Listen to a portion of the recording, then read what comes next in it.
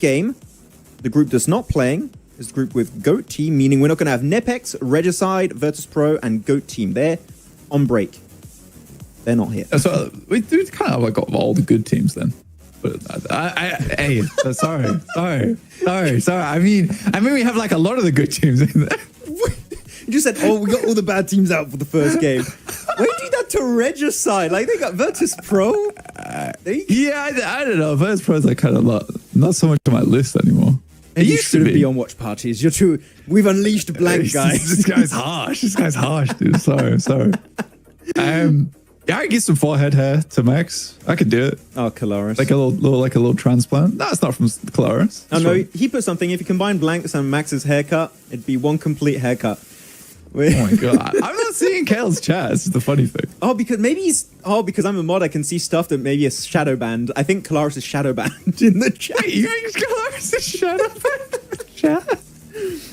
Oh, that's hilarious. Unlucky, dude. Okay, I'll let you he's cover for a sec. there. I can see him now. I have to do some stuff on my side. No worries. Let's see. What happened to Team Spirit? So they had a pretty bad performance over in PMSL Spring. I think they came 13th and they just missed out. And then they didn't go through the open qualifiers either. I did do a lot of research behind this because I was kind of upset about it too because they're all really good players on that team. But they're all currently teamless. They disbanded, I think it was in September 24th, if I'm not mistaken. But the only player that's really said anything, goodness me, Mouthball's gone a bit crazy here. The only player that said anything is Nomi. He said he's actively looking for orgs, potentially in a different region though. He almost got picked up by S2G. I don't know if you saw that. I didn't. No, yeah. I didn't see that. He got asked by the owner of S2G in game. Like he sent him a bunch of gifts in game, and he's like, "Hey, do you want to play for S2G?" He's like, "Yeah," but unfortunately, because of the PMSL rules, you can't change player between qualification and the actual PMSL, so it was too late. Maybe next year, but that was fun that they might have picked up Nomi. Yeah, but I mean, S2G's already got bullets. They needed more brains, so I think Sol K was a fine pick. True. You know what? Because otherwise you would have Nomi as a sub, which no. You don't pick up Nomi. You wouldn't sub Nomi, dude. That'd be cruel. That'd be cruel. He's great. Then again, he would outshine like half your roster. So that's also a problem. But yeah, I think that they just needed I think all the players that they picked up on S2G have not been bad. But they needed Sol K kind of fills like a similar role to Silas. I think Silas is better though, mechanically. Like gameplay wise, like gameplay wise, I think Silas is better. He's definitely not the best on that team, but he's the one that has a lot of the focus for them, right? The plan. But I think that's what S2G needs. And Sol K might not be the perfect fit, but he does fit, if that makes sense. Yeah. No, I think he does definitely fit right into that. I'm just sorry. We're busy talking. That's fine. I'm trying to cover for you right now. No, I need to. I'm multitasking like crazy right now. I know, guys, it's a little bit choppy still. We're looking into it to make it fixed for this game. By the way, as we're seeing this hot drop happening right now between Mad Bulls and Mongols, it's super cool to see actually the biggest Mongolian org in esports enter PUBG Mobile. I think it was a long time coming because Mongol has been really strong since when IHC won PMGC.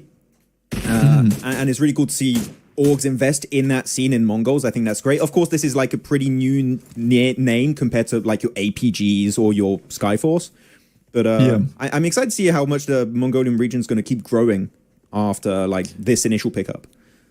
It's PMNC for Mongolia. That's like even more new teams into the scene, which is really nice. I mean, they keep producing like really good players, so why not like invest more into that region? So I've been happy. I've been happy with it. I mean, the Mongols coming in, like you say, a huge organization. Nice nade as well on top of the bat from Desert. Yeah, I'm glad to see them here. What I won't be glad to see though is if we have like a 4 Mongol team sweep in PMGC. Because then other regions are going to get ignored. So if they could like not do amazingly well, maybe one team does really well, that's okay with me. But let's not have all 4 of them up there. No, we want a bit more variety, please. It would be cool. Like, just put us a Pakistani team, a Nepali team, not just all Mongol at the top. Maybe a Bangladesh team would be nice. But the fact that Mongolia dominated so much that year, well, It reminds me of when China was on top, with Nova during that time. There was just all Chinese top teams. Actually, they fell off so hard, actually. Yeah. I don't know how much you watched recently, but the AR weapon meta has actually shifted away from M4, which I know I never thought I would say those words. The M4 meta has changed, but now you're seeing a lot of people playing with the ASM Abacam, which it's very strong in MENA, and I think in the hands of CSA players, it's going to be incredibly strong. It's not great long range, but mid to short range, the rate of fire is higher than the M4, and the double bullet burst at long range is super strong. So actually, AR meta is shifting, which I love to see. Oh, they had to do something. They absolutely had to do something, because M4 could have just dominated everywhere. I mean, I think M4 is probably still quite good on Miramar, for instance. But yeah, I remember like Erangel, where a lot of the fights are closer range just due to the scenery. It kind of makes sense to get a weapon like that, a bit more damage. It's when Beryl became like insane on PUBG, like same type of deal, just a laser beam realistically. And if you've got that with the ASM, like go for it. Yeah, I just like more weapon variety. Shotguns are still really good. We might get the mortar coming soon also. I don't the weapon. Actually, chat, would you guys like the mortar to come to esports? Maybe not in its current state. Maybe a slight nerf would be nice to have, because the aim system's kind of powerful. But okay, so they're fully pushing on Mongols. It seems that it's a one player. Yeah, easy. I mean, I think they do lose one player for it. Fair enough. It's good to see Lemon back in the mix, though. Used to be one of the most incredible standout players, but since fell off a little bit, I would say. I think people put massive stock in that guy. Personally, I think the pressure got to him more than anything. I think just being another name within the system is probably much easier for Lemon. I mean, Lemon was forged in the fires of Hot Drops in Miramar. Yeah. That's where he was screaming up there. I'm going to restart the stream, by the way. I was told to send it somewhere else. So we're going to stop for like a few seconds.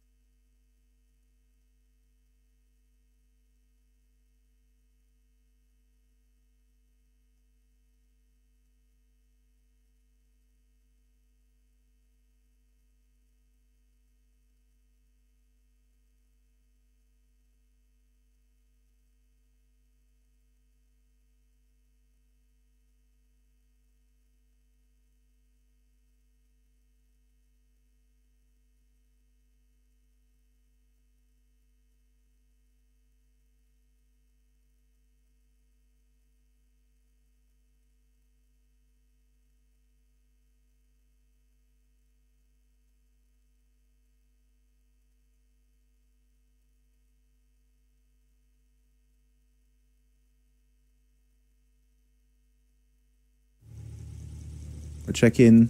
We should be live again. We'll see. That's a hope. That's a hope. We're hoping. Are we back for you guys? Yeah, let us know if the stream is back on. I'd love to know. Type of 1 yes. For yes. Type of 2 for no. Type of 3 for this is hella laggy. Help. I don't think it's back yet. It should be. Yes now. Yes now. Very bad. Very bad. Very good or very bad? Do we still have the choppy frames? What's going on? We are back. We are back. Cool. All right. Quickly. 1 for good stream. 2 for laggy. Go, go, go, go, go, go, go, go, guys. Go. Chat, we need you. Help, help. One is good stream. No lag. 3. 2. I'm getting, that's 2 1s, all right? Currently, good stream's winning. You need to get 4. Okay, That's three. That's 3 ones. Okay, looks better so far. Fantastic. Thank you guys. Appreciate that. Very choppy still. Average at best. This guy's leaving Yelp reviews on here. That's crazy. Guys, Doc is too powerful. Okay, it's his fault. Blame Doc. It's on him. Damn. He's docking already. He's in the production room. He's cutting the cables. Okay, it's his fault. Damn. 222. Sorry, guys. Okay, it's still. like we're kind of struggling. Max is doing a lot of the production on his side at the moment, but mainly he just sends stuff out and then it's out of his hands at that point. So we're trying to contact the guys who are sending the stream to you, try and fix it. But until we find an answer, it's going to be a little bit choppy. We appreciate you sticking with us though. All right, we're just chilling, we're talking. Pause every 4 seconds. Okay. Damn. And the 2 memes gone too far. Okay, too many tools. Too far. You guys are just making me sad at this point. I'm just just ruining my day. Looking forward to this. You're making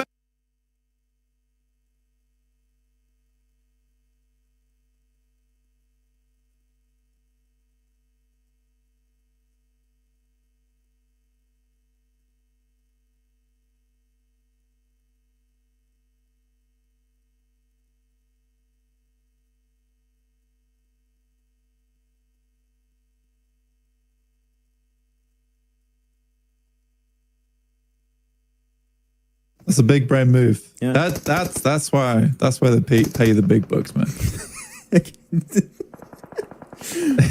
Thank you. Dagestan center here is brute force also in the middle of the map. They're going to be in a pretty good position. WW. We getting W's. Does that mean good? W. It's a W map feed. Thank you, guys. Yes. Perfect. I need to. Apparently, I've just hidden the map somewhere. I have like 18,000 tabs open, so I'm just going to reopen a new one. That works. Whatever works for you. Actually, Thank wait. you, dude. Hora's got Height Dami play, and I didn't see if Sky was actually on because, again, Sky is not at the venue itself. So, and they do have a sub in Height Dami, so I guess that might be the game plan, which is Height Dami to play, which would be unfortunate because Sky was the literal top performer for Hora in spring season. So that would be a big loss for Hora, actually, if that happens. Yeah. Hope not. Oh, the nades. Okay, no, I think Sky's forces a little bit of trouble here. I mean, decent elims, honestly, 5 elims. I mean, if they can potentially find Hitman here, he is just creeping up on him in the hovercraft. This is awkward. This is awkward to watch. I don't enjoy watching it. It's going to get him stuck in there? You're just blocking his escape route? We're going to die to the blue together. He's going to cut him off. He's cutting him off.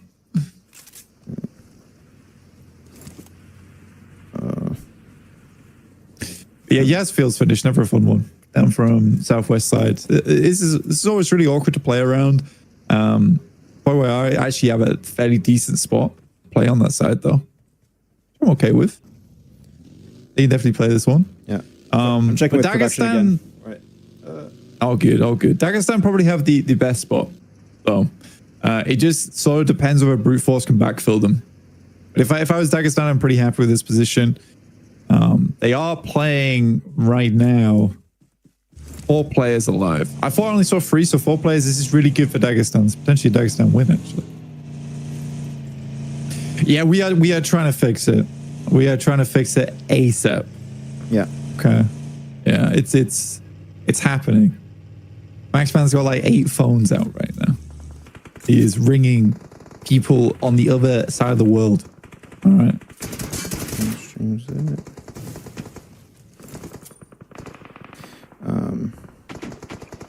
Potentially a decent night? Maybe. Yeah, it's on the side. Charlie will find him instead. Yeah, Skyforce left down with just Godless now, I believe, off in the distance. Really tough get out here. It's just all open terrain. We do read the chat, Solo Boy. We do read the chat, yeah. We do. When we don't have issues, we'll read it even more. Yeah. We're currently sorting things out on the back end at the moment. It'll work out eventually. First Soon stage it'll be is fun. All right, okay. It's only the first game. That's why we have 7 games. The first one is a tech issues game, and then we get into the proper 6 matches. It's the game plan. Yeah, that's the 7th match. 7th match. I8 zone easy win. I don't know. I'm going to show the map feed again, actually, just so everyone can see what's happening. I mean, Dagestan's got a great spot. You got the Western Ridge also. I mean, this is hard to tell until a later circle, in my opinion. But edge teams are going to struggle to get in. Like, Horror's going to have a bad time. I think Mad Bulls. I don't know where Mad Bulls are going to go. I guess they go to the hill themselves. That's their game plan. You could probably play off to the western side of Dagestan, maybe. Yeah. It depends if you can take out a team on the north side. As well as what 313 does, because 313 you can easily cause problems in this scenario. And again, a lot of these movements, I would say, is determined by how good the teams are. For Mad Bull sending Lemon out, this is a good play early on. In fact, they get him there early is nice. But 313 could just pull something absolutely crazy and kind of doom both of those teams. In international tournament, you wouldn't see that. You'd see a little more passive play there. Sorry, I'm still working on the back end, guys. This is the entire game is just resulting in fixing this stuff. And we did hey guys, we did a rehearsal. Don't say we should have checked it before. We did. it was all functional during the rehearsal. Okay, it was all working fine. Oh, Doc the Nade, there you go, clears it up. That's it for the Bangladesh team. And he just went solo again. He's just like, I can solo this compound.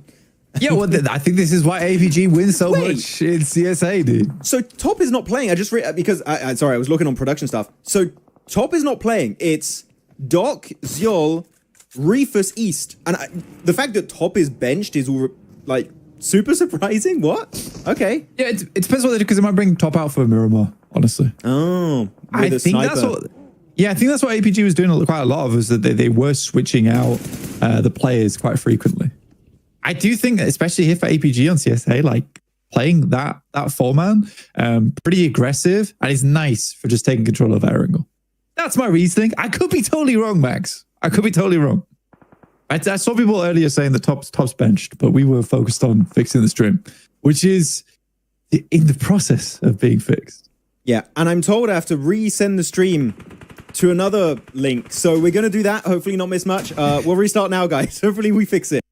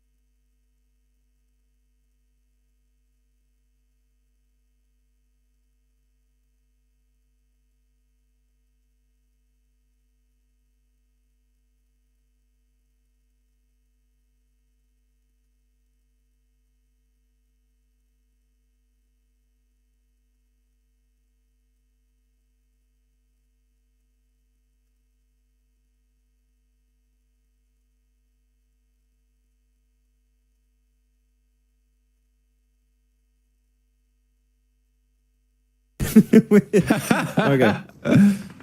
What is this solution? Is it a secret solution? We only stream on the main esports channel, and I push directly to YouTube, not through any third-party software.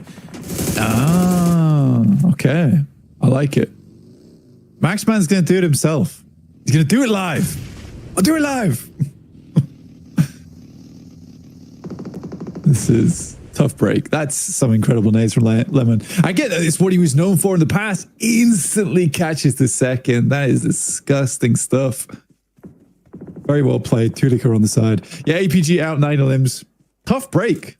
Tough break. I don't think Reefus is bad per se. I think Reefus fulfills a good role in that team. I'd agree. Otherwise, they would have kicked him a long time ago. But I will agree that the way they play doesn't make Reefus look good. Put it that way. I think he's more of a setup support player that can also frag out. But when you literally have 3 global MVPs on your team, I think it is hard to stand out. When you don't have that kind of background. Yeah. And he plays the off angle for the team a lot of times. Yes. And sometimes there's no off angle to play because Doc's like off in La La Land.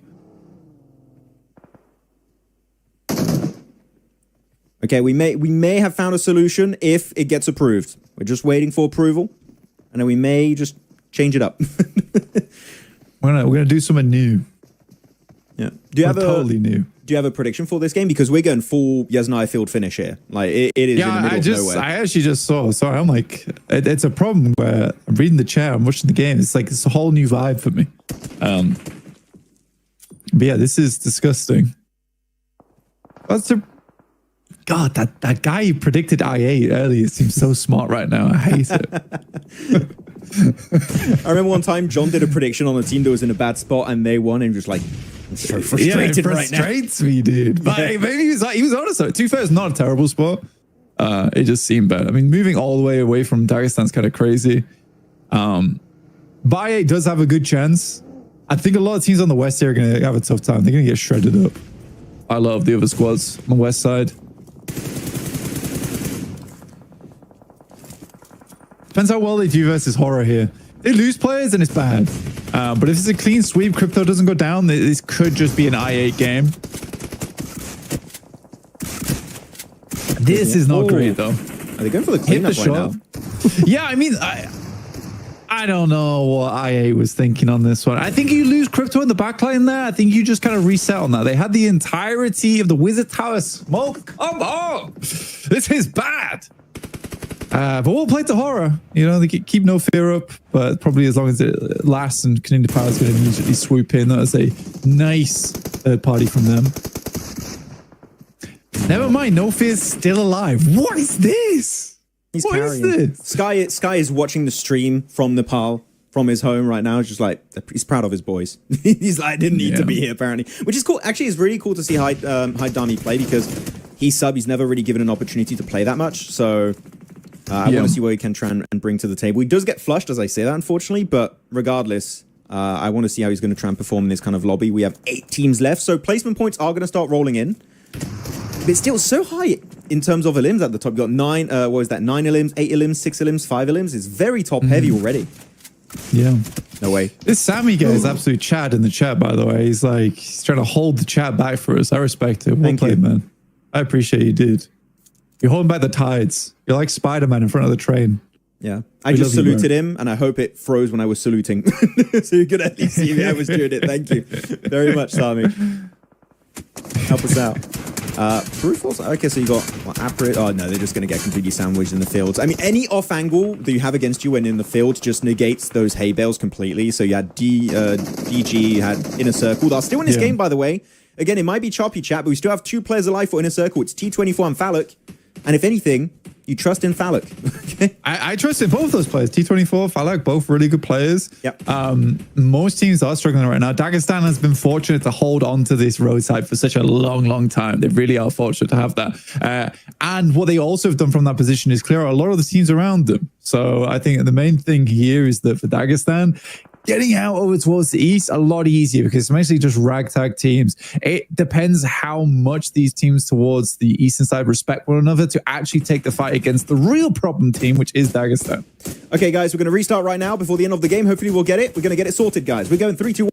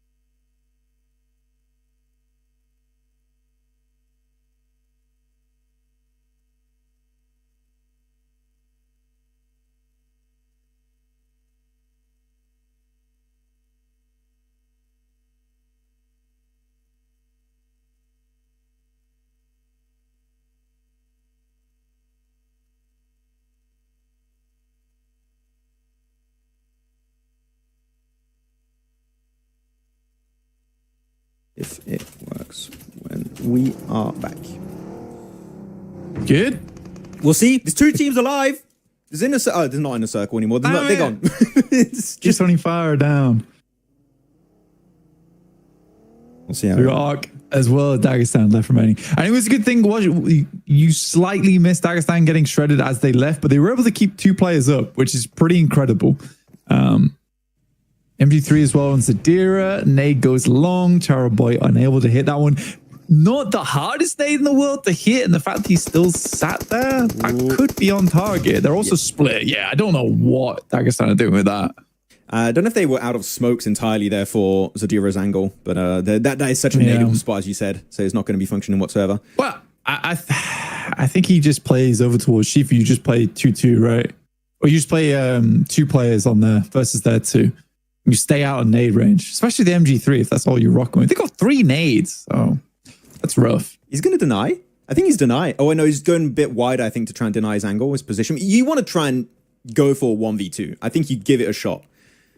Yeah, absolutely. He's got 3 nades to work with. It was 100% a chance for him.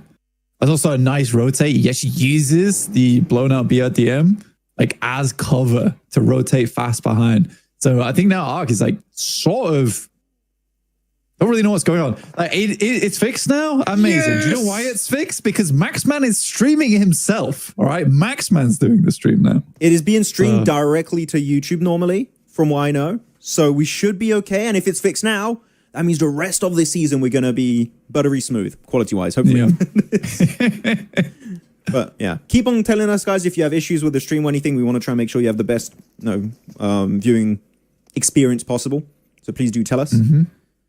But we'll be good. So yeah, 2v2 still, 2v1. But actually, yeah, it was very good what he was doing, going wide. As he said, he was in the broken down BRDM, and he gets a knock onto Glory, actually. Huge. So they're split as well. They're split as well.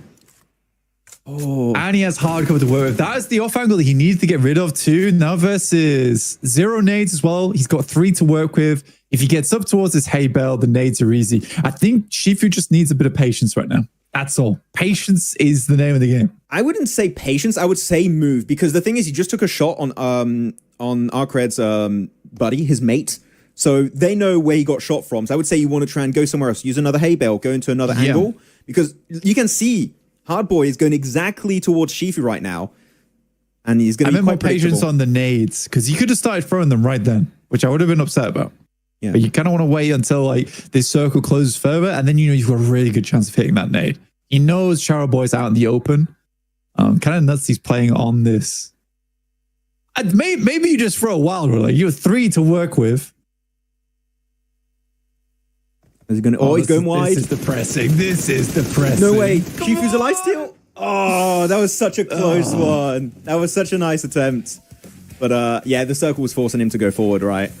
Is not much you can really do at that point. Nice try. You did have the nades. I thought you'd try and play with it a little bit more. Yeah. Okay, maybe he's too patient. Yeah, I think in that situation where you have 3 nades to work with, may as well just start throwing them into the bushes at that point. There's no reason not to. It's 100% guaranteed they sort of know where your position is at that point. Unfortunate. But well played to Arc on that one. Good job. Very, very well played. Okay, so I'm just checking again with production. But we have the stats. 5 limbs coming out from Hardboy. Everyone was telling me about Bad Boy. You want to look at Bad Boy? Ramses, of course, was on Upgrade. But yeah, it's cool. Hardboy able to pop off in that game. It was not an easy one because you had so many teams that are trying to push edge. So even just trying to play it silent is not going to be enough sometimes. But it was not easy for Bad Boy. Yeah. And I know Voston, though, Blank, is like, maybe I should have stayed with Dagestan and not just, left the team and then go and try out for Virtus Pro. I mean, let's be honest. They had a really good position on the map. And it's sort of difficult to not have a good game from where they were. But yeah, I guess so. Maybe you're sweating a little bit now. It's first game jitters. For us and for them, it seems. Some frames. So I'm checking, guys, are there any other issues with the stream? I just want to make sure we're fixing everything. We're buttery smooth. All right. The buttery biscuit base on the stream. That's my top 3 picks for finals. I will always say in a circle for that one.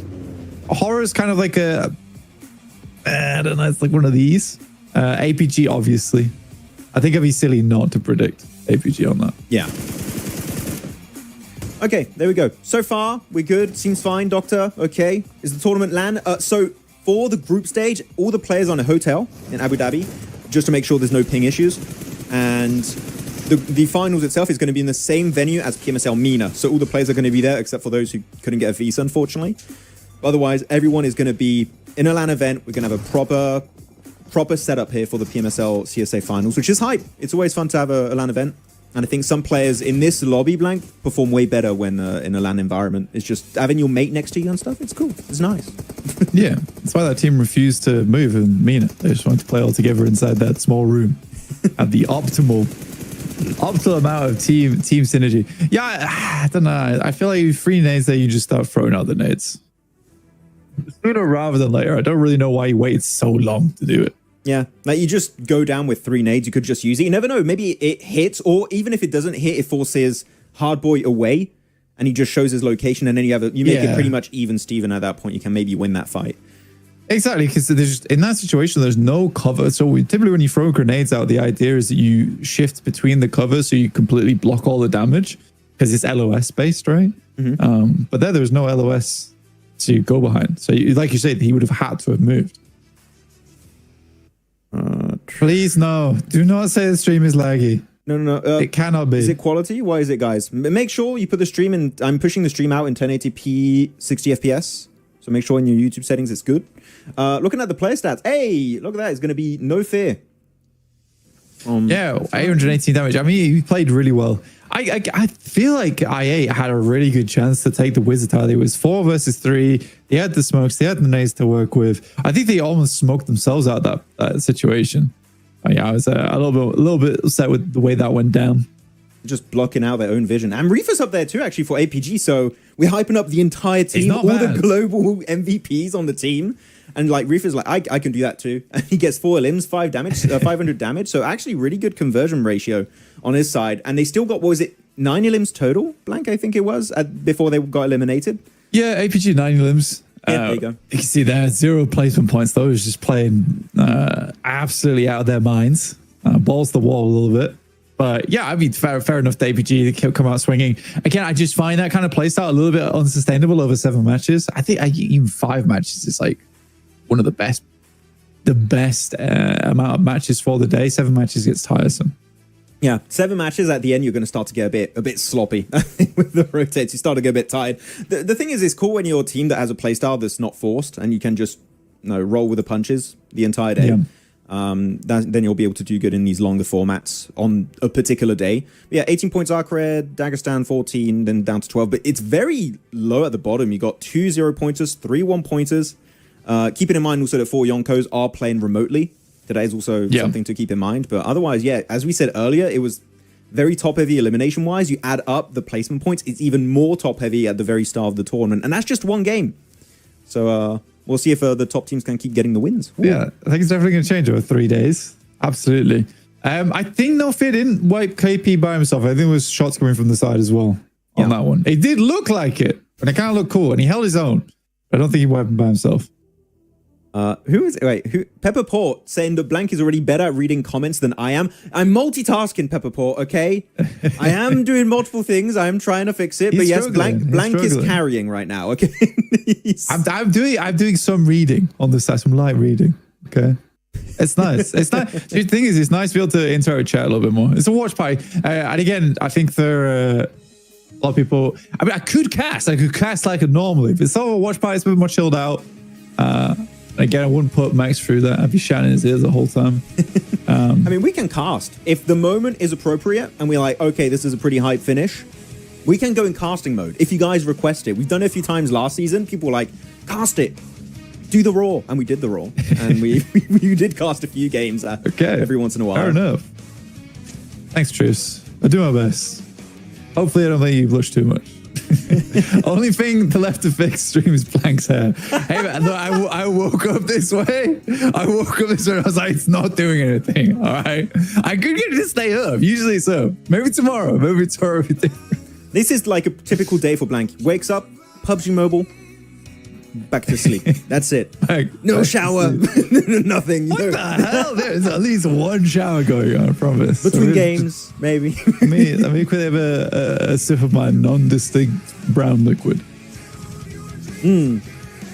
What about the Hydro homies? Do you remember? Hasty. I don't remember them. Stop. We don't talk about that. That's... Hey, you want to fix my hair? Come round. I'm down for anyone cut this. Okay. Someone come round, cut my hair. I'll take it.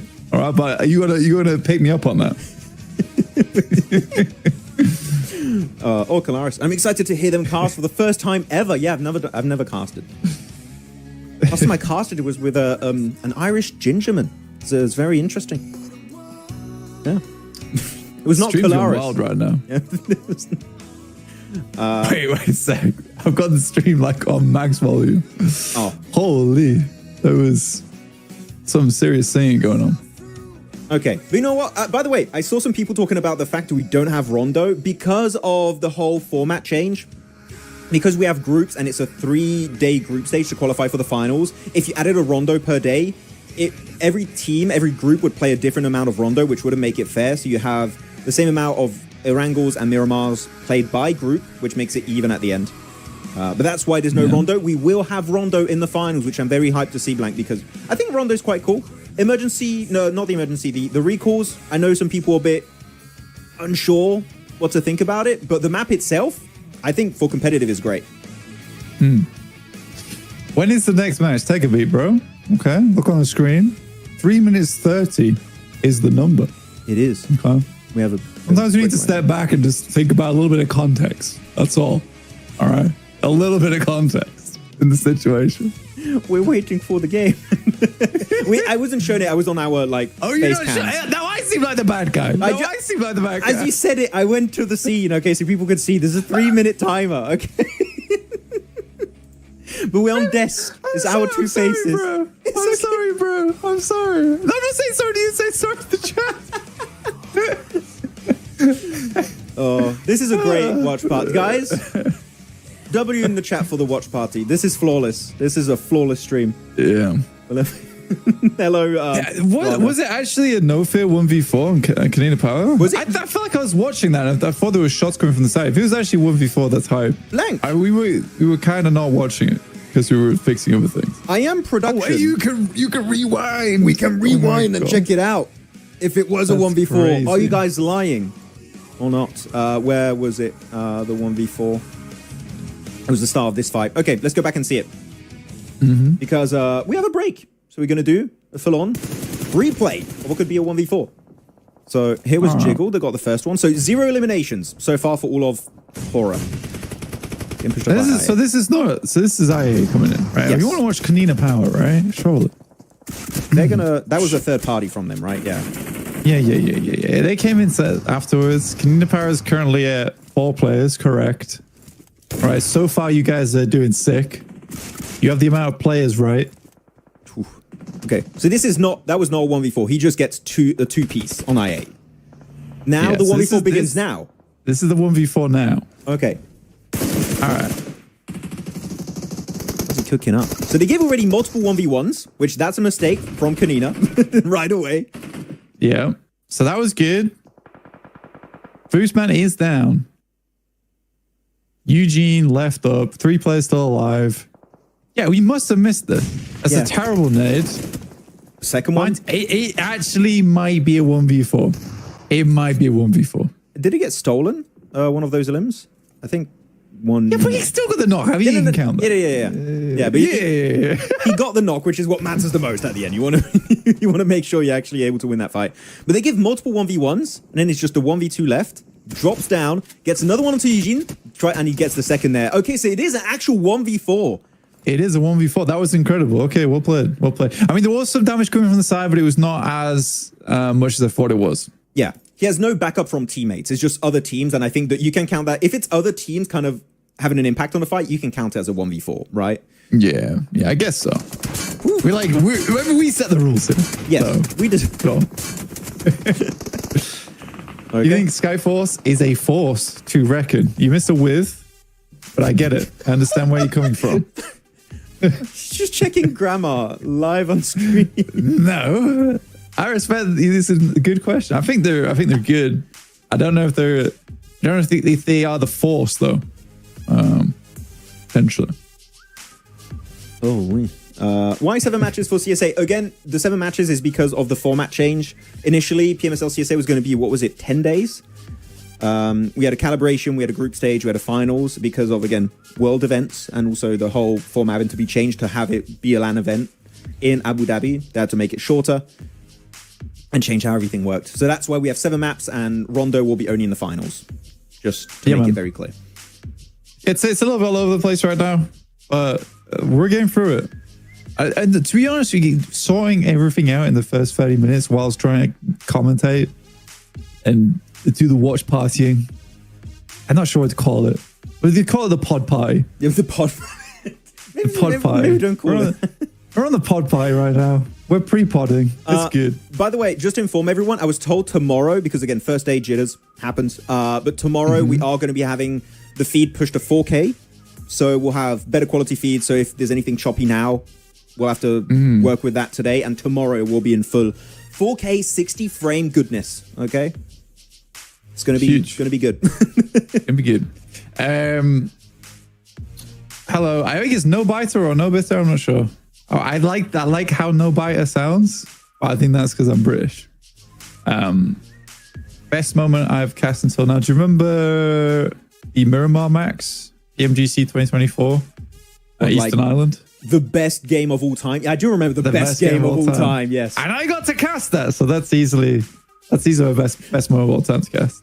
100%. I remember your reaction to when you saw that circle on the East Island. Like, if John realizes first, he's like, oh, pop, and you go like, oh, you just start popping off out of nowhere. Yeah, I was like talking about something on the screen, and John's like pointing at the map, like aggressively, like, whoa, okay.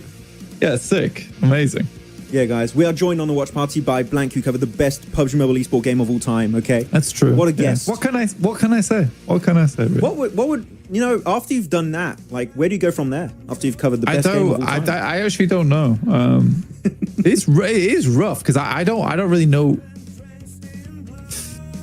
What else would be extremely cool to cast as a final game? I don't think there's really anything that tops it, honestly.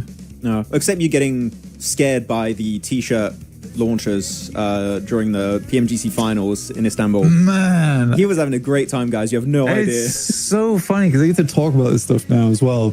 But essentially, during the Turkish, because was it PMGC? Yes, I believe it was PMGC. Yes, 2023. It was IHC, so it was 2023. Yeah, before London. Yeah, 2023. Basically, when I was casting, there was a guy with a t-shirt launcher behind me who's hyping up the crowd. It was cool. It was cool. But he kept coming like right up to my ears here.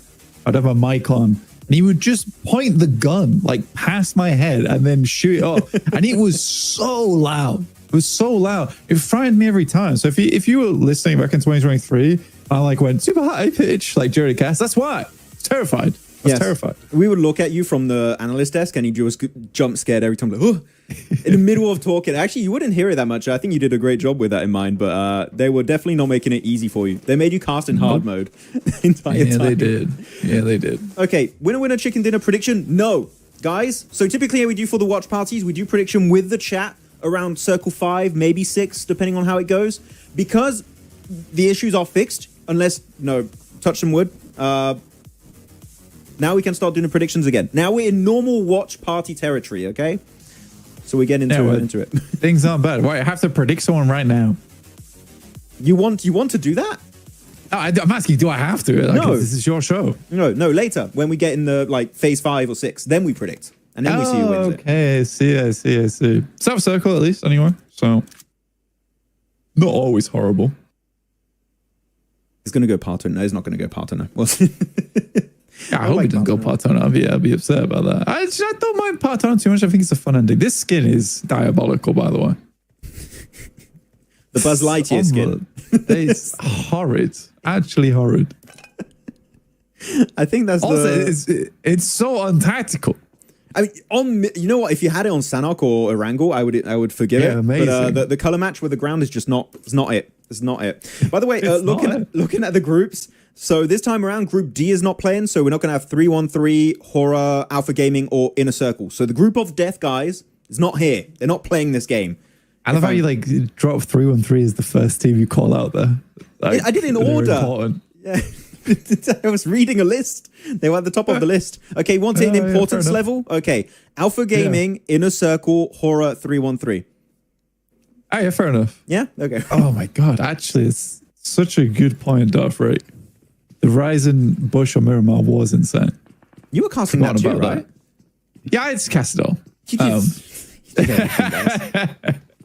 Yeah, no, that was insane. God, that's a good memory to bring back up. Mad Balls again in a hot drop. Seems like they enjoy doing that. I don't personally. I hate hot dropping. And Miramar as well. Like, there's so much space to take. This is a kind of a weird place to be hot dropping Puerto Paradiso, because usually Puerto Paradiso is fairly.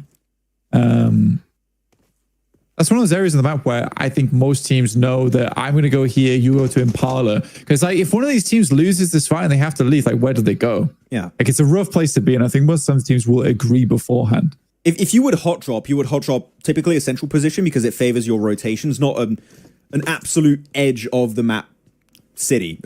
Puerto Paradiso, as you said, is kind of an oddity to hot drop and be willing to die for. I don't know. They're committed to it seems. But it's day one. We had this a few times during CSA in spring. I'm sure some of the viewers remember that too. We had some hot drops. I think one was between Upgrade and Yasnai Poliana with Horror. And they fixed it after, I think, the first day because Horror got clutched up twice in a 1v3 or 1v4. It was really bad. So they had to resolve it. But I think day one, I can forgive it. Day two, not really. Because, again, it's only a 6-day tournament, right? So you do this hot drop 2 days in a row and you fail the hot drop 2 days in a row, chances are you might be in bottom 4. And you just might be out of the finals entirely. And a lot of coaches speak about this beforehand as well. They'll talk to each other and say, hey, we're going to drop here. Please don't drop on us. I beg you so much, please. A bit pathetic at times, but it's got to be done. It's got to be done if you want to win tournaments. So I think it's very weird. Like you said, it's a 6-day tournament. It's almost insane to be hot dropping on Miramar. I don't like this. I have a question for chat. I don't think you'll know this one because this was an old NA drama. There was scrims back in the day, like early PUBG Mobile Esport, and some teams got kicked out of scrims because they were hot dropping too much. Yeah, I remember that. Yeah, you remember? I'm not going to say the names, but that was an interesting drama because it was an actual strat, and some teams got kicked out of the scrims. Was it like Tempo Storm or something? Who's doing it? I said I was not going to say names, but yeah, if you want to say names, then it was Tempo Storm. It was I mean, I spoke to them about it. I think it was completely reasonable from their side. They're like, we want to practice this during scrims. Then again, also a little bit. I think you do it once or twice. I think they were doing it like a lot. Yes, it was. Like, we can't actually play proper scrims here. So yeah, it's kind of unfortunate. I'm going to hide our camera so you guys can see all the map feed. What's going on there? Mortar is allowed? No, Ronin official. The Mortar is not allowed. The Mortar, if the Mortar comes to esports, it wouldn't come anytime before PMGC.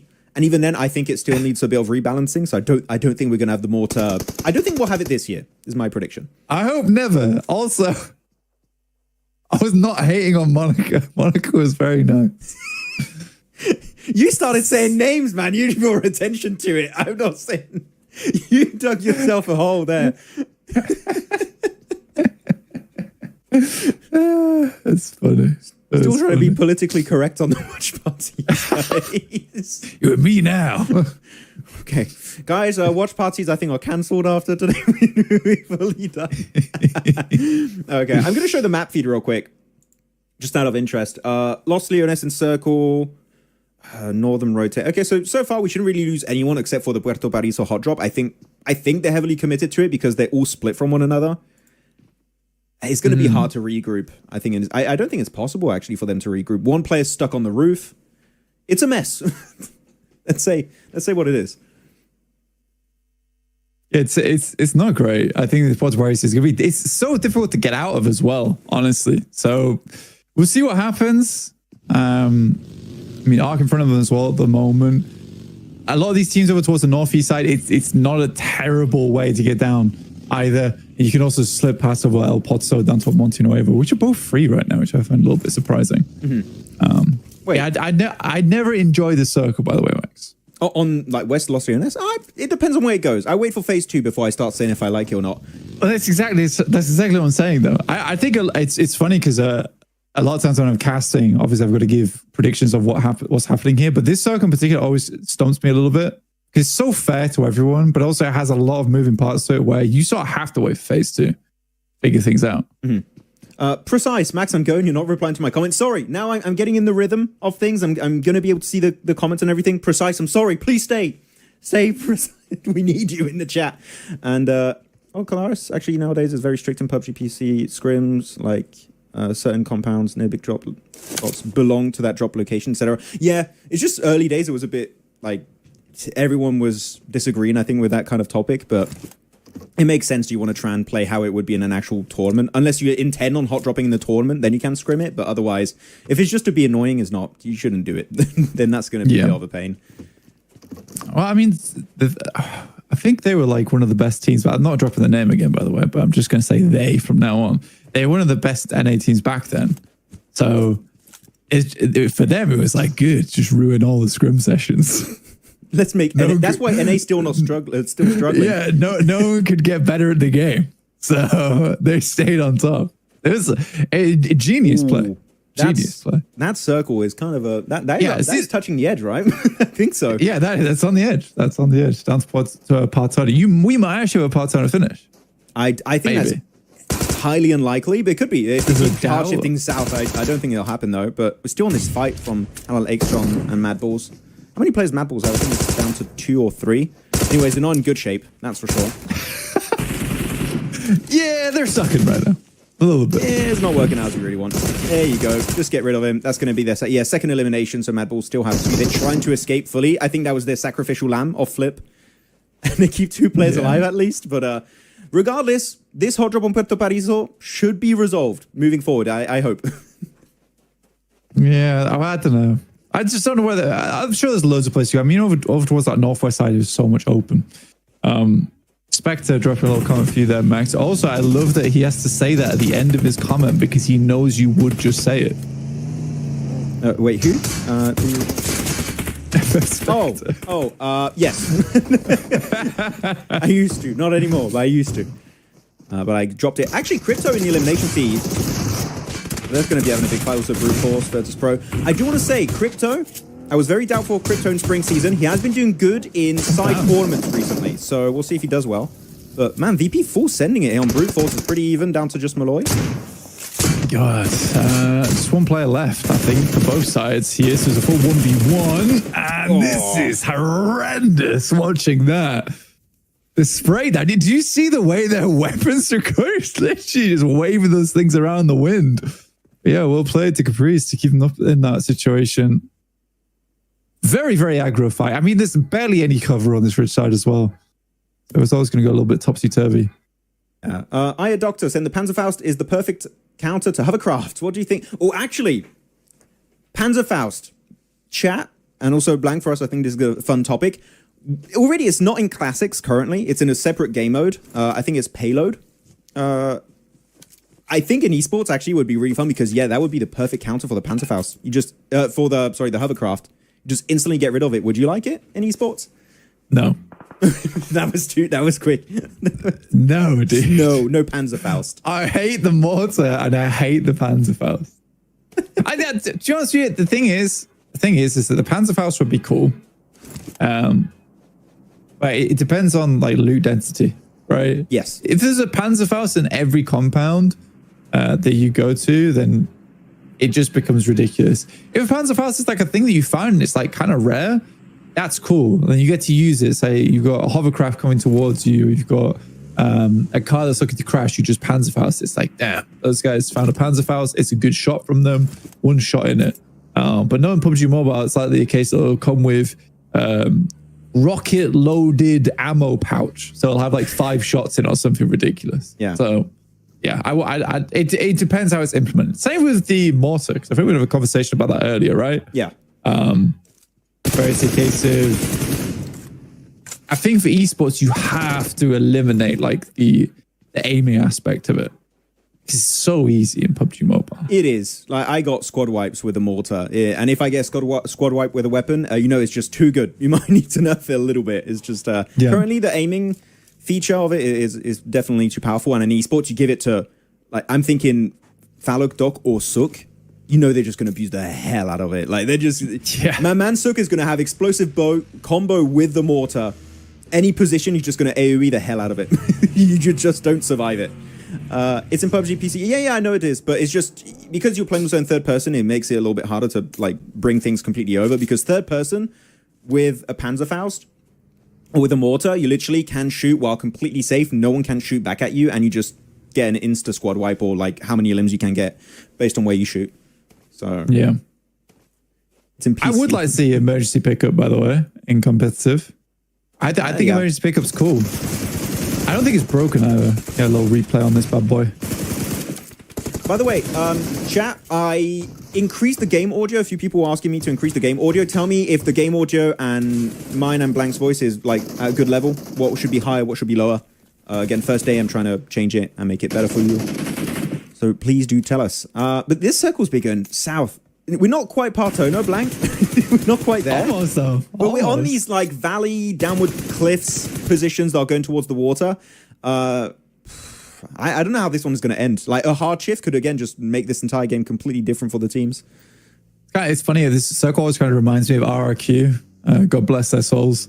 You know where Goat's currently playing? Like in that building that kind of sits and like looks down over towards the hillside. Yeah. What this circle always reminds me of, because they were immediately in that building and they never held that building either. It was the best part. Some good spray downs over towards Mad Bulls. You see with Mad Bulls? They were like, please stop shooting. I don't think he was looking in front of it, and he just crashes into, like, I think it was a random hay bale, and he just squad wiped on that. I feel bad for what happened to Mad Bulls, but that's what a hot drop does to you, unfortunately. It's just how it goes. Turn him... That's 2 in a row as well. Turn him way down. Microstar wants me to turn Blank down. I can put him down to 0%. How would that be? What the hell? Hamad says that you need to be muted and my voice is okay. So, I think that got deleted. Who deleted that? So, people are saying game audio louder. Okay, so I'll put it just a tad louder. There you go. Tell me if that's better for you guys. Yes or no? We'll keep it like that. But now it's going to have Skyforce. Still full squad. They do have one player knocked. But they're going to get third-partied, I think, by who is that? Kanina Power in the wings. So, whoever wins this fight, I don't think you're going to be winning full on. you're going to go out. Yeah. Soon. I mean, it's just one player left in Sanshire now. Kanina Power's consistently just been on the edge of these circles looking for these moments. Not a huge fan of teams like that, but it does work. It does work, and you have to pick your moments wisely. So just because I don't like that playstyle doesn't mean it doesn't take skill. So I got to give them props to that, at least. It's like when people say, oh, they got circle, they don't deserve to win it. It's like, no, they used the circle that was given to them properly. To get the win. Going to show the map feed for a little bit, just so you guys see. It went east for the very first time this game. It kept going south every single time. We actually got a proper eastern shift. It's going towards, who's that? I8. You got Hannah Lakestron, Arcred in the middle, Nepex also. But the high ground of I8, if they can defend it against Hannah Lakestron, I think it's looking likely they'll win. Because look at the West, actually. Like, it's completely clustered with teams. I think we're not going to have a Western winning team from what I'm currently looking at. It's too many players. Yeah, potentially. Which group is playing now? So we have every group except for Group D, meaning 313, Horror, APG, and Inner Circle are not playing. They'll be playing next. They'll be playing the rest of today, if I'm not mistaken, actually. So they have no breaks after this game. And that's a long day. That's a hella long day. Yeah. I mean, what is that? Five in a row after that. You play one game, one break, 5 more games after that. 7 games today. Correct. I think Nepex got a nice spot here on the eastern side. It's not like the craziest of positions in the world, but because they don't have a lot of teams around them, they actually have a lot of freedom to move, which should make things slightly easier, especially with Brute Force being forced off this high ground, the western side. That is absolutely catastrophic for Kanina Power. I saw one of the Regicide players spraying with the AKM, and he realized at the end, while he was still aiming on someone, he had no more ammo. Which not the, and third party happening here from Dagestan again. They just got himself a second place on the last game, and they're just full sending on Kanina Power, it seems. And it's cool to see Tixie playing. I think we did say yesterday when doing our prep, Blank, that And I fully agree that Tixi has been a bit washed in the past, 2 years? Yeah. But, I mean, Dagestan is a great team. Maybe this is going to be his opportunity to prove himself again, because the guy has been goated in the past. Yes, But he's been also on the spin cycle for the last week, so yeah, I need to get the detergent washed off him and get him back in the game. I believe in Tixi. He can do it. You believed in Tixi supremacy. Yeah. You don't anymore. I just don't say it anymore, but I still believe in it slowly in the back of my head. It's there. I've never given up. I'm just not loud about it because I'll bring it back. They'll make fun of me for supporting Tixi. Yeah, no, I think the guy's good. It's just there's a lot of players better these days, and it's hard to stay on top for such a long time, especially with shifting metas, etc. It is difficult. Circle about to shift. I'm going to hide our camera so you guys can see where it's going to be going. You should be on mute while Blanca's voice is okay. Okay, Hamad, thank you. That's very nice of you. Detach. The roast is real right now. Okay, so he goes towards the warehouse. This is a really good elevated warehouse from Al-Qadsiya. I mean, if you're going to crash it, I think it's going to be the Mongols coming in from the northern side. It might be a little bit harder for them to get a third party doing that. But that's going to be the big point that I think people are going to start wanting to crash, because otherwise, there's not enough space for all these teams. You just don't have it. Actually, you know what? Prediction time. I'm going to put the map feed. I say we start choosing who's going to be winning this game. Chat. It's prediction time. It is. It is the prediction time. Chat. Who you guys picking for the win? Tell us in the comments. Put your prediction in. You may not change if your team gets eliminated. Who do you have? I get to copy people. Yeah, you can copy if you want. I copy from the chat. That's crazy.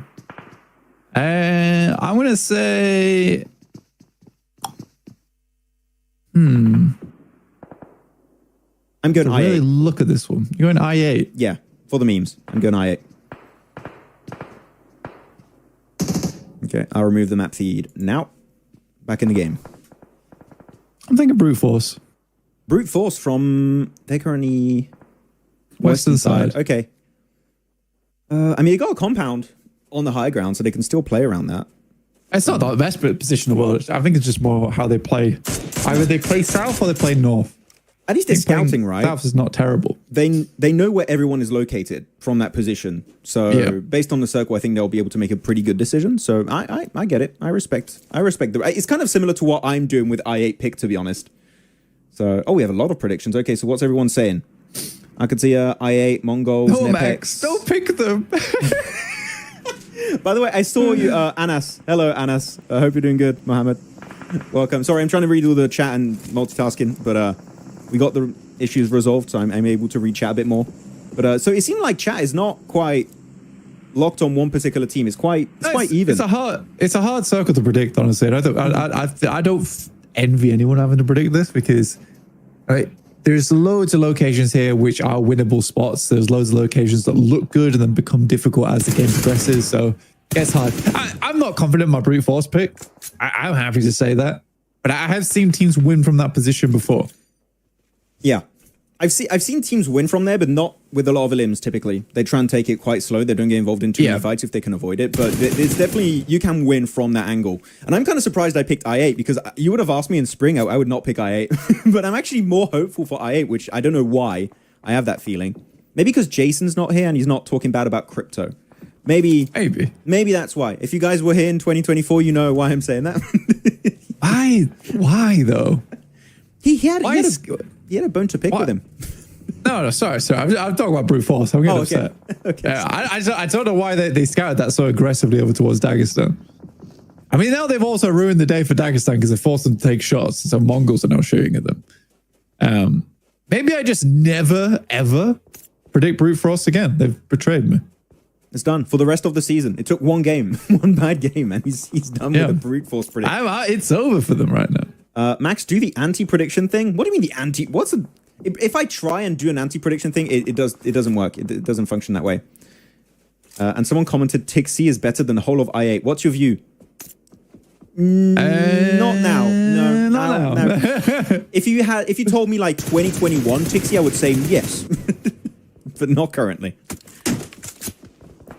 So everyone got on a limb except for Casanova.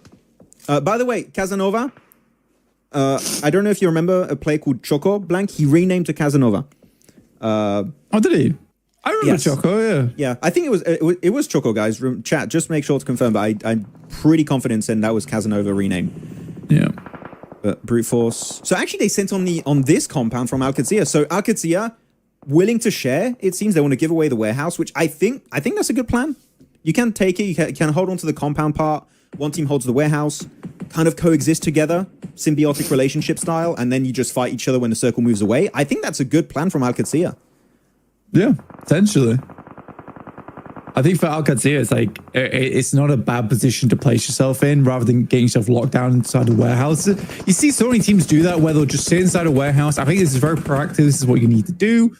Make it happen. But I think Brute Force have no idea that Alcazia is willing to coexist together. They're expecting a fight, so they're kind of scared, don't want to take the warehouse itself. So they're gonna hold a dip for now, it seems. Okay, Mongols pushing in onto their back. Yeah, the edge fights are just gonna happen all over the place. Everyone's gonna start losing players, down to 10 teams. It's a nice wrap from Brute Force, actually. Surprised they're able to make that one happen. They're right on the south side of that warehouse now, with Dagestan moving over towards the top. And you can imagine Caprice knows exactly where Dagestan currently is. It's on the northern edge, but he is just one man against the many. It's Choto. Yeah, I remember it was a rename. I don't remember the old name, but yeah, chat is on something. There you go. Thank you. I knew I was on something. Yeah, chat knows. Chat has it. You can ask them; they know everything. They'll remember every single game. They made me feel bad because I'm like an analyst on this, and I forget some games sometimes, and they just like no, they remember. Chat is kind of cracked at that. Okay. Hey man, only you've got the curse though. Just me. Yeah, unfortunately. People call me Maisie from Timu. He's the curse master in India. That's my new name now. There's a curse master from everywhere. What's the guy from China called? It's like things are like a Z. Yeah. I haven't watched Zengxia. Yeah. He's great. That's the guy. So, okay, Dagestan move in. It's actually surprising Zadira was able to get that warehouse for free. I wonder if he's going to just get the entire team to join in on the warehouse, but it seems like they just want to fight Brute Force on the west. I'm not sure what these guys are doing over there. Northeast side. It's like a bunch of damage done from nades. Slightly early on the nade push, though, in my opinion. Mm-hmm. Unless you're getting a knock there and you're trying to just completely gain control over it, doesn't really make sense to throw those nades there because it's 2 nades invested for basically nothing. And I don't think you are pushing that 3v3 without Dagestan getting involved. So that's I think, waste of 2 nades from Brute Force. Yeah, if this fight breaks out, you're just going to get third party, maybe even fourth party by Mongols on the east. So you're just opening an absolutely insane situation up north. I think you want to avoid it as much as possible. I'm going to show the circle for a quick second for everyone in the chat because it moved towards Arcred and IA and also a portion of who is that goat team on the west. So all of these teams fighting here, Brute Force, you're looking at Dagestan, you're looking at Mongols, Alcazia. They all have to fight each other and wrap up this fight. So they can't avoid it. The earlier you take the fight, the better, because then you can start to transition. But even then, Blank, I just don't think you survive. I don't think any of these teams make it to top 3. On the north? Yes. Yeah, it's be tough. I mean, getting across that road's really hard. The only thing that they can do for Brute Force is they know that their western side is open, but it's a question of dealing with Dagestan first, isn't it, really? Mm-hmm. It's however this works. So Brute Force really only has one avenue, which is either to go, well, 2, I suppose. You head east through both those teams with Mongols over there as well, or you head west through Dagestan. I think it's a tough proposition for them. Dagestan could move first, though, and set themselves look down towards where currently Goat's playing, try and take over where Thol Yonkos are. I don't know if that's a good decision either, but for Arcred, yeah, this is easy one. And actually moving away, I kind of like this play from Alcazia, but 3 players in 1 car, you're just asking to get squad wiped. There you go. I kind of respect the attempt. They fully committed to it, but the way it was done, 3 in 1 car. If John was here, I'm sure you would absolutely despise that push, but that was not going to happen in a million years. Yeah, I hate that push. Yeah. I mean, at least like hug the blue. Oh. So either you run people down or you get the shots on the side. It seemed. Yeah, I didn't see much utility used, which is surprising for Chris. Yeah, no smokes, no nothing. I was hella confused. Capri's now going to clutch it back up once again. What? Nasty nade! What the hell? From over the road. That was like, how long of a nade was that? That was crazy. Ryan the Dip perfectly executes it. Yeah. That's the end for Brute Force. Now it's just Mongols versus the last player of Dagestan. It's Shifu. He's in the blue. I think he just denied. So Mongols actually still keeping 3 players alive, 7 elims for one of the players. Maybe top 3's in the cards. I didn't expect it, but actually not taking too many casualties in that fight is unexpected for Mongols. I mean, 10 elims is incredible. Yeah, very, very fantastic game from them so far. I mean, also, I will put it this way, is that teams have just like ran themselves head first into the spikes waiting outside the fortress of Mongols. But you take them where you get them. Oh, no, yeah, I was going to say he's right in that Molotov there. So they've got to regroup. These cliffs are so hard to maneuver, but Arcred here aren't really involved in this fight. So the next big fight is going to be Mongols, I think, pushing onto Arcred. I think that's the next one we're going to have to pay attention to.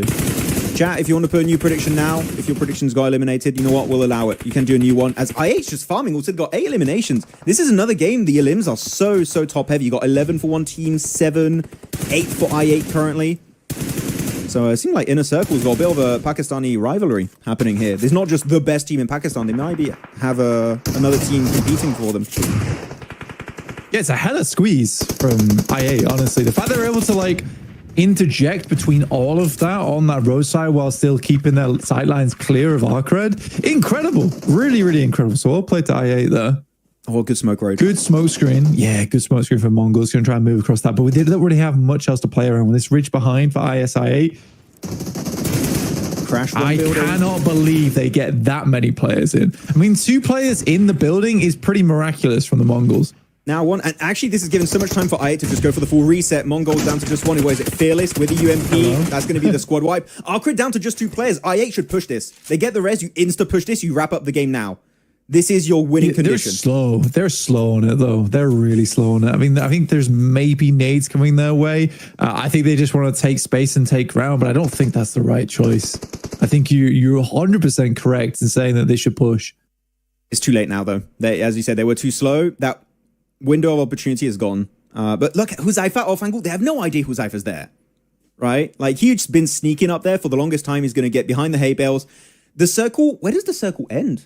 I think right next to Bad Boy's building for Arcred. Yeah, this is the only issue, right? Is that now you have a situation where the circle might just favor Arcred.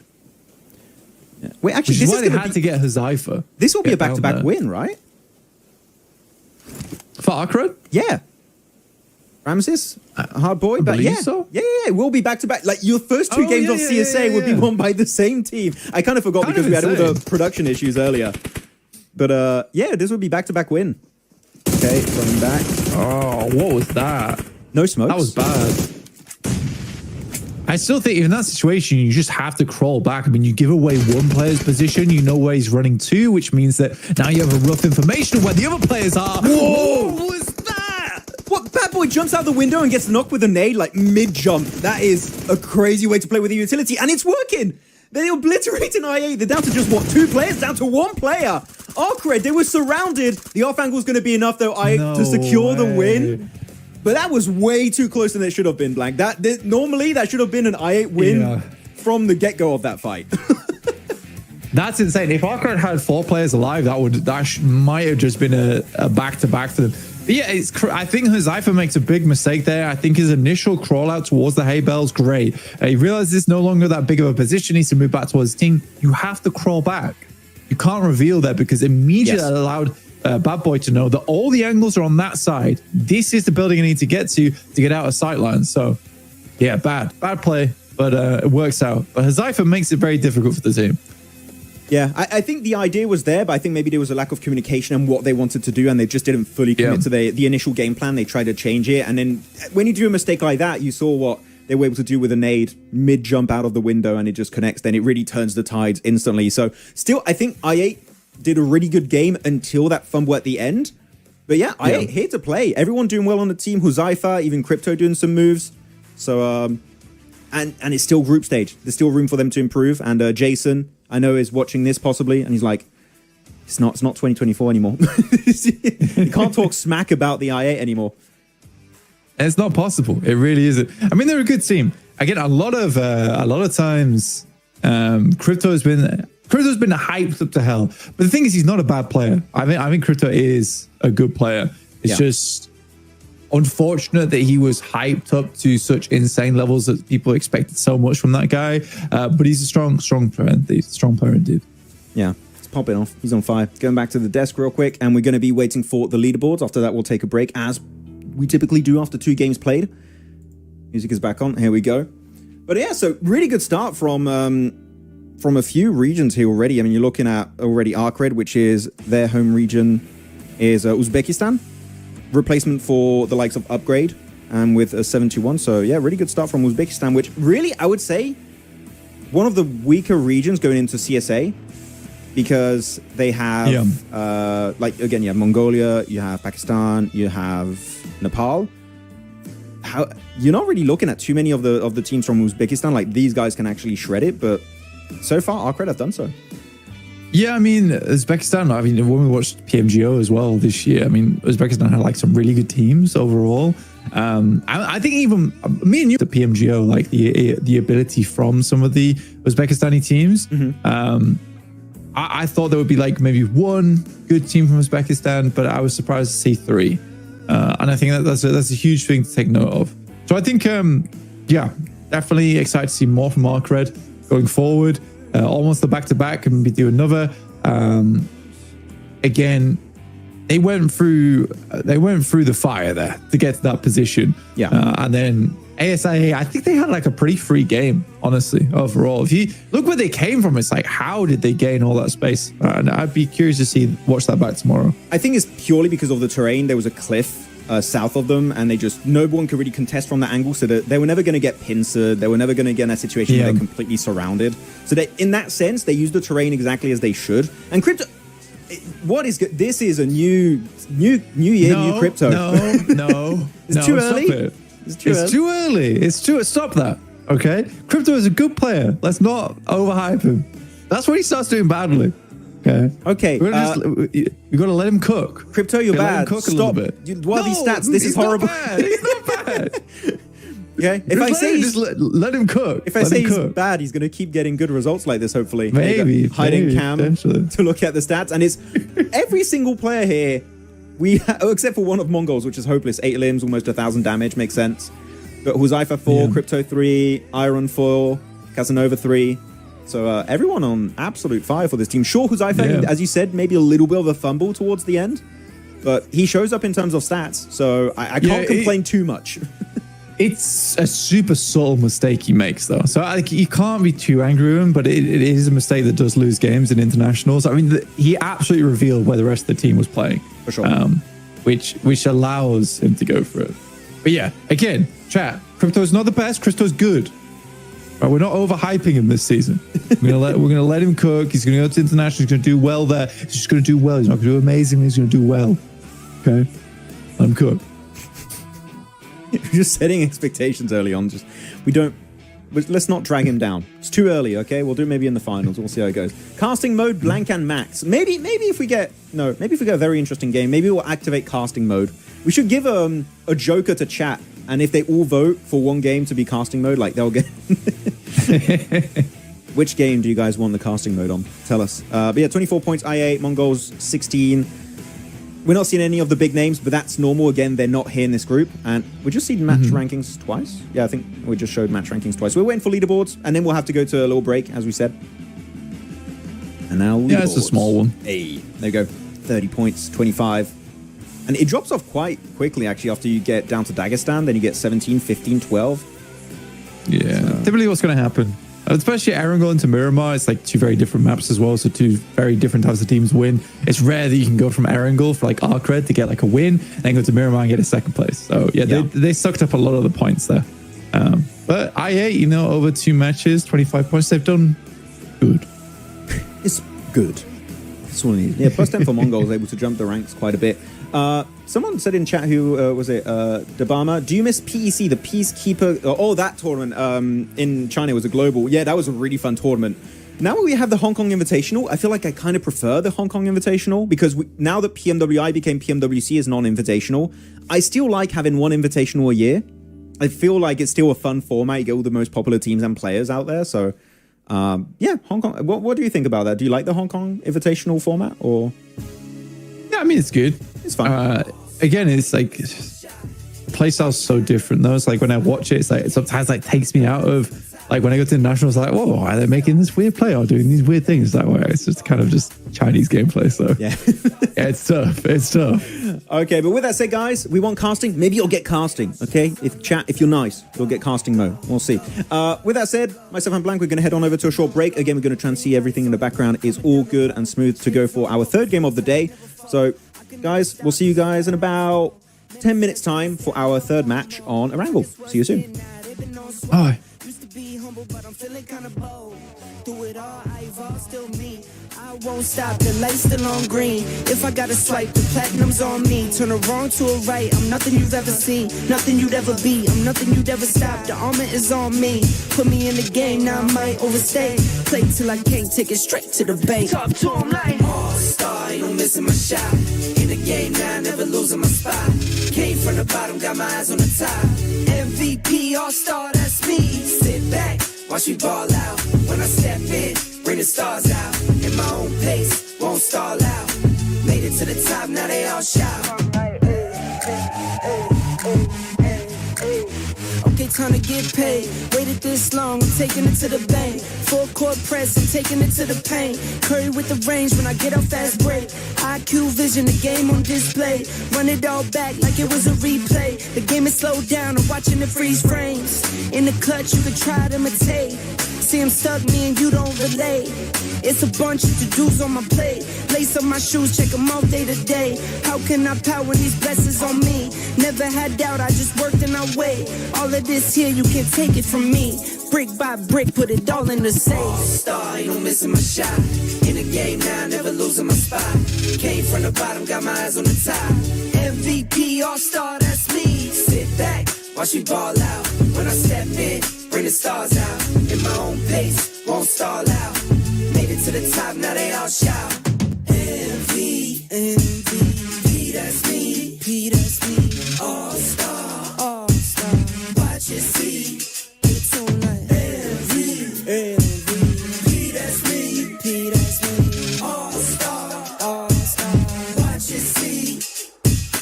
All-star, ain't no missing my shot. In the game now, never losing my spot. Came from the bottom, got my eyes on the top. MVP, all-star, that's me. Sit back, watch me ball out. When I step in, bring the stars out. In my own pace, won't stall out. Made it to the top, now they all shout.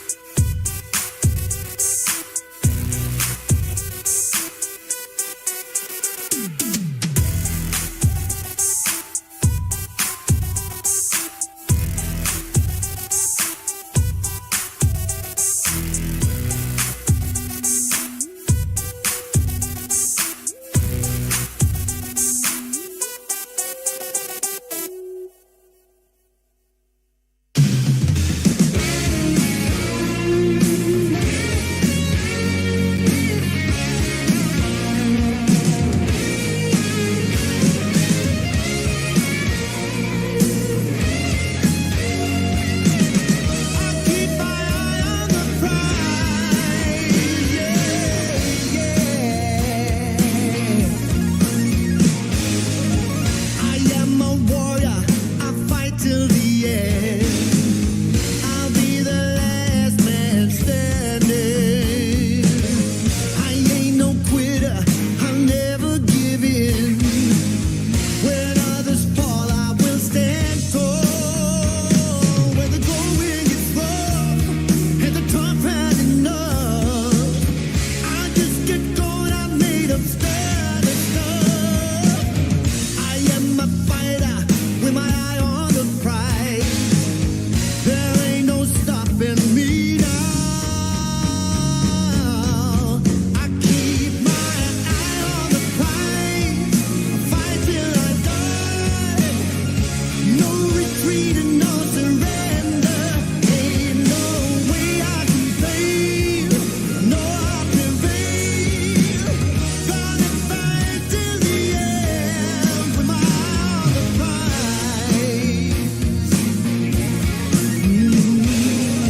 In love and war, all is fair. No pain, no gain, no play for losers. Go get a baby, now I'm going for you. Yeah, you're the prize that caught my eye. I'm a soldier of love with a heart of fire and blood. I want it all, that's all I'm thinking of. I am a warrior, I'm fighting for love. Hey, you're the prize I'm dreaming of. I keep my eye on the prize. I fight till I die. No retreat and no surrender. Ain't no way I can fail. I know I'll prevail. Gonna fight till the end with my eye on the prize.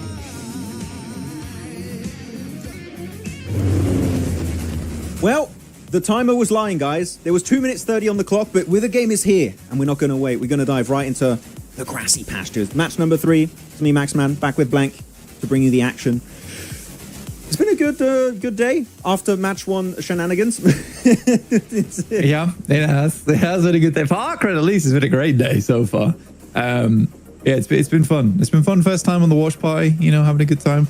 This little, this is different. Well, the playing path's like glowing. It is. I don't know what's happened. Like in the last patch or two, yeah, the playing path glows now. Does it change anything? I don't know, but it looks weird, right? Like it's not. No, I don't hate it. I think it's nice. It gives you like something to focus in on, but it's just different. PUBG Mobile's changing so much every day. Back in my day, the playing path wasn't glowing. I know. And a DP28 was meta. Well, you remember that? Oh man, I do remember that. Everyone wanted to get their hands on it. I remember Paraboy with a DP28. Now that was a good time. Give that man the DP. He had a good time. You're good to go. You're good to go at that point. But we do have a Western playing path here over in Erangel once again. So we're flip-flopping between the maps as per usual. Hot drop. Where's that? Start things off. Yellows-ish. Ooh. Why? This is, you know what? I'm going to blame T721 because we know as a fact the Western Bridge is Inner Circle / Fourth Rise before. That was their drop location, right? 721 are contesting that intentionally. This is on them. Even though normally Inner Circle would go to the western side of the bridge, but this area normally is theirs. And you even have another hot drop happening southwest of Farm on the docks. Who's that? Nepex and another team. Yeah, but go Ferry.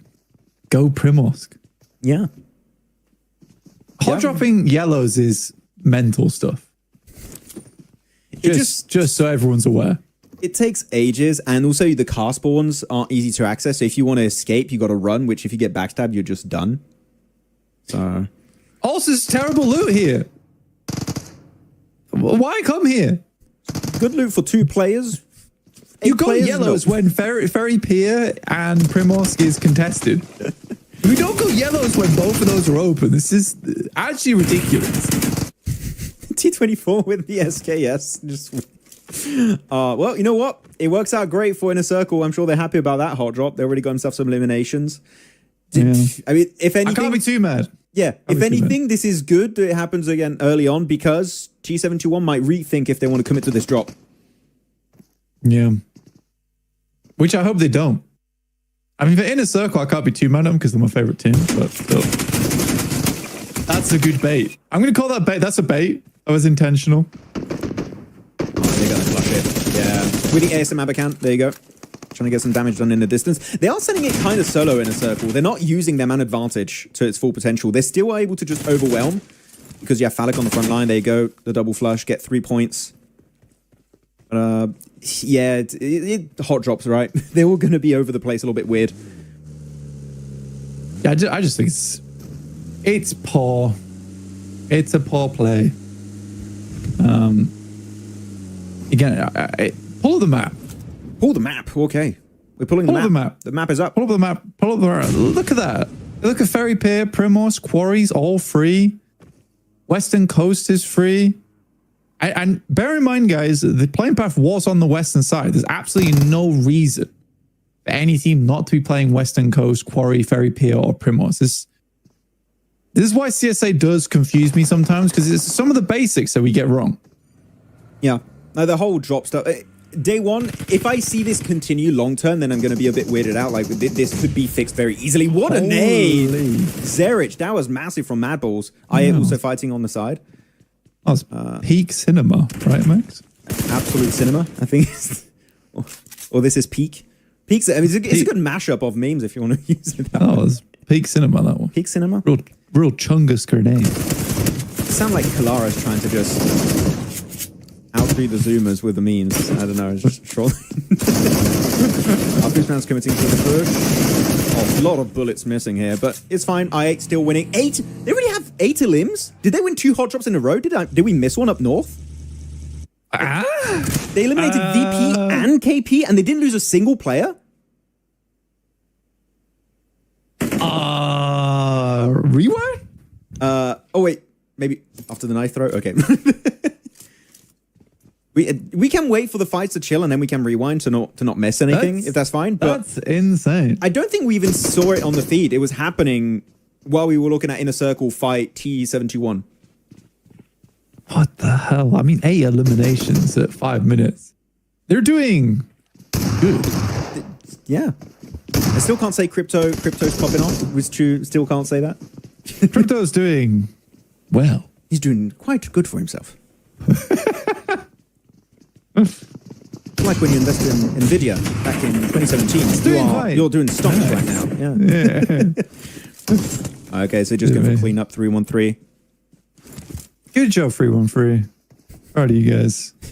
They're in the group with never mind. APG, Horror, and everyone. We'll fight the other teams, just not the teams from our group. We'll avoid that. I like the play. Yeah.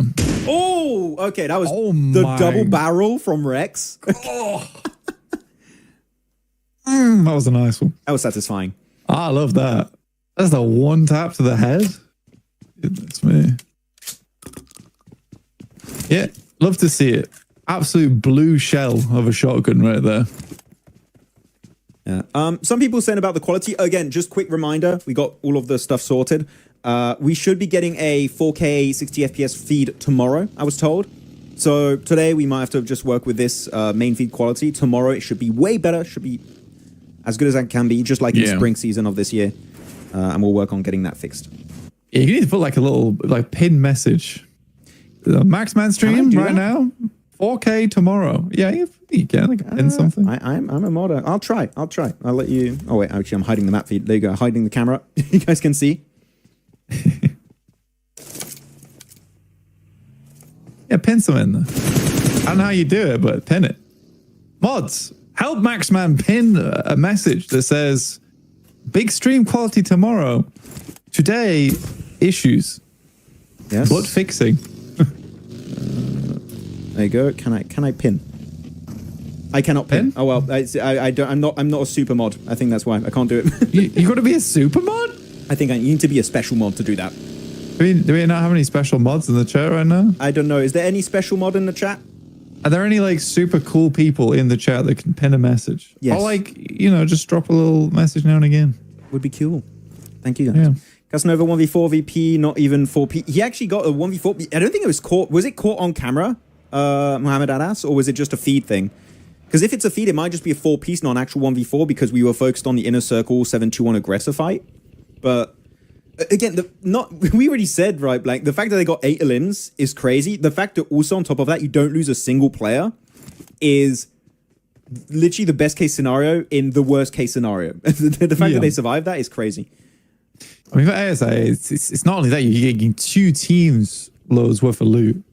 It might have been quite early game loot, but still, like, that's quite a lot to push on you. And a lot of times, most of the time, you're quite upset with the way those work if you're getting two big fights in a row, because you're usually losing 1 or 2 players, right? It doesn't matter how much loot you got in the world, because the rest of your game's a bit balked. But again, with this circle, it's kind of nuts, because they get to come down from the northeast side, cross through Box Compound, get over towards the North George, or even just crates. Like, this is insane. If I'm ASA as well, I'm probably feeling super high right now, and I might even want to go higher up towards Everest. I don't know if you want to go Everest for I-8, you're saying, right? Yeah. For I-8, I think you just play... you see the compound straight north of Everest is currently unoccupied. If you see that one's free, I would play it there, because Everest is going to be busy very soon. That's what I'm saying. Yeah. I'm saying they're feeling warmed up. Maybe they just want to go straight for it. I mean, you already got 8 elims, you know? No, you got to go harder. You're already fed at that more. point. Just full send it. It's a third game. Let's get more money on the board. Oh, no, they lose T24 in the open. They can get to Tornado Siren here. Tornado Siren is actually a decent position in the circle if they can regroup and get the res, but no, T24... He's trying. Noki is trying to go for the res behind that hay bale. He's trying to pick him back up. I think he should abandon, or you get a teammate with an off angle.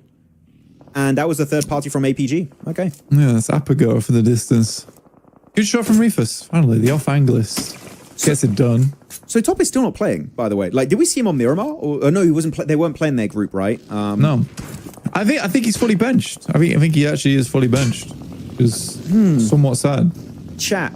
How are we feeling about Top being benched on APG? Meaning right now we do have Ziol, Refus, East, and Doc playing. Top is on the bench. What, chat, what's going on? Does anyone have insider information? What's happening? This is such a weird decision. He was the MVP of last season too, Blank. Like, you have last year's season's MVP benched. Game 1. He's being egoed by his own team, which is real unfortunate, honestly. Wild. Cannot believe it. And East is getting knocked now too. I don't know what's happening.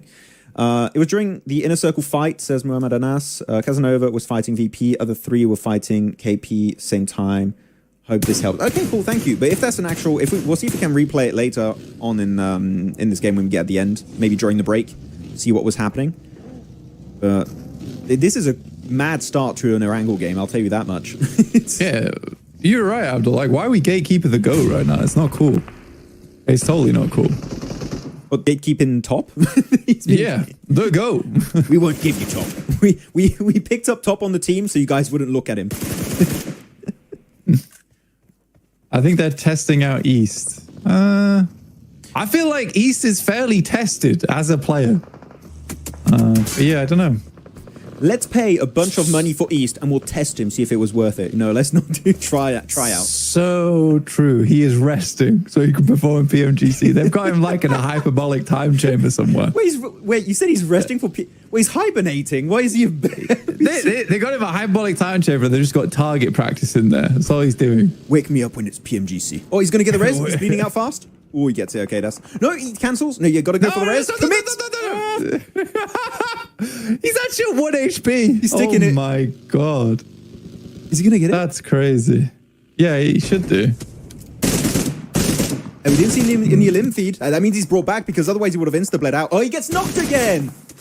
Ah, let T24 play. What a fool. What a fool. I feel bad for him. Noki really wanted to bring his homie back in the game. He was trying so hard. Yeah, I bet he's desperate for it. I'll give him that. Guys, I want to ask again, is the shooting audio okay? Should it be louder, lower? Because on my OBS it says that it's quite high. If you guys are happy with it, just tell us. I want to double check. He's asked for rest. So Alfred says he's asked for rest. He wants to spend time with his family. Oh. Didn't he have I might be insane. Didn't he have a kid? Yes. What was that, a year or 2 ago? Like a while ago. Yeah. So that might make sense. Yeah. Alfred might be on something there. No source given. I respect it. Just like raw dogging the theory. Love to see it. It's okay. It's perfect. It's okay. Perfect. Okay. Awesome. So we'll keep these audio settings until the very end. Okay. Thank you very much, chat, for the feedback. That is perfect. I'm going to show the map feed real quick, Blank, because we didn't look at the map feed too much while it was shifting away. And it is, again, on Everest. And there's only one team currently. It's going to be all of Horror. They do have, who is that, a play of Mad Balls? Lemon just kind of checking it out, holding the ridge on the east, which is kind of safe. It's a big dip on the east that he's playing into. But Horror, how many elims do they have? They have 2. It's going to be hard to hold. I think if it keeps going on Everest here, Blank, we've seen it a few times where you're just going to get pushed from the east and the west and you're just going to get surrounded. So if you're good at zoning, then they might be able to, but you need to be so proactive to hold it. Yeah, it's a hard place to play. I think if you're Mad Bulls right now, the situation you're in, I feel like you want to keep tabs, but at this point, I'll probably just play down towards these buildings on the southeast side and just give up Everest. Play for it afterwards. It's a hard decision to make. I think next circle you do have to make that decision though. Yeah, you're gonna have to make a choice. You have to commit to a portion of Everest at some point. So we did lose IQ, the IGL from Inner Circle, unfortunately, but it's fine. IQ, he's the IGL. Even if you're eliminated as an IGL, you can still IGL from the grave, so it's fine. He's still going to be impactful. Actually, have you seen when you get eliminated in game, you can transform in a little buddy. And I have the Sonic buddy now, so I can become Sonic when I die, which is great. So I just die to bots. Nice. It's a great You'd time. be an IGL. Yeah, as Sonic. As Sonic. Yes. Amazing. So it's an Everest finish. Fully. I mean, look, man. All I'm saying is, IH should have taken my advice and tried to go for Everest. They're really silly, actually, to take that compound. Which team you said? I8? Yeah. Yeah, I think they should have taken Everest much earlier. You know, just because I said it, I kind of knew this was going to Everest. I felt it. He knew. Observation hacky activated. He knew. He peeked in the future. I actually don't mind that too much. From I8 going into crates? Yeah. I mean, it's 4 Yonkos in there, but they are split right now, I believe. They are. If you can take out those 2 players, have control of all of this, you can take shots over towards players trying to play on the northern side of Everest. You have to clean up fast. You have to clean up fast. So, I don't know how much you watched of the spring season, Blank, but I8 was so passive in spring. Like, genuinely, this feels like a new team. The way they're playing, they're so aggressive, they're controlling. I don't know what they've been doing in between spring and fall season, but this looks like a different team. It plays like a different squad entirely. And as you said, before Yonko were a little bit spread, they did regroup a little bit, so that's going to make it a bit tougher for I8 to take the fight. Yeah. Thing is, though, is that was always the case with Pakistan teams, is they had actually some fantastic players, there wasn't enough aggression. And 4 Thrives showed other Pakistani teams that you could absolutely do that. Now in a circle, of course. But I think that a lot of other Pakistani teams have taken inspiration from that. And I know a lot of them know each other as well, so there's a lot of talks go on. Pretty tight-knit community. So we'll see. We'll see if I8 can keep this up, because again, here, this is where I don't want them to dilly-dally too much. They want to move in. After they got into the fight here, I could see on Dagestan, the fight from Miramar happens here once more. What was that? That's a big push. That was instant. I was going to say that angle from pre-pod is so risky behind that tree. I get that it could be impactful, but you only have tree as cover. It's not going to be enough. The nade is huge. That's a good cleanup from Dagestan. They still, how many players? 2 players alive. They have Shifu Zadira. Yeah. We saw it earlier. That Shifu's all you need. They kind of just did walk at him, though. Walked it into the building. I feel like Magnum got absolutely taken off guard there. 2 players just wandered in through the front door. He wasn't even watching it. They didn't even ring the doorbell, so fair enough to him. Yeah. But yeah, it's starting to slow down there over towards I8 side of things versus 4 Yonkos. Still not fully regrouped either. It's still 3 players versus 4. But again, the more time you spend here, like messing around versus 4 Yonkos, the less time you have clearing out space on the northern side of Everest. We'll see what happens with that. It's a quick one. It's a quick fight. I mean, as you said, they had to if you want to start carving some space out also on the southern side, but they're going to try the same up north because Circle's going to be shifting in, what is that, 20 seconds almost? I am scared about one thing for Horror. One issue when you play these big hilltop positions is if you spray too much, you're going to run out of resources. They've been spraying for a while now against Regicide, and they can't loot the crates of Regicide even if they do get the squad wipe. So I'm wondering, are they just going to play it a bit slower, just hold on to their resources? Look at that, he's only got, what is that, 2 clips left on the M4 for Sleepy? And he's like the long-range player for Horror. So I would say maybe you want to hold on to those bullets a little bit more because you're going to need them for the finish. If you're Horror right now, the thing you should be looking at is down towards your southwest, right? Where Regicide's currently playing. You can see him on screen right now. Thank you very much, production. But that's where you need to start looking, because this is now one of the most influential spots. It cuts out where a lot of the rotations are going to be coming through. No one's really going to be making that wide wrap on the northern side because it's so open, but people will be making this wrap down towards the south. So Regicide controls a huge amount of space. Horror just needs to remain involved. They put Jiggle off towards the northeast side just to maintain presence, not letting Mad Bulls rotate too far over the top of Everest. I kind of like this. I like this Max a lot. It's working fine. Mad Bulls, they're going to be going for Nepex currently. Yeah, just sweep the east. That's a good engage from Mad Bulls. I have no issue. I've seen in the elimination feed, by the way, I think 4 Yonko are fighting I8 and Crypto got Molotov by one of the players. Someone said, stream not yet perfect, Max. I'm missing my sandwich and coffee. I'm sorry, Jigging. I don't know how that's on me, but I'm sorry you're missing out on your sandwich and coffee. That's very unfortunate. No, he said the stream's not perfect because he doesn't have a sandwich and coffee. Oh, because I thought he was saying because the stream is not perfect. I was like, that doesn't make sense, but I was like, still sorry, I guess. Yeah, that's crazy. You can't provide him with his coffee and sandwich. Let us know when you get that coffee and sandwich, though. Sorry. And what kind of sandwich it is. I'm Parisien. Butter and ham is all we need. Okay. Oh, the 1 second nade. Oh, he pulled a phallic right there. Nice try. That's going to be the knock coming through. I mean, they can start pushing up heel quite nicely. I think there was maybe a bit of an overstep from Horror at some point. But they did pull back. I think they were wanting to commit, but they just said, okay, you know what? This is a big fight. We don't have to fully commit to it. We can just hold on to the high ground. It's bad now, though, because Jiggle's down. I think you sort of, I think what happened there is Jiggles gets recalled by the rest of Horror to try and come and help out with this fight versus Regicide. It's the perfect time to go with a third party. As soon as Jiggle steps up, Mad Bulls have already concluded their fight on that eastern side, which means they immediately spot Jiggle. Yeah, this is tough stuff. I think Mad Bulls might just win this game, honestly. They could. Actually, you know what? I think it's time to do a prediction. I don't think we need a map feed for this prediction. We kind of know where everyone is. So chat, it is time to predict. You still have 8 teams alive. You have I8, Arcred, Horror, Inner Circle, Mad Bulls, Regicide, 4 Yonko, and 1 solo of T721, the 721 aggressors. Make your pick. As Sleepy's down now, Jiggle also struggling, and I think Horror just getting completely surrounded here. The zoning did not work out, Blank. No, it did not. I think there's just a lot of calls going on in the middle of all that. Horror's like, come down, come down, come down. And the Jiggle's like, no, there's Mad Bulls over here as well. It's a tough one. It's a tough one. Come on. Let's get the predictions in. But what we need is the team you want to win and the team you think will win. We'll do the double prediction today. Team I think is going to win is I'm going to go I8 again. I8, okay. I'm going double I8. You want to win? I want to win, and they will win. I think that leaving this mountain against whoever wins the northern fight, I think it's all 4 Yonkos or I8 that win it. But what about you? Who are you picking? I'm picking Mad Bulls. I want I8 to win. Okay. So you want the back-to-back. Imagine we start with a back-to-back I8 win. Would be an unexpected start to this CSA season. I'll tell you that much. Yeah, it really would be. I think Chisato is right. Is that we are kind of sleeping on Regicide right now a little bit. Just a little bit.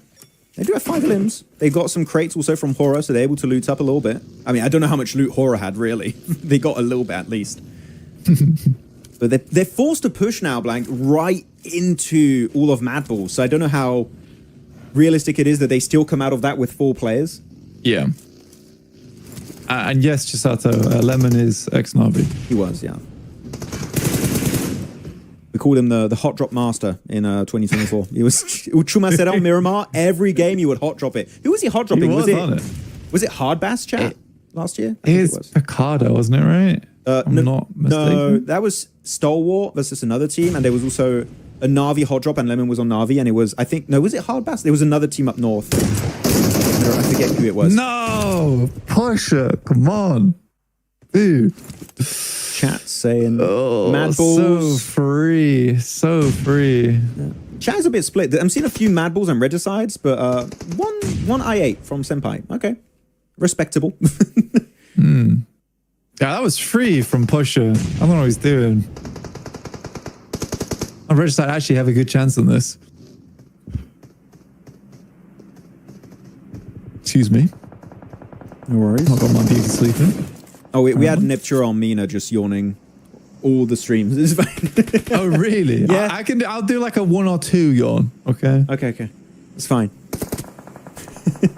The Regicide, they're still not in circle. They got, what, a minute left before they have to fully push onto Mad Balls. And actually, I kind of like that 4 Yonko didn't fight I8 fully. They didn't commit to the fight hardcore mode. They're just, okay, this fight is not going to favor any of us. There's clearly a big fight happening on top of Everest. We're just going to give up on the fight. We're just going to take 1 position to the west for 4 Yonko, 1 to the east for I8, and so far it's working great. But that's a big nade onto Roshan, and they might get the flush. Almost. I think Lemon just wants to confirm something here. Oh my god. Why are they pushing? I don't know, dude. I don't know. Again, it's the same situation I had before with Pusher. Ironically named Pusher. But yeah, here where a lot of the fight is starting to die down, you know teams from the north side have started to sweep as well. I8's going to get free backstab onto both these teams. Yeah, which is what the fact that they pushed uphill this mountain, Everest, literally the biggest mountain in the game on any map. And they able to actually just wrap around Mad Balls. They're just so busy with Regicide. Although I just realized this Noki's still alive. And he gets a knock onto Gyro or 4 Yonko. Okay, does get eliminated. They need to put a stop, an end to the killing spree on this man. But that's going to be the end for them. Top 5 still fought in a circle. Not a bad game. This is funny to me. He doesn't see Jaxie. He takes shots over towards Seru instead. Yeah, I think you're right. I think this is an IA win. And I wanted them to win. I didn't predict them to win. I didn't think they would win, possibly, if they do go the entire way. But look, they're the only team realistically in circle. Like, you can say, sure, for Yonko a little bit in the circle, but not that much. That's a tough place to play as well for 4 Yonkos. I were able to hold them out long enough so they got high ground control off the back of this. It's very nice. And leaving Casanova down there as well versus the 2 players from 4 Yonkos delays long enough does place IA into 2v3 here, though. But by all means, I think they have more util, more ammo to work with here versus Regicide, who have been fighting for a long, long time. I'm just scared for IA because the way they're split, a full push off Regicide on 1 player, they can easily overwhelm this hold, right? I think Regicide's scared, dude. Honestly. I think they are because they see the player count. They're like, is this a full squad? Where are they positioned? Because I8 are not peeking too much. They're really trying to stay hidden. And Regicide are fighting for Yonko now is making it easier for I8 to win this game. What is this push? Okay. They're so scared. They're so scared. Roshan's down.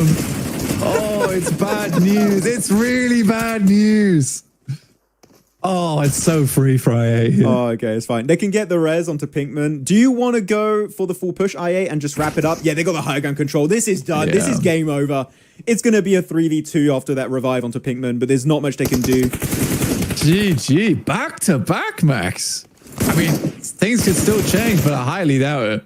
I mean, they have a new IGL, and so far, the change of IGL from Uzum has been working great this time. And yeah, back to back. And really, the fact that they were not on Everest this entire game, they went from the northern side. Actually, wait a minute.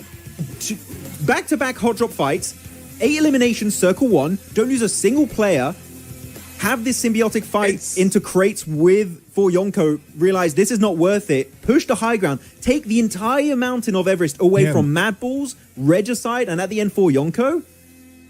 I mean, literally, that was such a good game. Like, I'm thinking of making a video on this game alone. That was a wild one. It is incredible. It's actually incredible. But, okay, before we get ahead of ourselves, chat, what I need to know, Crypto was doing, how well was he doing?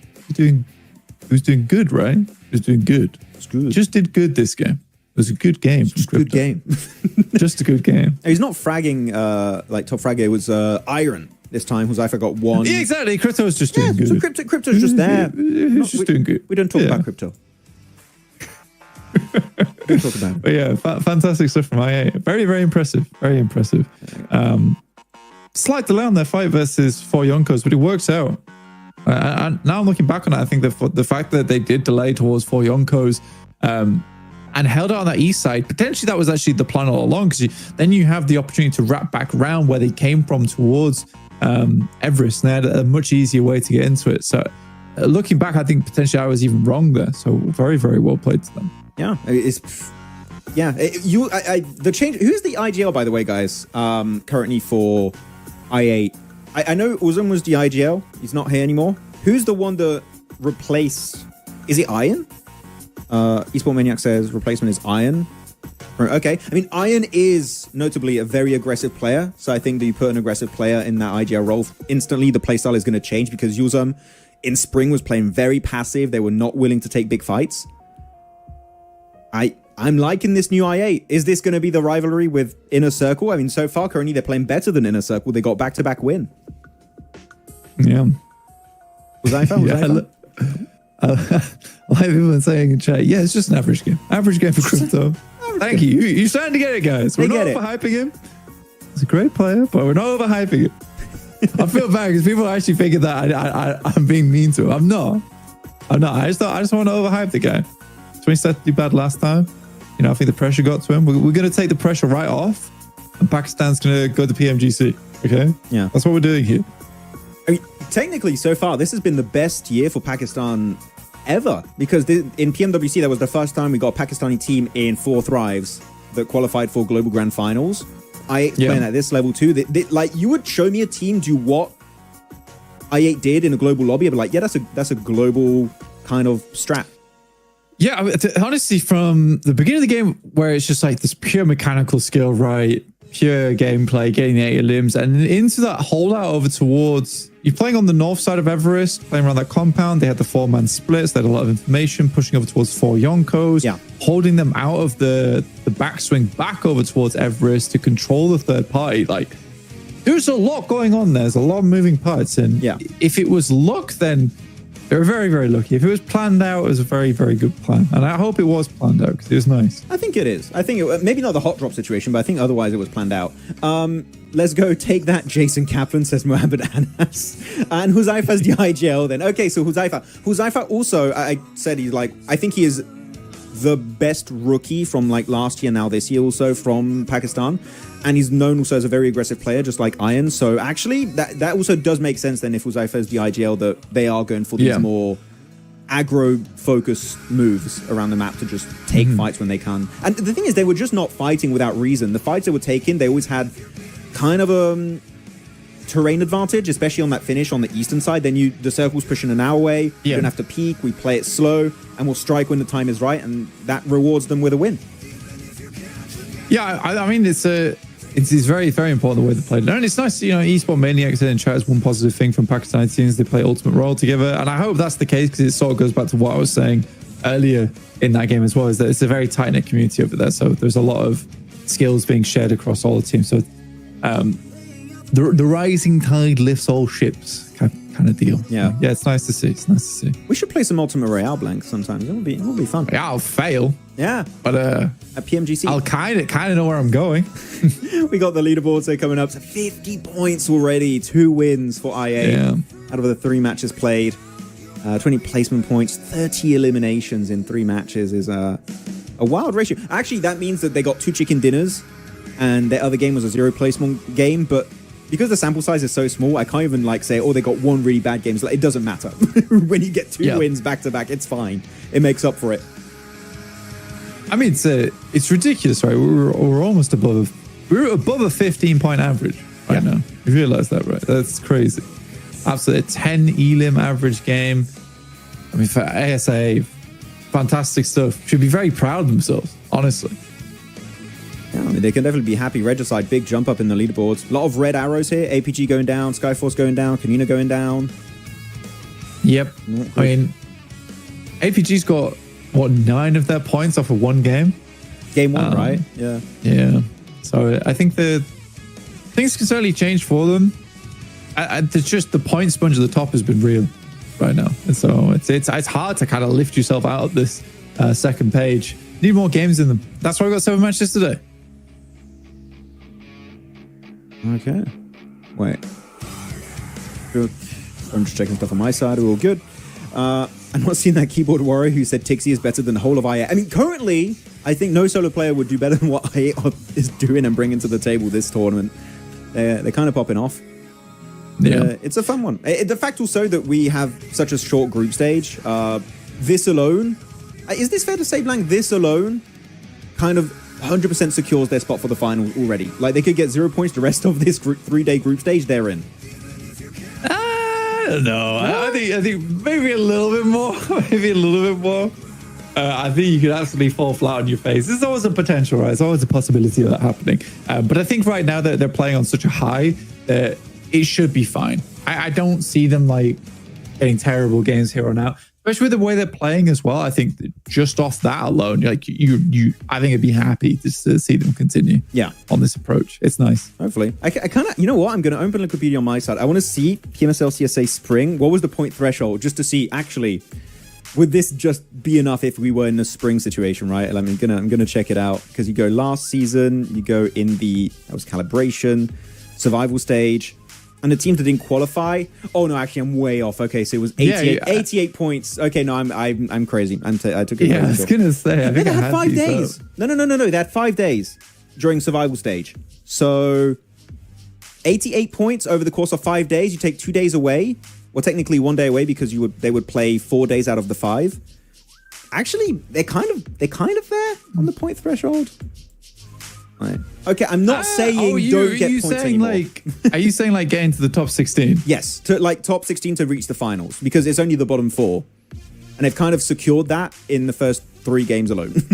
Yeah, I think if they get 10 more points, yeah, absolutely. Yeah, I think right now it's tenuous, but certainly doable. I think if you get 10 more points, get to like 60 points, and you're done. Yeah. You are just done. I know, and guys, Blank also, I know what I'm saying is a terrible point, okay? I know. I'm just entertaining the idea of like, it would be funny if they just get 0 points the rest of the group stage and still qualify. I'm just entertaining the idea. Yeah, it was 88, Esport Maniac, 88. But that's again with 4 full days per team. So if you take that out and you make it 3 days, then it would be around 50, 60. When will it start? This game should be starting. Would you have a timer? I'm going to show it, guys. We have a 2 minute, 3 minute almost timer before the next game. Unless you want to break, Blank, we can chat with the community. It's up to you, man. I mean, we could do a little 2 minute break, come back once the game starts. Sure. It's chill. Yeah. Still got 4 more matches ahead of us, you see. Yeah, that's fine. I mean, if you want, I can go on desk solo and I can chat. If you know what, chat, if you have some topics, questions, everything, feel free to put them in the chat. Tag me or Blank if you want. But if you want a moment, that is completely fine. And I can take over. Okay, cool. Then desk solo. I'll take it over. Okay. It is fine. Yeah. Real Storm is yet to come. Inner circle, inner circle, inner circle. Still waiting for the inner circle to come back. That is true. But they've only played 2 games so far. Inner Circle are going to be playing the rest of today alongside APG and Horror. So it'll be fine. Crypto's IGL. Everyone's saying conflicting information. People saying Huzaifa, Iron, Crypto. We need to align things, okay? I might just message, I think, Huzaifa later and see, hey, what's going on?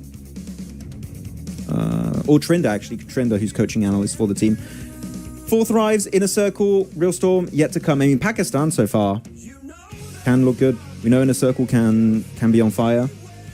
So far, i8's definitely been doing that. So Huzaifa is IGL. So it's 100% Huzaifa, Doctor. I mean, if I would trust anyone, it's the i8 Doctor. I think you know what you're talking about. CSA, Rook. I mean, Rook aren't playing, if you're talking about Rook. The only team from Bangladesh, Rohit, is Alal Extron. Unfortunately, Rook did not qualify. Same for, who was it, A1? Didn't qualify.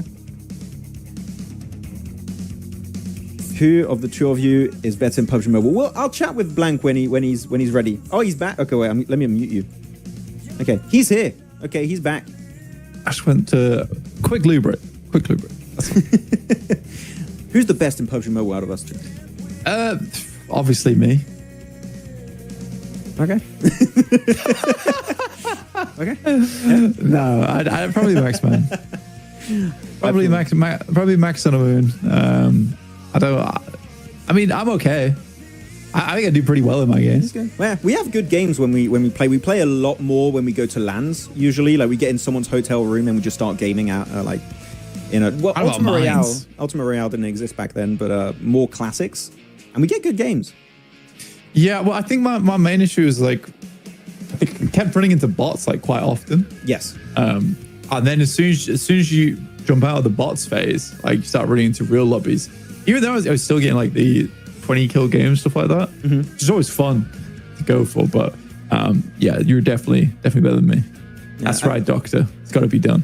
I'm not going to point fingers here. Don't say names, Blank. Again, we're not sort of don't do it again. When we do play, usually we get a lot of bot lobbies because one particular talent is very low rank. Yeah, has to download the updates right as we say we're going to play. I'm not going to say who. So well, that's insane call out, by the way. Look at them! Look at who won the games today. Look, it's games for Arcred and 2 i8s. Whoa, so cool. What's horror? What does horror mean? Horror means really sarcastically in Nepalese, is what I was told. Really sarcastically. Yeah, it's like really, like you shouldn't like. Shall we look it up? That's what I was told by all the horror fans. Trust, but verify. You know. Okay. Nepal. Maxman, I love your casting. Hey, thank you, Hisham. Thank you very much. I appreciate that. It's very nice of you to say. It's all a few nice comments for me and Blank. We appreciate it, guys. Thank you very much. You're all nice people. Why didn't Inner Circle play the second match? Because we have a group rotation. This is group stage, and you're going to have some teams, 4 teams per match during the group stage are out, and they won't play the game. So that's why. So if your favorite team is not playing, you don't see them. They're probably just out for that particular game. It's like apparently look. Like you want to get the attention of someone, so you say look. I don't know. Do you have any Nepalese? Nepalese? Nepalese? Any Nepalese in the chat?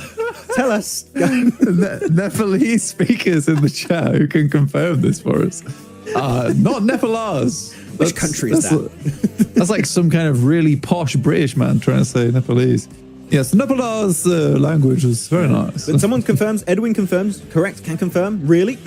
Yeah, that's it, Doctor also. I remember. Yeah. I remember when we were at the Esport World Cup, I don't think you came with us, Blank. It was me, Seven, and Reflection. We went to a restaurant in Riyadh in Saudi Arabia. And our server there was actually Nepalese from Nepal, and he was like, "Oh, you guys here for the Esport World Cup?" And we like showed the team and everything. I don't think he knew horror, and he was trying to teach us a few words that I completely forgot. But such a nice guy.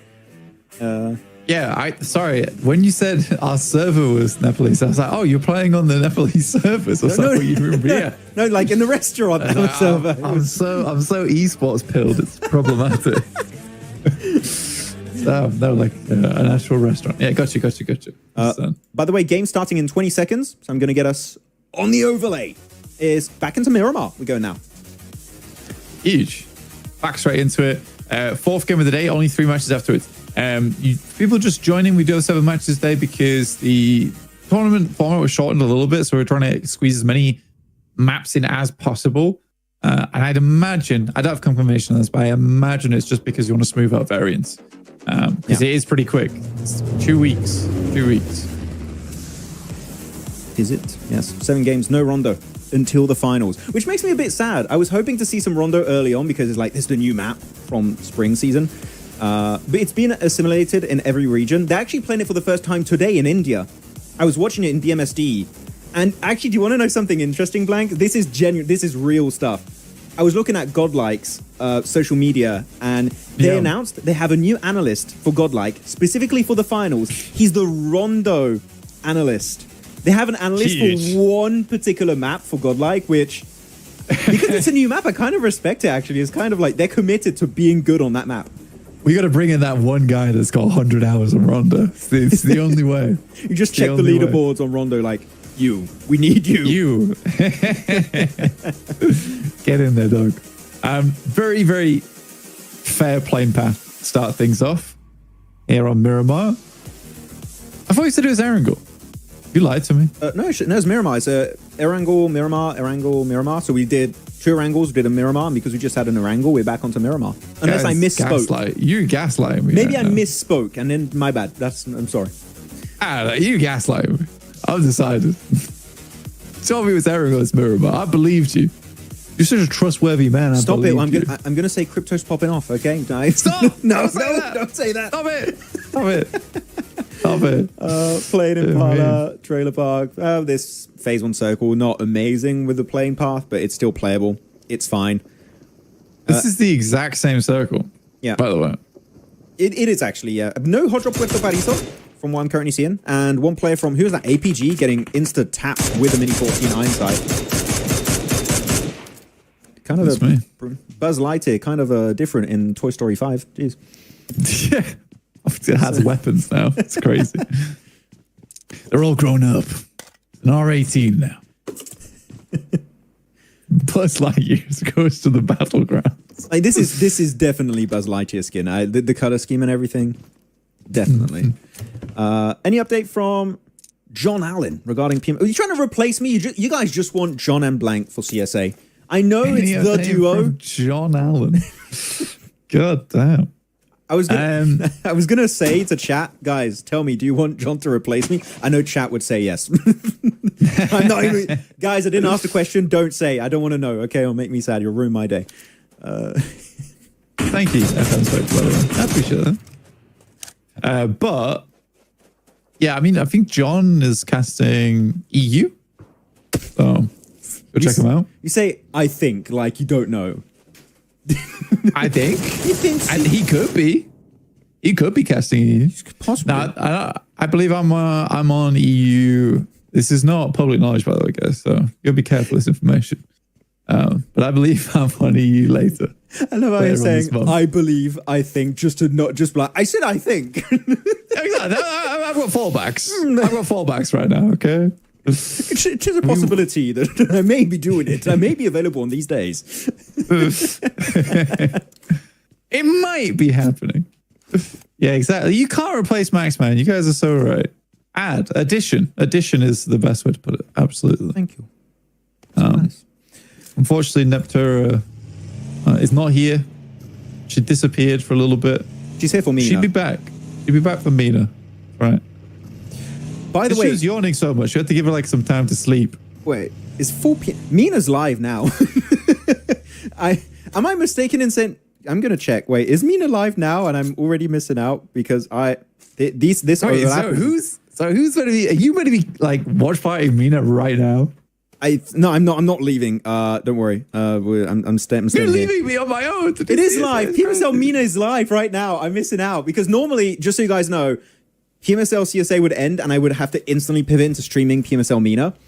PMSL Mina might be over by the time we're done with these games. Damn, you're gonna miss out. Maybe you could do like the last game potentially. Maybe. What happened? There's a short stream. But the overlap's not going to be. It's not going to be too bad. The overlap is just for a few days, so yeah, that's what it is for now.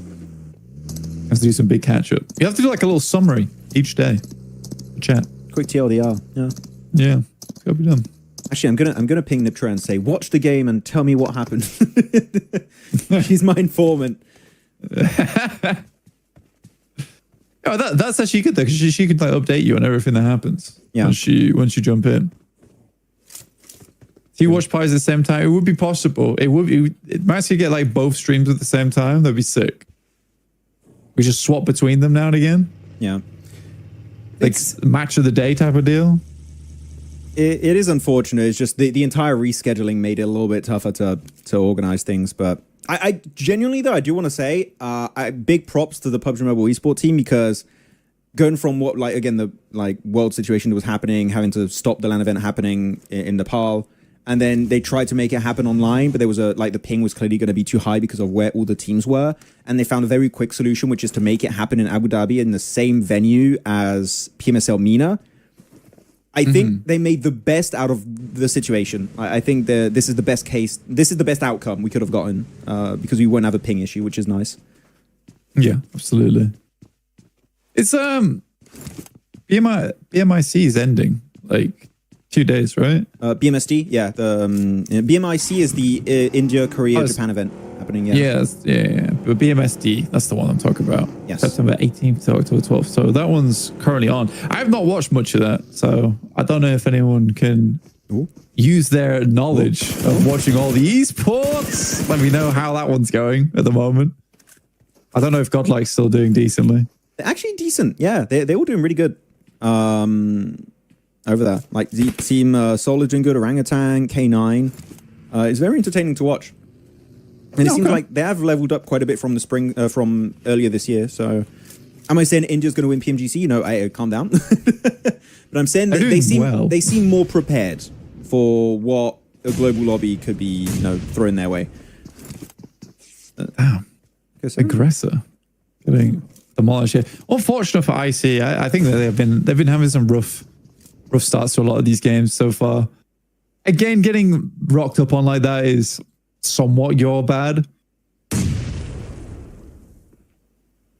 It is. I mean, also Falak not hitting the nades. That is not the Falak way. Come on, this one. 1 second nade, the special. Oh, he almost gets it. He does dodge it last second. But yeah, as you said, yeah, not a great start for Inner Circle. Sure, they're still in, what is that, eighth position. No, and also they didn't play game 2 on Miramar, so this is technically their first Miramar. But yeah, as you said, getting rocked right away, losing T24. T24, he's just not allowed to play today. Not really. Let my man play. He's a good player as well. He is.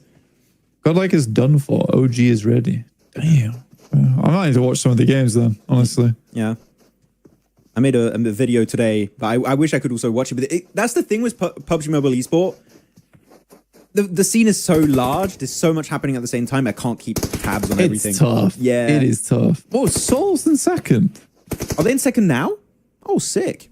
Are they in second right now? Oh, yeah. They're a great player. Like, they have Goblin, but also legit doing really good for himself. Team Soul. APG, why you bench top angry emo? I know, Heartless. I don't know why they bench top. I wonder, is this a one-day thing? Is this a group stage thing? Is he going to come back for the finals?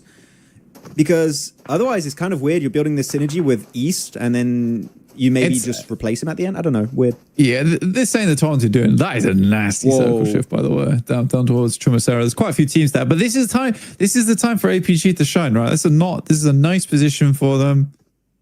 Unfortunately, the playing is 3, but I think around Chumasera you can quite comfortably play as 3. I think in other areas where it's a little bit more open, that's where it becomes tough. Yeah, but it's just this mountain range is such a pain to play around, especially if you're rotating late into it. See how it works out. I mean, this fight is taken so bloody long, and I think these two teams see the circle. There's kind of a sense of urgency that comes up. It's like, we need to all end this fight quickly, or we disengage fully. And I think here disengaging is the best, because in a circle, not having the man advantage, they don't want to fight. They want to delay it and force you in a bad position, which actually is kind of working. It's forcing 7-2-1 towards them into bottleneck positions, through doors, through little hallways. So far, they're playing fully in the palm of Inner Circle, 7-2-1. Yeah, it's just going to get worse. This fight is going to slowly drag out. Yeah. It depends if there's third parties coming in, because 313 could take shots over the top, but how confident I am in them actually getting a clean sweep over towards T721 is a different story entirely. I even think 3-2-1 shouldn't try and third party this. Like, actually, I mean, push. If they want from a distance and maybe get a knock, why not? Actually pushing it, I think, would be a bit of a mistake. You're going to lose a lot of time. You have 1:30 before it goes far west. So you want to be a little bit careful and a bit quick about it. Fowler peeks around with the S12K. Doesn't even go down to that one. That was a good push. Instantly going for the med kit. Oof. That's my boy right there. Good peek. Oh, route from the window. Can he get the double? IQ! What are you doing? What are you doing? Even the IGL can just pop off. Explain yourselves on that one.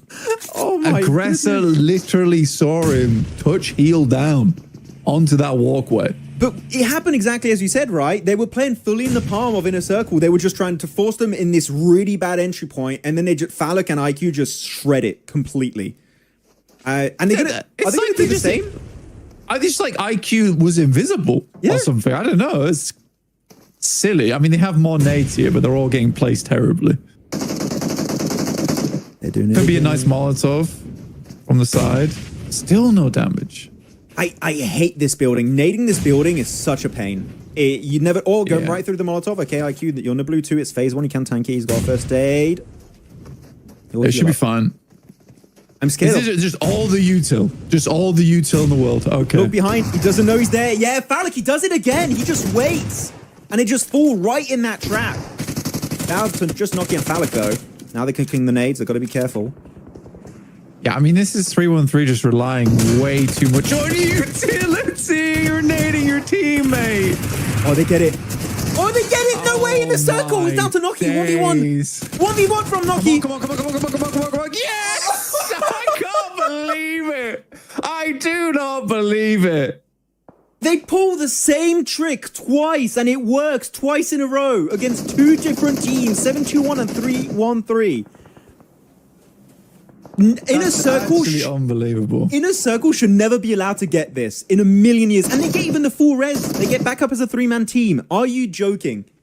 All you need to do is you get 3 players all to throw grenades at the same time to different parts of the building, and then at least you know those areas are cleared. Then you move in with the sight lines off the back of that. Like, or you molly out the rooms. You molly out the room in the back. You molly out upstairs. That was a good start from them. But what was that engage afterwards? And not only that, but the path beforehand from 721 was 2 disgraceful players back to back. Genuinely a little bit embarrassing. Again, for 313, like, why are you just throwing nades and nades and nades? I don't enjoy teams that do that, where they forget that they have a whole gun in their hands. What is this PUBG Mobile? What is this DBS you're talking about? But like, do you think blank hits more? And chat, feel free to jump in on this. I think this is an interesting question for 721 and 313. Is this more of a case they completely mess up the fight, or is it more of a mistake they shouldn't even take the fight in the first place and should just fully disengage and rotate in circle? I think the latter is the best option, where you just have to dodge that fight and move circle in priority. Yeah. But what will you think? I think you're right. Ooh, right side. First good shot. The second shot's nice as well. 2 clean connections. I mean, that's very nice indeed. But yeah, I'd agree with you. 100%. I think you just leave that fight altogether. But that's... Can you hit the second? That's the real question. Yeah, runs out of armor. I think the real problem there is that both times they went in, both fights were bodged terribly. I think IC should have realistically gone down versus 721. But the fact that Aggressor just allows IQ to get in through the back of them, essentially, like, he dropped down and he had all the angles to work with in the world. The fact that Aggressor lets that go through, the whole fight just falls apart, right? It's like you pull the thread on the jumper, the whole jumper gets torn apart. So it's terrible fights from both teams into fights that should have never occurred. So yeah, I don't know. I agree. Very bad. I think even if you fight it well, because it's forcing you through door frames, you're just making yourself really easy to just knock. Like, the building is not made to have a good 4v3 fight in your favor. No. It will not happen. If you're the defending team, you have inherently a big advantage in that position. This circle is god awful. Holy, like, it really is. Southwest Chumacera is just complete terrain differentiation. It goes up, down, valley, high ground, peaks all over the place. You've got a few compounds mainly taken over by Virtus Pro currently. You also have, who is that? Skyforce to have a decent position. But all these teams are just moving in from the east. This is I gotta say, this is an entertaining game. But it's also a very bad game in terms of what we're seeing mechanically speaking. Yeah. It has been pretty rough. But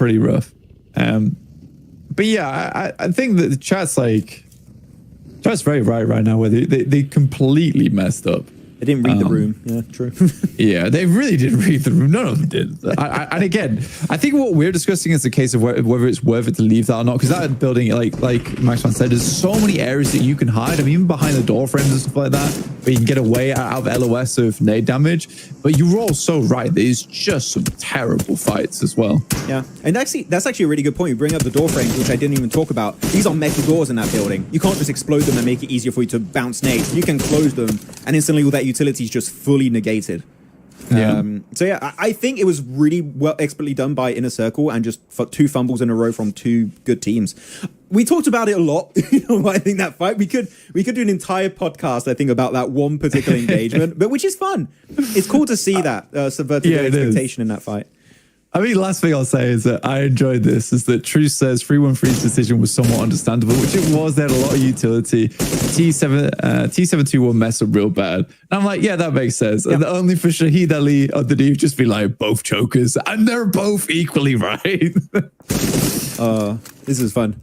Who is IGL for I8? YouTube synthetic. It is Huzaifa, from what I'm hearing from the chat. I'll have to double check this information, but Huzaifa apparently is the IGL in replacement of Uzum, which is so far has been pretty damn successful. It's been working great. And actually, when you're looking purely region-wise, and I know the sample size is very small, it's just 4 games, but Pakistan is standing out. Like, Regicide had some decent fights. Inner Circle just popped off this game. I8 got 2 wins back-to-back, Honor Angle and Miramar, which are the main maps, the only 2 maps you're having in the group stage. So Pakistan currently are bringing the heat, which always gets me very happy and excited. So we'll see if it keeps going. Yeah. What would you say is your favorite region, actually, in, like, not team, but, like, region-wise? Do you have a favorite, like, in CSA, do you have a favorite one? Favorite region? Mongolia, Pakistan, you have Nepal, you have Bangladesh, you've got also I'm thinking. I'm just saying the options.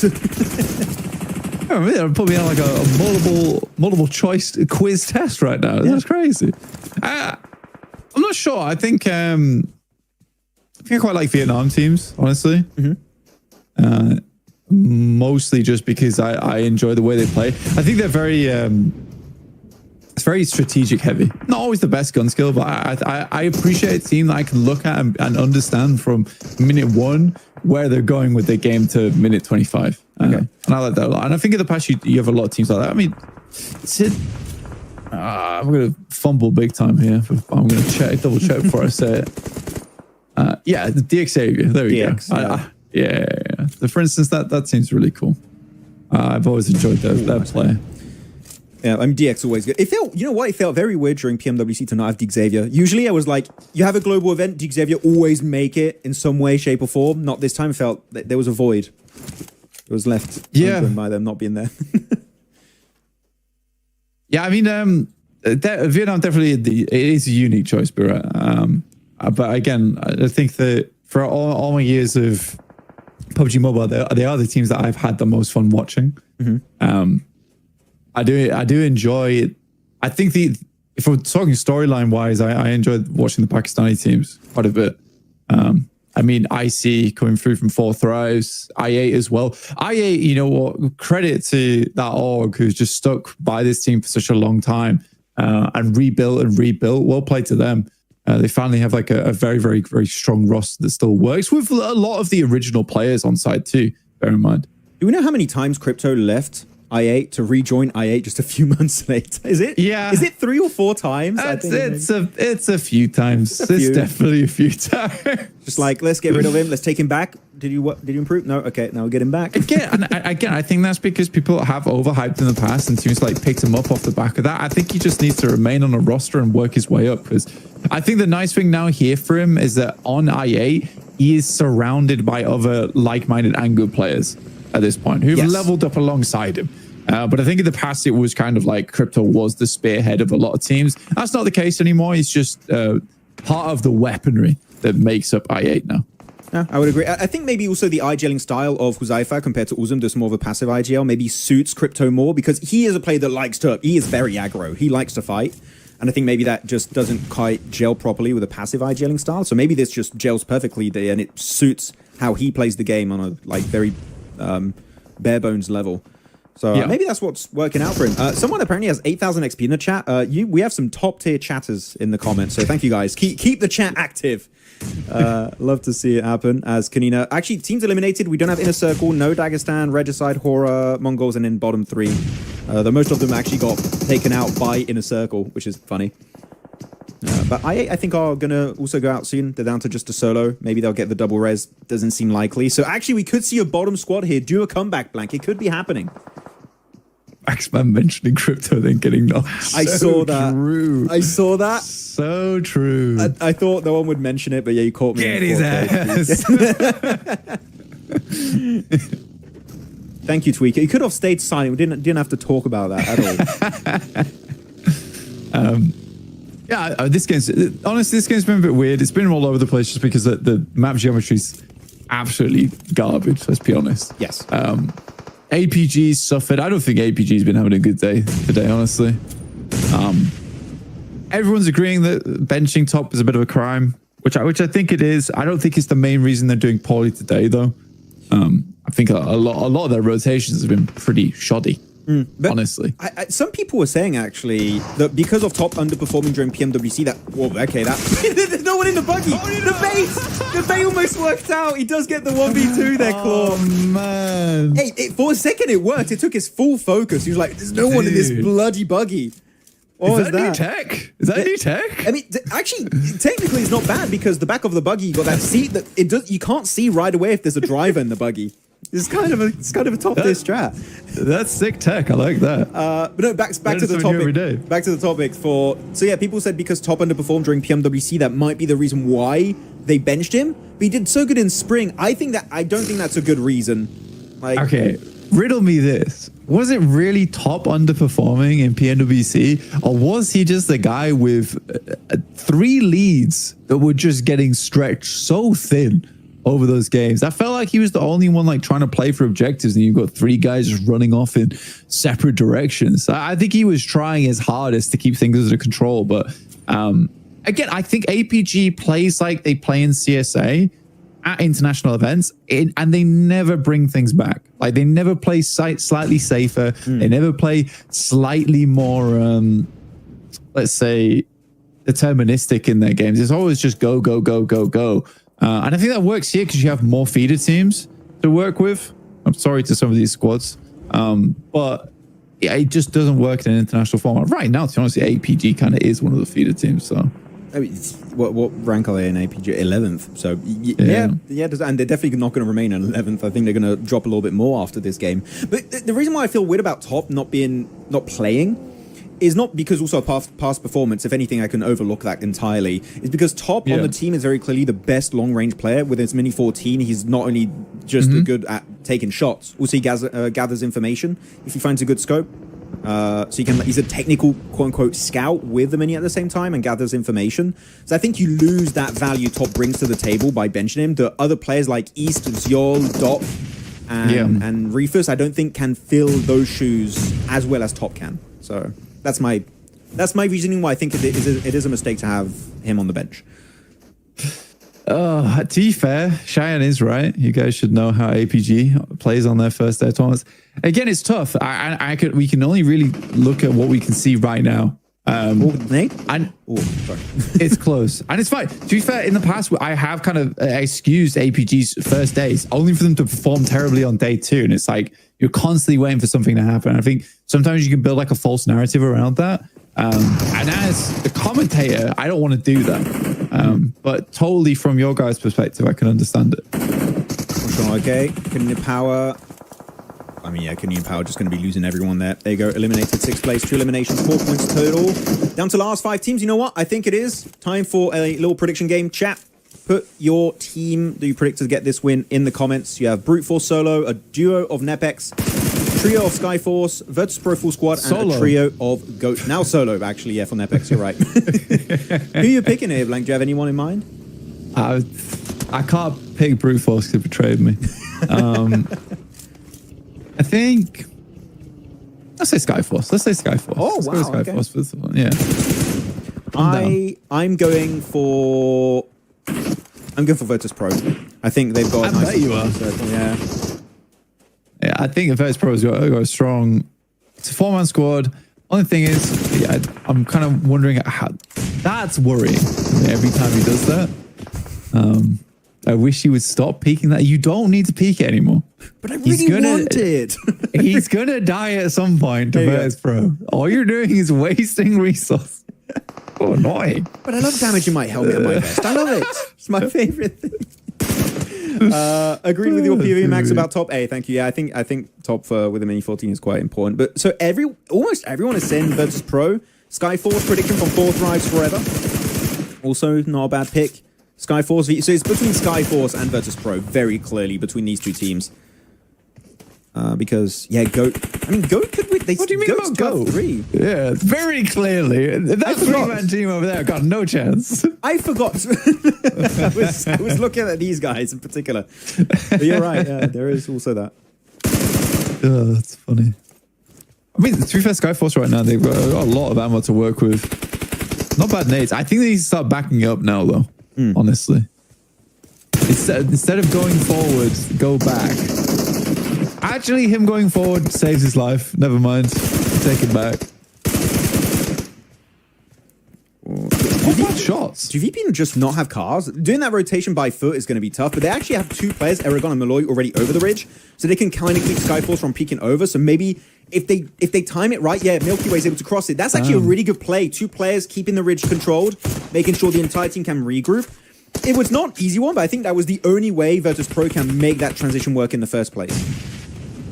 Yeah, some great smokes. This is a nasty off angle, though. He has to find value off it at the start. It's not patient at all there, Maxman, in my opinion. No, definitely not. He overpeaks it. I think he was patient enough, but you need to transfer that into an elimination or a knock right away. And the fact that he misses it not only gives an opportunity for VP to regroup and reposition, but it also gives that position away. They know a player's there now. So you lose that surprise factor, and boom, there you go. So Godless is going to be taken by a Goat off angle from, who was that, Killer Joe? Yeah, Killer Joe got him. But again, I don't know why you wrapped that way around in the first place. And now down to just 2 players. I was wrong. I was wrong to pick Skyforce. Never again. They've betrayed me. Much like Brute Force, they will never be on the pick list ever again. You're just making enemies on day 1 of CSA. I am, dude. This is terrible. I genuinely do think it was patience there, by the way, from Godless. I think he waits a little bit longer for them to lie down as opposed to trying to take shots whilst he's running. Yes. Okay. You might have a better chance. But just wait for VP to maybe have committed a bit deeper in the circle so that you have an even better angle. I get that in that sense, yeah. Yeah, like, because in that moment, there was no committal from them. Like, they were still running around and trying to take that shot. You're minimizing your chances by quite a bit. A nice nade. Yeah. Everyone's forgetting about Brute Force, by the way. Like, he's just there with a P90. He doesn't have just any weapon. He has a bloody P90. You can clutch up quite easily with that. Yeah. So he's just holding it. Capriz.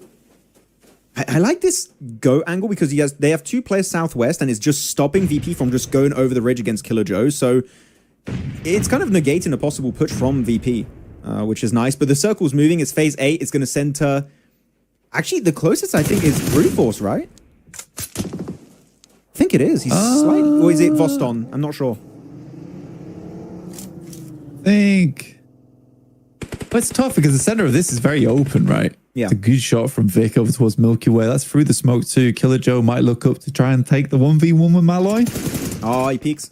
He gets it. Nice one. With a P90. Is he going to confirm that one? I'm not sure. He does confirm it. He gets the elimination onto Aragon, so that's going to be a wounded VP.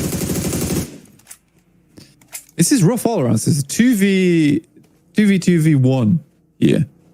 But they know where Caprice is. Another insane shot assisted by Voston. Straight back into the smoke. Well done. They are going to get the res. So Milky Way is going to be brought back up. So it's going to be a 1v3. And he's right in that Molotov too. Forced out of that smoke right away. And his burn damage is going to be enough. That's such a good game from VP. I genuinely, we talked about it a few times. I think you talked about Godless, right? Maybe not being patient enough. But regardless of the fumbles that were happening on their team, VP, that 2-player send to the ridge to allow the rest of the team to just follow up was just so well executed, and that's what gets them the win at the end. Yeah, it's excellent usage of smokes. You don't see that enough half the time, honestly, when we look at these games. I think it was excellent usage of smoke and denying of sightlines where they could get that movement up. And just as that smoke was dissipating as well, they were able to get the 2 players down the ridge side whilst having cover from the 2 front players. At that moment there kind of seals the deal for the game. After that, they were able to pick up Skyforce's vehicles and then roam over towards that top side. They did have some help from Caprice, but again, I think that's another good usage of a third party. They assist him getting a second place, but in the same breath, they confirm themselves the chicken dinner. For sure. I mean, you just use it to your advantage. Like, you got a solo helping you out, just fully use it to make sure you can get even more control and get that win. So very good game from the VP. first CIS win, actually, of the tournament, if I'm not mistaken. So that's going to be a nice one as we wait for the leaderboards. And after the leaderboards, because that's 4 games, that means we'll have a break between these 2 games.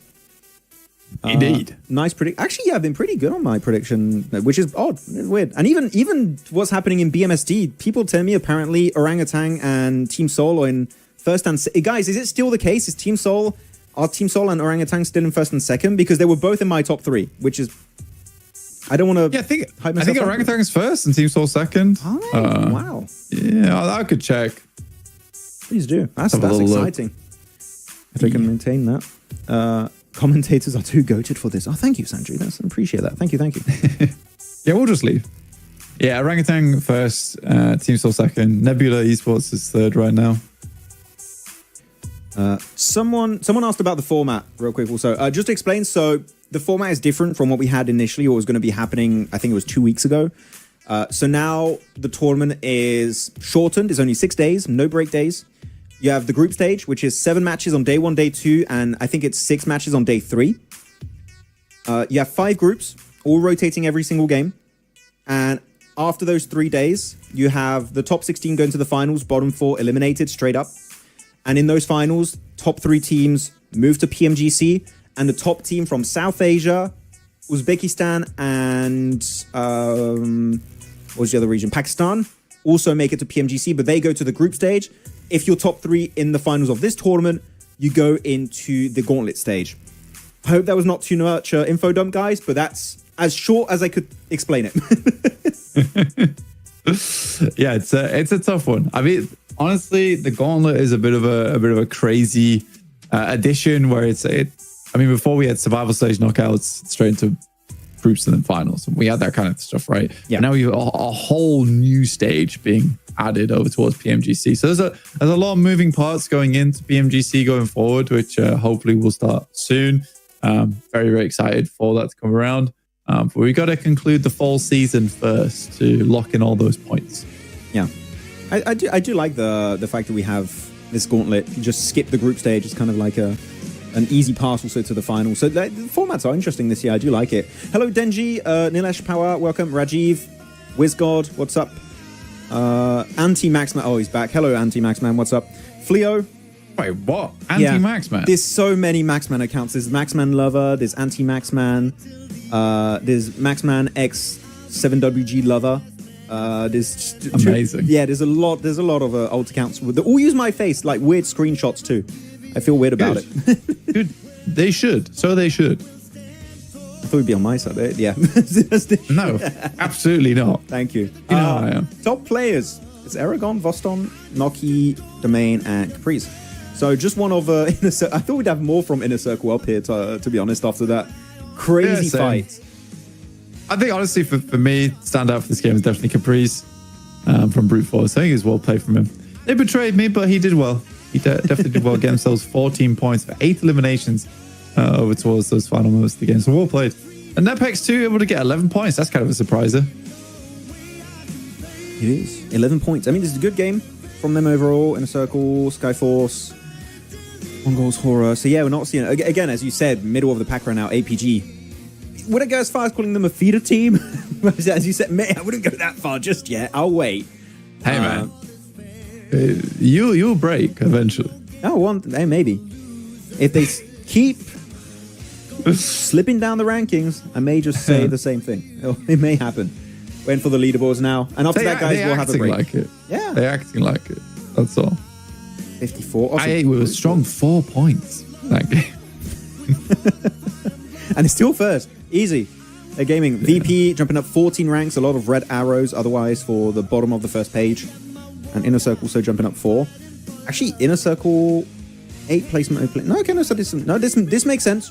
This is cool. I get this. Actually, it's kind of fun to see that in the top 4, top 5, second, third, fourth only played 3 games out of the total 4 we've played so far. So it is showing that those teams are actually doing quite well despite having played 1 game less. Yeah, I hope our credit can keep doing well, honestly. I'd be very pleased to see that. Again, it's always nice to see new blood coming into the scene, and Arcred definitely looks like they've got chops on them. Having a good time. You forgot about the real Maxman because you're probably fake. Yeah, I mean, okay. He's also true. He's there. He exists. He does exist. This is watch party Maxman. Okay, I get it. Yeah, there's too many Maxman alt accounts. I don't know anymore.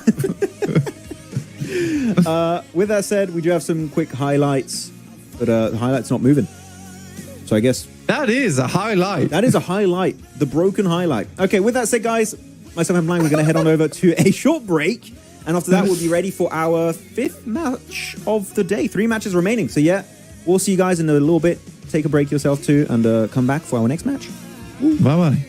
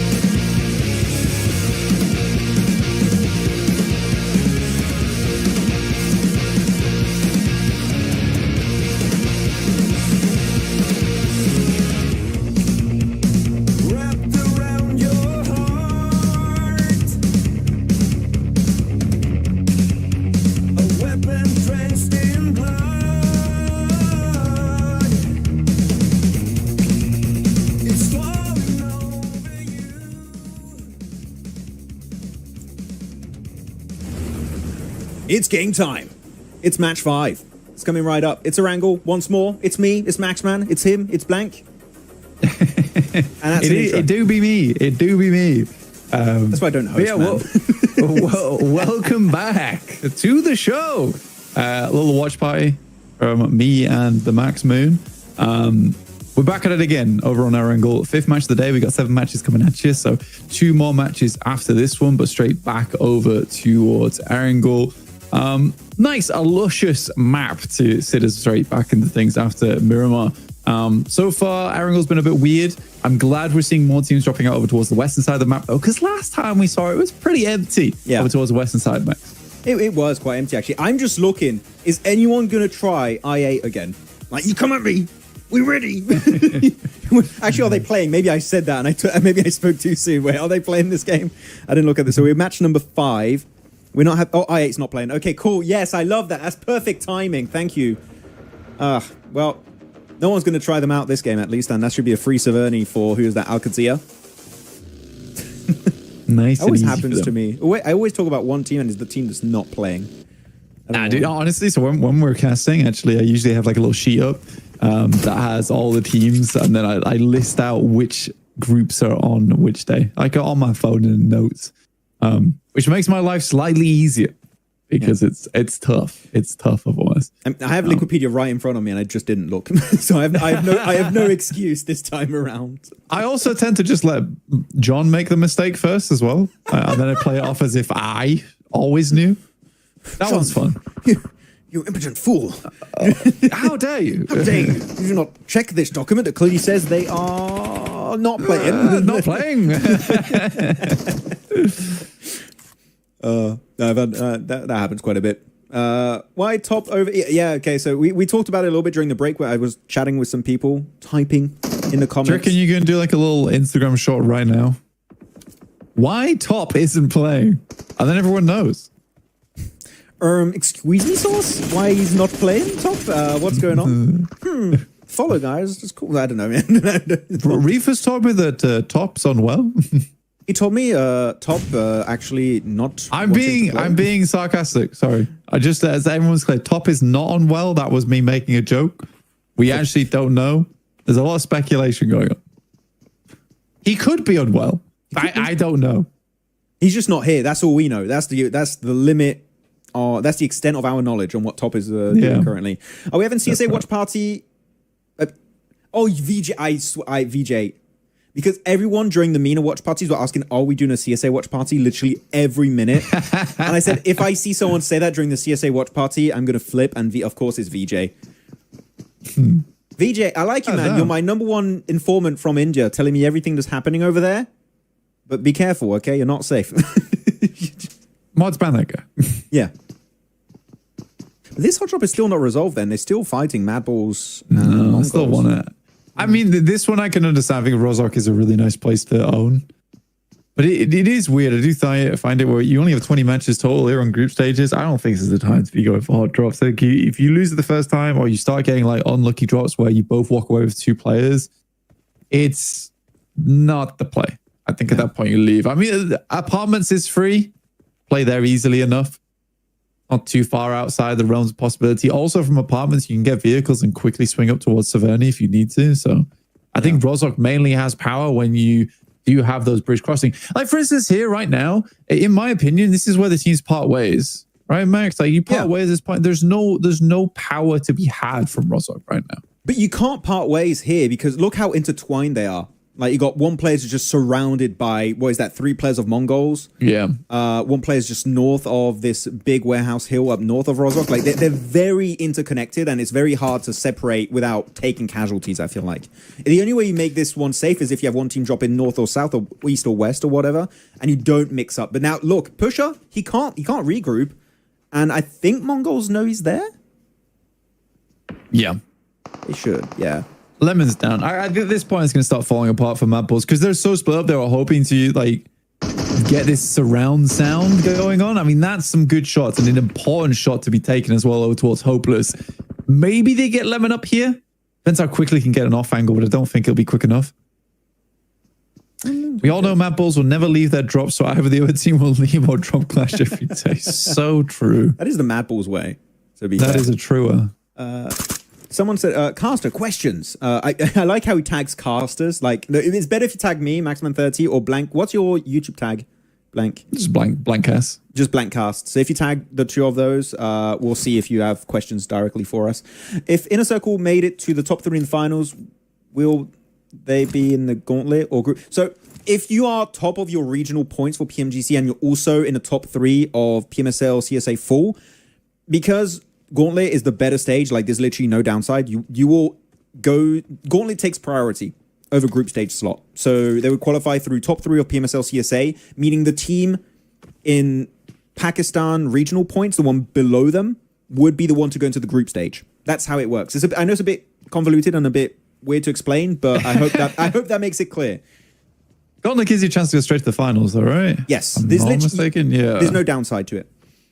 Yeah, so you want to get into Gauntlet just for the chance of going to finals, because it's like opposite survival stage, right? Does that make sense? It's survival stage, but everyone survives.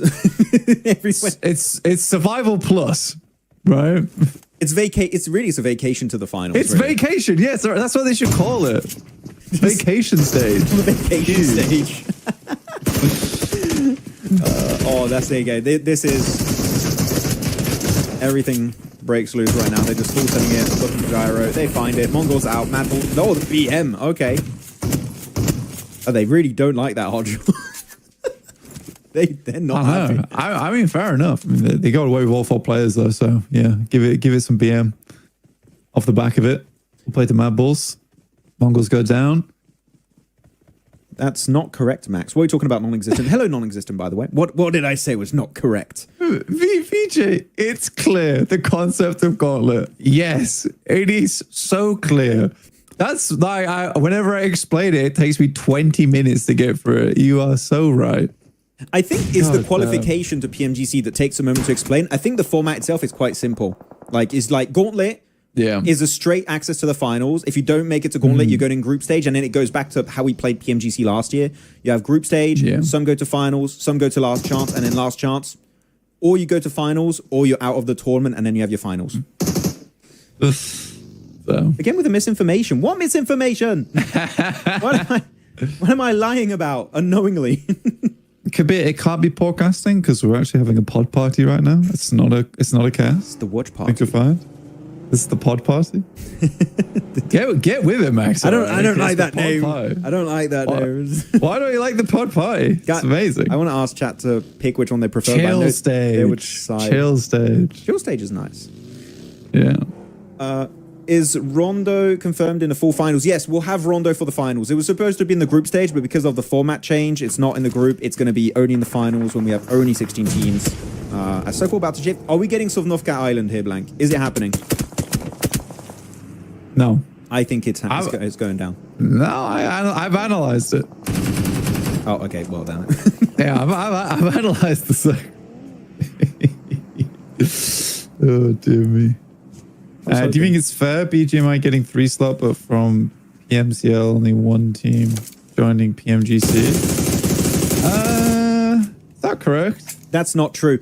India doesn't get 3 slots. India gets 1 slot minimum, and then 2 teams from India need to be in the top 2 from BMIC. That's what I thought. Yeah. Yes. So they need to. It's a little bit more difficult. The Korean teams and the Japanese teams, which is going to be very hard. Yeah. Because you got GRX and everyone, so it's it depends how strong the Indian teams are, honestly. But they will have to really work for it because there are some really strong teams in Japan and Korea at the moment.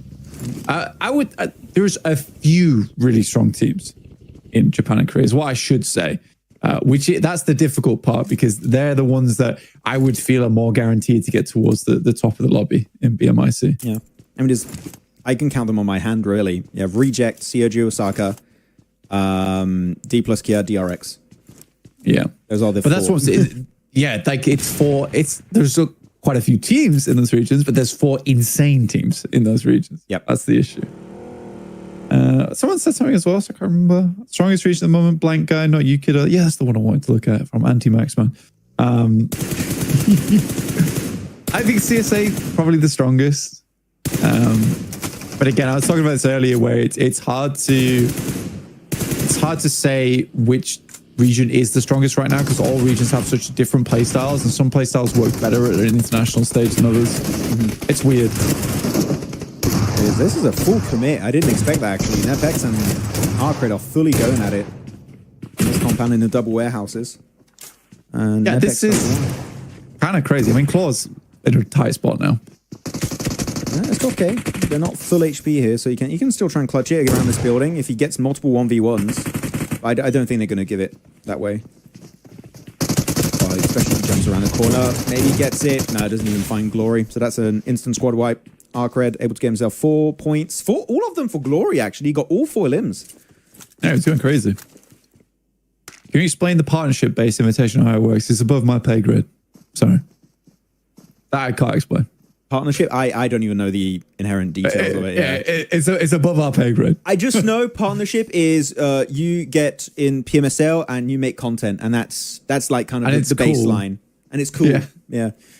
How does it work in numbers and stuff? No clue. No idea whatsoever. That's again, it's above our pay grade. So is Phallic going to go back on this radio tower like he did in the past? This is like the Phallic or the Z-Wolf tower? It depends on next circle, right? Yeah. Because now, no. Now, not anymore, but it could have been good scouting, but the circle shifted away. Not great. Yeah, if it comes down towards the southeast, then absolutely yes. I think that's why you don't see players go up here until phase 3-ish. But now they've got to move. But they are really entrenched in with a lot of other squads right now. Yeah, they're fully surrounded and in a pretty nadeable spot too. Not sure how it was going to work.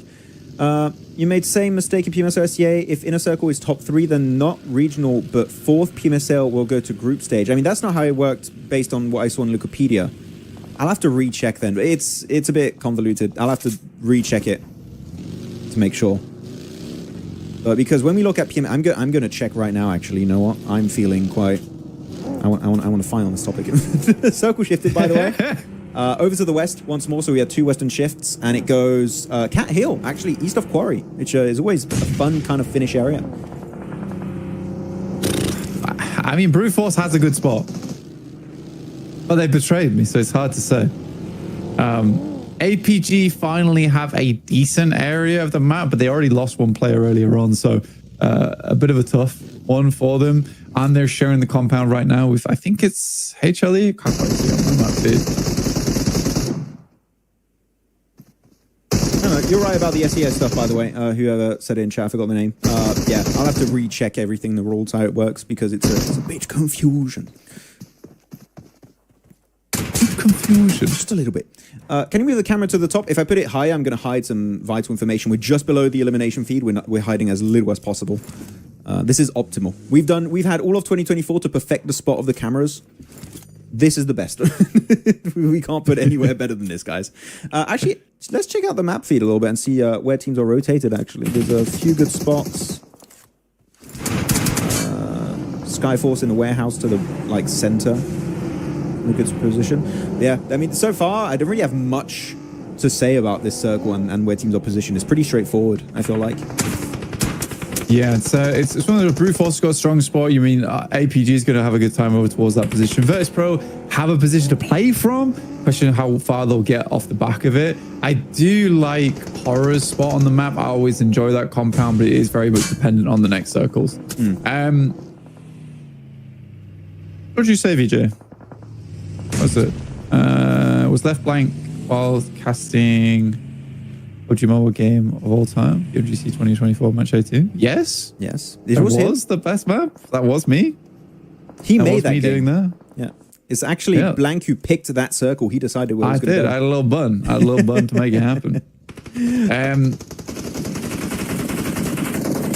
Circle shifting. Yeah, every region is different. The CSA early fights makes the late ones easier. I think so. What's your thoughts about those? Yeah, I mean, the regressive region, I think, again, it's weird that you say it, because we were talking about earlier where I think that when CSA pops off early, they absolutely brutalize late circles. But I think sometimes their aggression can be detrimental to their play. Max OG is in. I've seen the Soul and OG stuff, by the way, guys, in chat for BMSG. I'm aware. I'm a prophet. It's fine. I understand. I will see if it keeps going the rest of this weekend. That will be hype. Okay, Brute Force finally going to be contested on the West Cat Hill. There's actually a few buildings of Quarry still in play, and also some high ground of Quarry in play. I wonder if you could see, I don't know, a Virtus Pro, a Go, 4 Yonkos maybe play that position. That could be fun. But yeah, done. I don't particularly enjoy this spot. I mean, Brute Force could like play back down towards the warehouse potentially if this starts coming back over towards the southwest side. They lose one player on the north. They should be able to get them back up again. Unfortunately, Horror's now left out in the cold over on the eastern side. They get to move in. But Rage side don't have a terrible spot. They can play over towards this hillside down towards the southwest. Do you think 4 Yonkos are a strong team, Maxman? I don't know too much about them. Same. I'm also quite, except for the fact that I love their team name because it's a One Piece reference, so I love it to bits. Yeah. That's what I can really say. So Alpha Gaming in a big fight. They lost East. Doc is already eliminated early on, which that's the Doc special. It happens sometimes, and Reefer's also going to be taken on out. And maybe they do need top because they are just falling like flies. Things are not working as they want. Yeah, they're on bottom right now. It's not good. It's really not good for them. Down towards 14th place. This is the team that won, well, it's not the exact same team, but players that won this PMSL CSA 3 seasons in a row. Yeah, it's criminal. It is criminal. I think that they lost a lot of confidence. People asking who my favorite team is, and I mean, you're watching them on the screen right now. It's probably IC. Do like to support that team. I don't know if my favorite. I don't really have a favorite team. I have teams that I enjoy supporting, though. Yeah, I have favorite players. Teams that I don't have a favorite team anymore. I had Stalwart, OG Stalwart, if you guys remember. Pika, Scry, Top Action. That was my OG favorite team. But I don't have one now. I just have favorite players in every region. That's it. What's going to have to Action, man? Like, is he going to get lifted by another team or something during transfer period? I don't know. Do you know what happened? He actually joined a team and he tried to qualify through, I forgot the PMNC it was. Was it PMNC Mongolia? And he failed. He didn't qualify. Yeah. He came out of retirement, tried to qualify for PMSL, and didn't make it. Yeah, it's tough.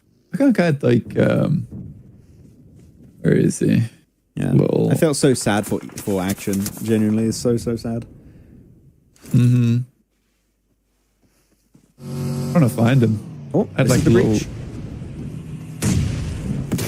I don't have it anymore. It's all good. Because they still have 4 players compared to opposing squads. Well, X-John, they have how many players? 3 players, so man advantage over to Inner Circle. Actually, I don't know who smokes these are, but it makes it... Oh, Phallic right in the Molotov! No! Oh, I think he got knocked by that, right? Yeah, he's down. I mean, he took enough damage that a tiny UMP spray is going to do the rest of the trouble for him. That's some good damage onto Noki from Hitman on that nade. There's a lot of delay going on right now for IC. It's going to be very difficult. They need to get some kind of knock soon. That's an excellent Molotov too, just outside the shack, which delays them, allows them to push up. T24 is just having a bad day today, Max. And the thing is, they're fighting, and they also get third-partied by Skyforce and also Horror up north. Like, this is a horrible situation. Even if you win that fight, technically you're not winning because I don't think you come out surviving this engagement unless you get a full squad back up. They're looking at that. Nice spray from the corner. Noki, can he save it again? Nope, he gets knocked and is down to just Phallic. And I think is he out of nades? And he gets third-partied, so it's Sanshia to ruin it from Skyforce. And he might get double res, but up north is Horror, and they're also going to confirm it. Such a... unfortunate end to a fight, but yeah, they have a complete hold on this position.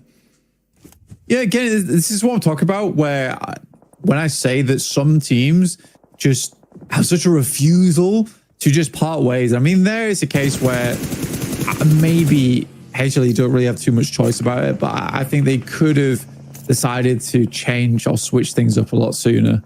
Because you always knew that at some point you're going to get third party by the players that are on the ridge side towards your west. Yeah. The fact that Phallic gets out there is kind of incredible. I don't know how long he's going to last, but he's through, dude. He's through. Is he trying to drive over someone right now? Like, he's trying to squash Icy for a sec. He tried to get him. He's trying to play the western side of the warehouses, which actually currently is free. No one's over there. So Phallic is in. Oh no, he's behind the tree. Oh, that's not a great spot actually. If he got in the building, that would have been amazing. But that Molotov might just... Oh no, actually he's not going to hit him. No, he's fine. It's slightly misplaced. I don't think the jump Oh, that's if you just ran through it, I think you would have been fine. The jump actually reveals his position. Damn. Sucks, man. Yeah, I mean, they still have IQ. Maybe can snatch a few placement points. I'm not a true believer of that, though, but hey, they're going to try and make it as far as they can. Circle shifted, by the way. Again, we saw it earlier, and I mean, again, a lot of the big names are out. Like, I see they're down to just the final player.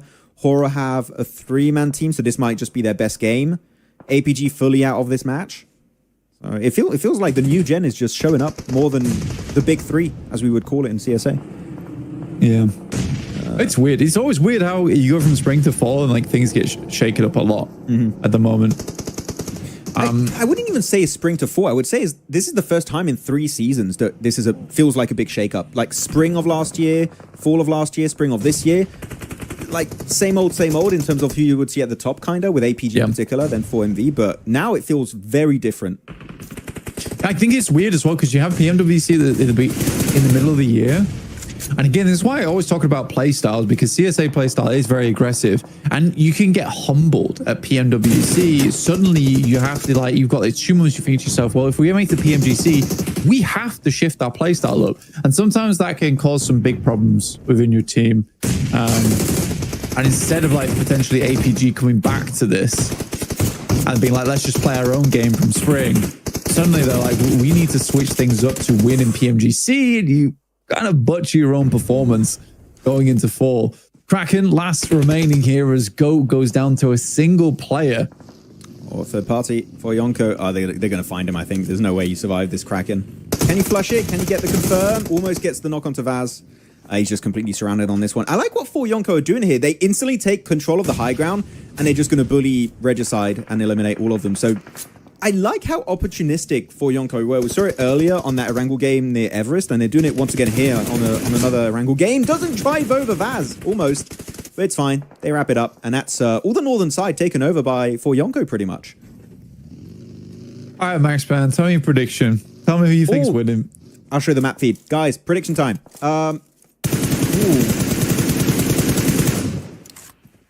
I'm going Skyforce. How about you? I'm gonna go Virtus Pro. Let's do the flip flop. You're one game too late for that. I know. But chat, tell us in the comments who you guys picking for the game. Again, you have Brute Force, Virtus Pro, Skyforce, Horror, and 4Yonkos. Oh, you're going for? I'll leave the map up for an extra few seconds, and then we're going back in the game. And why is Sky not playing? Because he wasn't able to get a visa, and he's not currently in a hotel with the players. So I think that's the idea, is to get Hyde Dami to play instead of Sky, which is a big loss because Sky was the top player last season for Horror. So that's going to hurt them quite a bit. Yeah. I think that Sleepy, No Fear, Jiggle are all really good players, but the magic comes together when Sky is in that roster. Which is a little bit sad because Sky is the X factor on that team, and it's very rare that you get teams that still have a player that is the X factor for them. Typically, you have players that are all really good; they all perform fantastically well together. But yeah, I think Horror plays very well; it's a very solid team, but they need that additional firepower from Sky to perform well. Yeah, I would agree. I think he makes the team work. In a way. Yeah. And without him, it does feel like something big is missing on the squad, which is quite unfortunate. But you just got to roll with the punches sometimes. You got that missing, you just got to make up for that loss. And so far, it's been tough. But I think expecting them, while losing their top performer in the first day, to just instantly come up with a new game plan, I think that they are a team that's going to be ramping up as the tournament goes on. I think they'll make it top 16 quite easily. At least I'm hoping. I think we'll see some significant improvement as we go forward. So we'll see. No, I think so too. Yeah. I mean, if Horror can make it to finals, that might give them a little bit more time to figure out how they're playing together with this roster. It's slightly unfortunate for them, but I definitely think they'll have a good shot in the finals if they make it there. I think so. So a lot of Virtus Pro picks, a few Skyforce, Godlike, wrong region, Krish, but I appreciate the support for Godlike. Good job. Horror, Chicken Dinner, Brute Force. Okay, so like a little bit of a mix, but mostly Virtus Pro, it seems. A lot of Virtus Pro predictions, which, looking at their previous position, was good. I don't think they're going to be favored by the circle, and indeed it moves heavily away from VP, away from Brute Force, away from 4Yonko. But now Skyforce are going to fight Horus. I think this is going to be a big third-party opportunity for Yonko. If they decide to commit on this fight, if they engage each other, I think that will be great for Yonko. Yeah, they'll be able to play off the back of that. Again, the reason I picked Virtus Pro here is so they can wrap down towards that southeast side, but that's a good call coming through from Skyforce, sending a player down towards the south side to watch out for that. Very, very intelligent. It just requires them to be really quick on the ball here. Horror now moving in from that northern side, so it's a full 2v2 whilst they're scouting that out, just in case that does happen. But yeah, I'm curious to see how Virtus Pro plays. I think the smartest choice would be to try and wrap on the south side.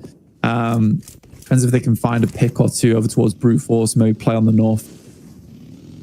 I'm trying to find it. You're talking about the off angle from, who's that, Riley? In the southern side? Or, Yeah. I mean, Yeah. I think that could be quite helpful, actually. It stops them from peeking over the ridge. I do enjoy that. The 4 players of Virtus Pro, they have a ton of nades. They have a ton. One was enough, apparently. They instantly get Tema from Brute Force. Capri's trying to assist. And he does flush it, actually. Gets him, yeah. Yeah, nice. Very nice. Could have been a very different story there for Virtus Pro if they kept that player up. Good tags. And Malai goes down as well to Capri's. Looking bad for Virtus Pro, in fact. Hey, I like what Horror are working on. Oh. This is not me. I still have Blank on the call. It's working. You're still here, Blank? I'm still here, yeah. Okay. I'm just waiting for the feed to come back on. This is not me, guys. I swear. The stream working on my side. Okay, it's cool. We're back. a little. Oh no. Ah! What's happening? Buffer. Fine. A little You were buffer saying now. Sky got his visa. Will be there tomorrow. So Oh, really? he's not there tomorrow. Ban that guy. I mean, 5 minutes. if Sky is there and they make top play, we're so back. We'd be so back, okay? We'd have some good top tier players back. Circle, this circle has been horrible, Blank. It went to the east, then to the west, then to the east, and now back to the western side. It's just. I mean, it's a circle, so of course it's unpredictable, but it's just very hard to respond to it because you set up a game plan and then it just kind of ruins your entire setup. So now Horror, instead of playing defensive, now have to play on the offensive, have to push, but also clean the backside. So the entire game plan has to change, like right now. Yeah, it is. It's rough. It's definitely rough. I mean, Virtus Pro is all on the low ground. Easy shots there for Skyforce. What are you smashing the PC? No, that was my armrest on a.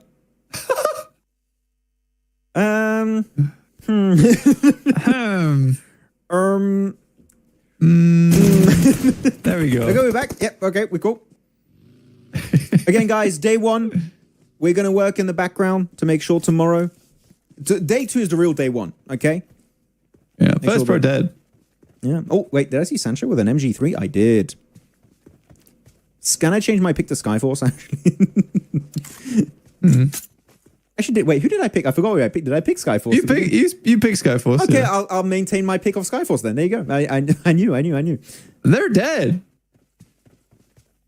They're about to go down, dude. No, they get the res. They're in a horrible position. Trust. No, they win it. The MG3 trumps all. It wins everything. I do not believe. I think 4 Yonkos work with Horror here to take out Skyforce, and then it's first and second.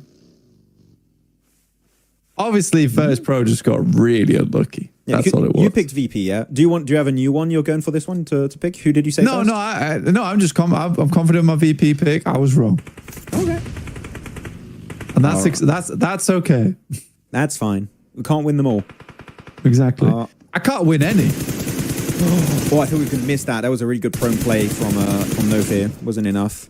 They lose it. So now 3 players for 4 Yonkos. Skyforce 2 down to just a single. I mean, I had no more players for Horror. They're completely gone. So 3v2. Now the fact that there's only 1 team. Actually, Skyforce could take it back.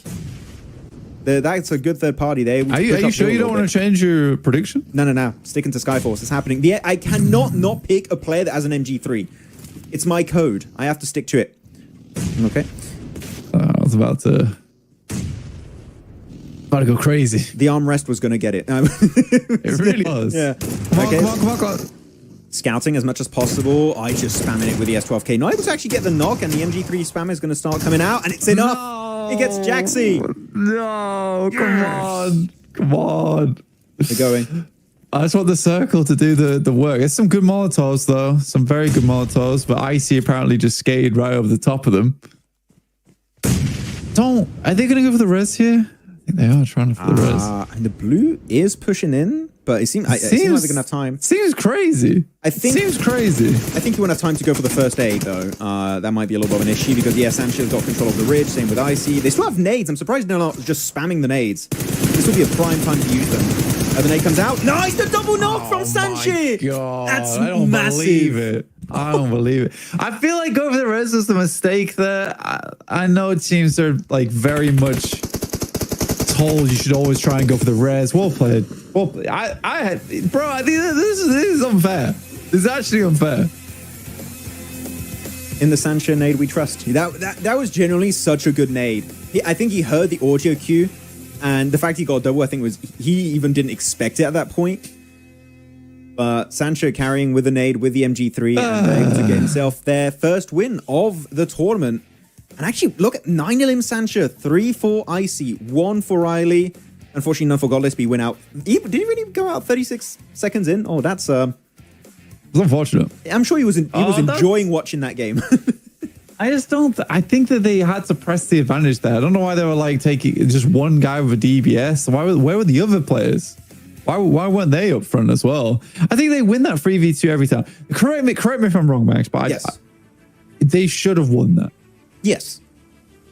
I'm just memeing my pick because they had an MG3. That I literally, the only reason I picked them is because they had the MG3 at the end and I committed to it. If they didn't have the MG3, I would have also gone for the other side. God damn it. Okay, well played. Well played to you. And you're 2-0 right now. We're doing good here. Okay, we've got a few replays to check out. I wonder how... I think the leaderboards might change quite a little bit here, especially because we've got an actual good game from Horror. They make it top 3, which is, like, finally, we're seeing that happen. And I mean, we're talking about it, right? Yeah. Go for it. Sorry. Oh, that's all I wanted to say. Oh, no, I was going to say, especially if people are saying that maybe Sky... I don't trust it 100%, but if what people are saying is true, that Sky did also get his visa, then there won't be much to catch up, right? They'll be already in a pretty decent middle of the pack position, I think, on the leaderboards. That'll be nice. It will be nice. But yeah, I think overall, good for them. I think they desperately need these types of games, though, if they want to make it through. And if Sky is coming in tomorrow, like you say, then if they're able to keep up like a fairly decent point scoring, which they're able to do right now with out their full roster, unlike another team, which starts with A and ends in G.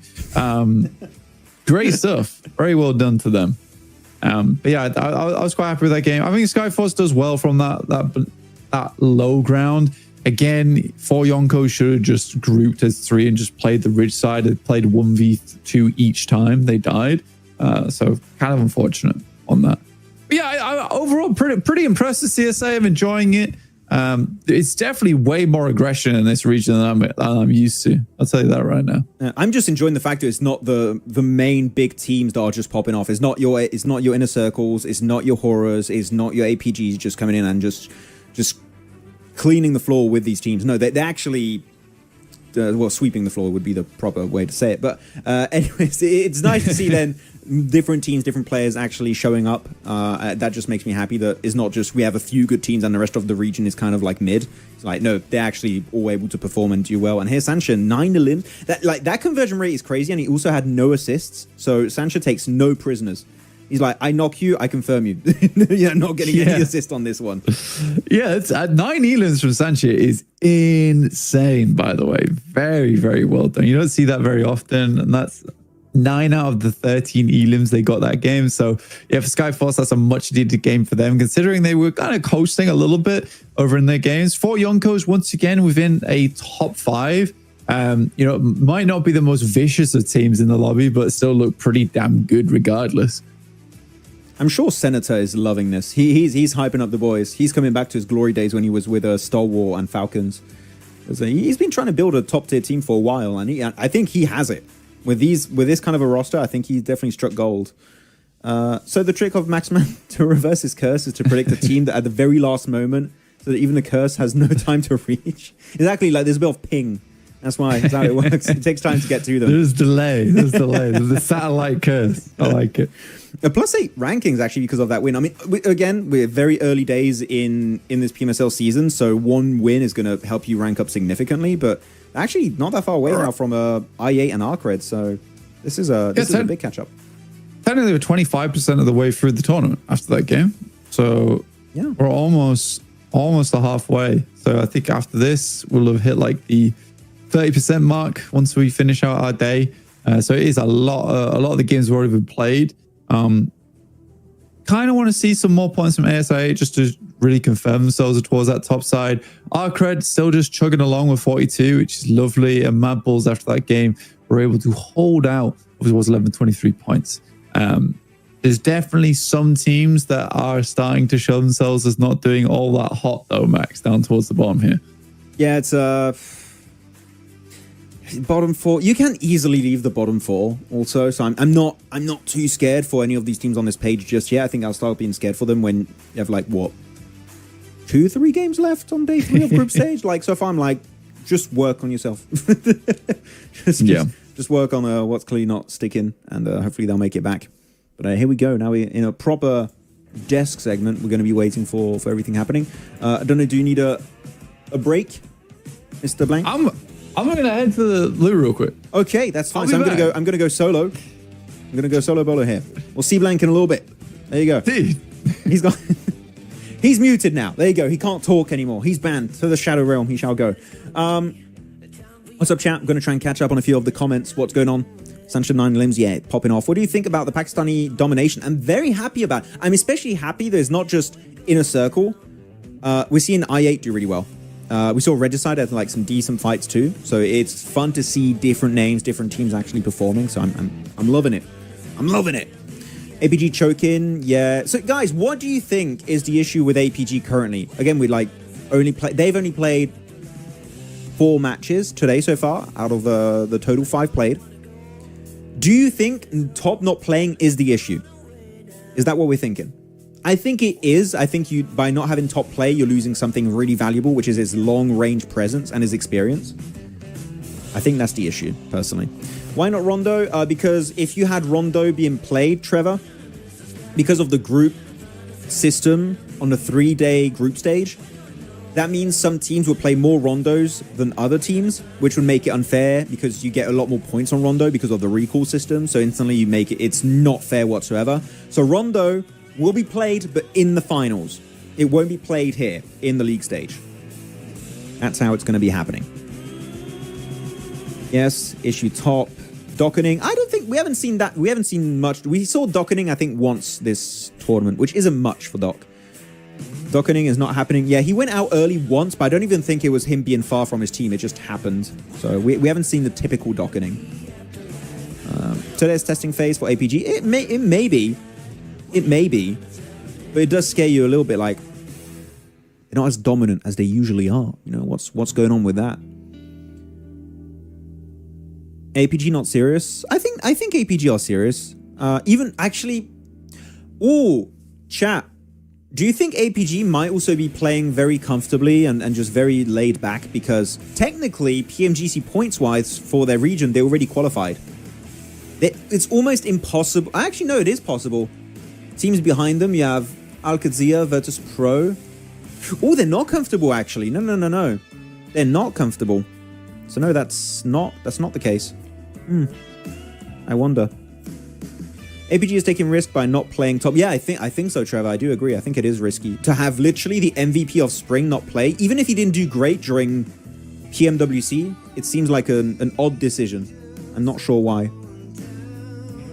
I didn't think you see the game, but how is the synergy with East? I mean, East doesn't seem like an issue. He had some good clutches sometimes.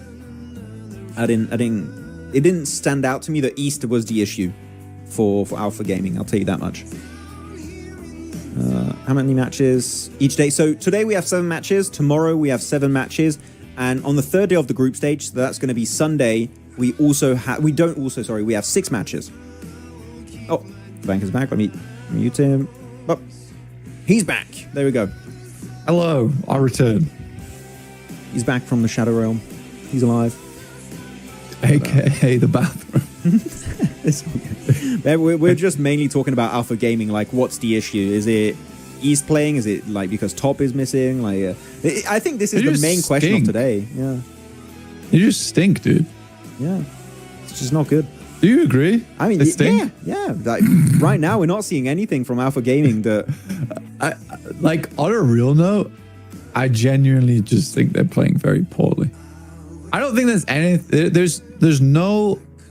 Oh, that's nice to remember that. There's no like underlying soul issue to APG. And I think people are trying to figure out what the underlying soul issue is, and there isn't one. They're just not playing great.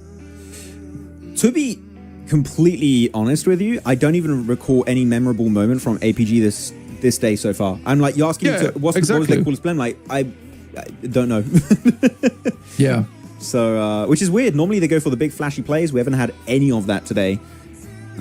So I'm hoping that changes. But again, is Top going to be benched the entire group stage coming to the finals? We'll see what the game plan is. Z Wolf joining RC. Got to leave at some point. Let's be honest. Yeah. I think he was stuck on a team where he couldn't spread his wings. Next to Roya. So, yeah. I think, unfortunately, I think he needed to go. As you said, it was going to happen. He deserves to be on a big team like Regnum Karya. And I think, and also I've heard apparently like Silas, Loxy, Wild, like that, and also Z Wolf. They're all like homies. They already play together. Like the synergy is going to be there from the get go. Yeah. So I'm quite hopeful they're gonna do well. I feel bad for Tospic though, because I feel like he was a good setup player for his teammates. Maybe not the top tier fragger that people know Z Wolf to be. Yeah. But if you look at it, Tospic, Z Wolf, one is an upgrade to another. Yeah, unfortunately. Unfortunately. I just feel bad when a meta where you just like, oh, screw it, we just want 4 fraggers. I liked when we used to have like supports, setup players, off-angle players. Currently, you have 4 fraggers, you're playing the meta. And it's the way forward. Yep. I mean, they can all, but the thing is that they all are interchangeable on those roles. Like Silas plays really good off-angle, he also plays great scout. Wild is a great support player in terms of always living out towards the end. Like that's his speciality. Loxy is an incredible clutch player. And now I would say Zed Wolf fills a really nice role of a long range player on that team. But you're right, they're all fraggers at the end of the day. I think you do need it all. I think Regnum Karya is becoming like such a powerhouse of team, and S2G is like desperately trying to catch up to them. Someone asked about head start points. I am double checking to make sure we do have head start points. 7, day 1, day 2, 6 matches. I'm not seeing anything about head start points currently. But head start points. And distribution. I'm not seeing anything about head start points. Has it been announced anywhere? Because of the change of format, I think some info they announced the map rotation today. Like I didn't know the map rotation until today. So I'm not sure what the game plan is. Do you know, I think this comment summarizes APG really well. APG fans will always say they are not playing serious, and then the tournament ends. Such a read. Jesus. Full flow. They're just chilling. PMGC just playing. So I just got a message, by the way, from the PUBG Mobile eSport team. Thank you, Belkan, by the way. There's no head start points. Just to confirm, no head start points. None. Someone said, I love it. Ceballos said, yes, there are head start points. No, you're lying. There's none. There's no head start points. Guys, it is officially confirmed. No head start points. I just got official confirmation from the back end. Okay. It's not going on. No head start points. Yeah, Regnum Karya is not the EUA7, by the way, because that would require them to have one player that they constantly cycle down. But actually, they have a full team. So that's a no. But I understand the analogy. Yeah. I'm just thinking about the fact that we don't have head start points, because I kind of was expecting it, but now we just got confirmation we're not having it. It kind of changes the way you play the game if you're at the top, I think, because you're not playing. If you've already created such a big lead that you know, okay, we got 80 points, we're in. You don't have that drive to keep fighting for extra head start points. So I think that's the point where you're going to see some teams experiment a lot more and just see, okay, let's limit test, see what we can do. and perfect what you want to do heading into the finals. What do you think about that? Thoughts? Yeah, thoughts. Feelings? Feelings? Just drop a thoughts in it. Yeah, I think that honestly, a lot of people talk about how experimentation, limit testing.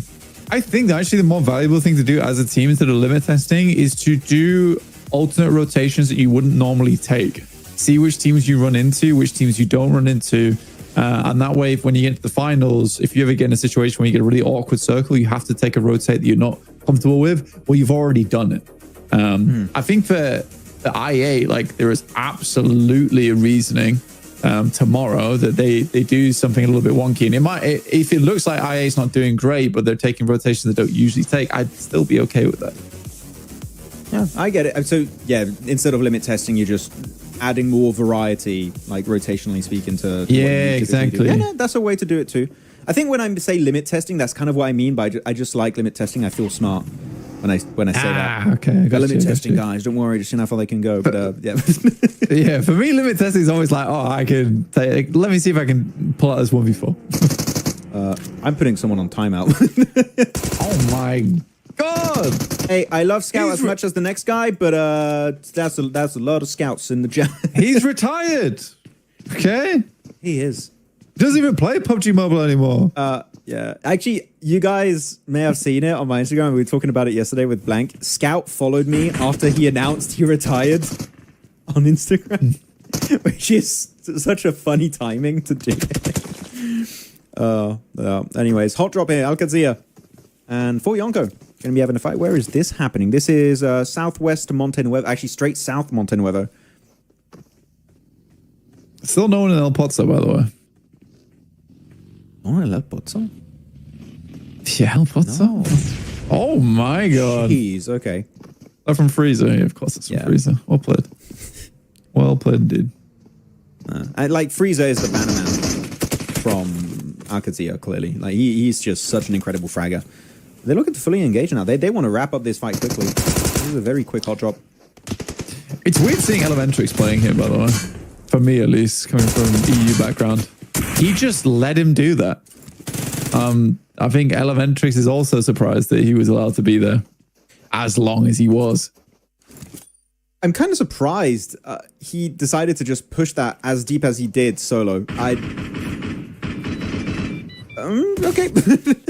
Can you speak louder, Victor? I think you can turn your audio up on your device. That sounds like a skill issue to me. If you want me to make I'd make the game lower or something based on our voice, sure. But like, we're peaking on my software, so any louder than this, I don't think is going to be an enjoyable viewing experience. It's an ear skill issue.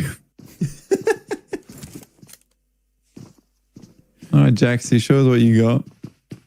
Freezer though, pretty terrifying opponent. Not bad pre-shots though from Jaxie. Yeah, he's using his door frames. He knows what he's doing with that. I'm surprised we have a player on the mountain that's just not interested. He's not even trying to regroup this. Nice peek around on pre-pod, and he's trying to go for the knife right away. What was Jaxie doing? Did he just like turn his headphones off? He sneezed, and then they pushed him at the opportune time. Oh no! Okay, so the off angle actually worked out. I was kind of surprised he wasn't trying to actually get involved in this fight. He was just trying to hold the angle. They're gonna get the res though. Yeah. Yeah, I mean it's kind of over right now for 4 Yonkos. Not much more happening on this side of the map. In the meantime, we do get that northwest shift on the circle. Around Power Grid, I always enjoy playing around Power Grid. It sort of isolates a lot. It's very different to the rest of Miramar, I would say. It's just this big flat plateau. Someone in chat said, Maxman and Enigma, can you see our comment? Yes, this is blank. This is not Enigma. this is not. Yeah, bang Enigma. I kind of ignored that comment. I was just like, I found that funny. Put some respect on the name. Just a little bit.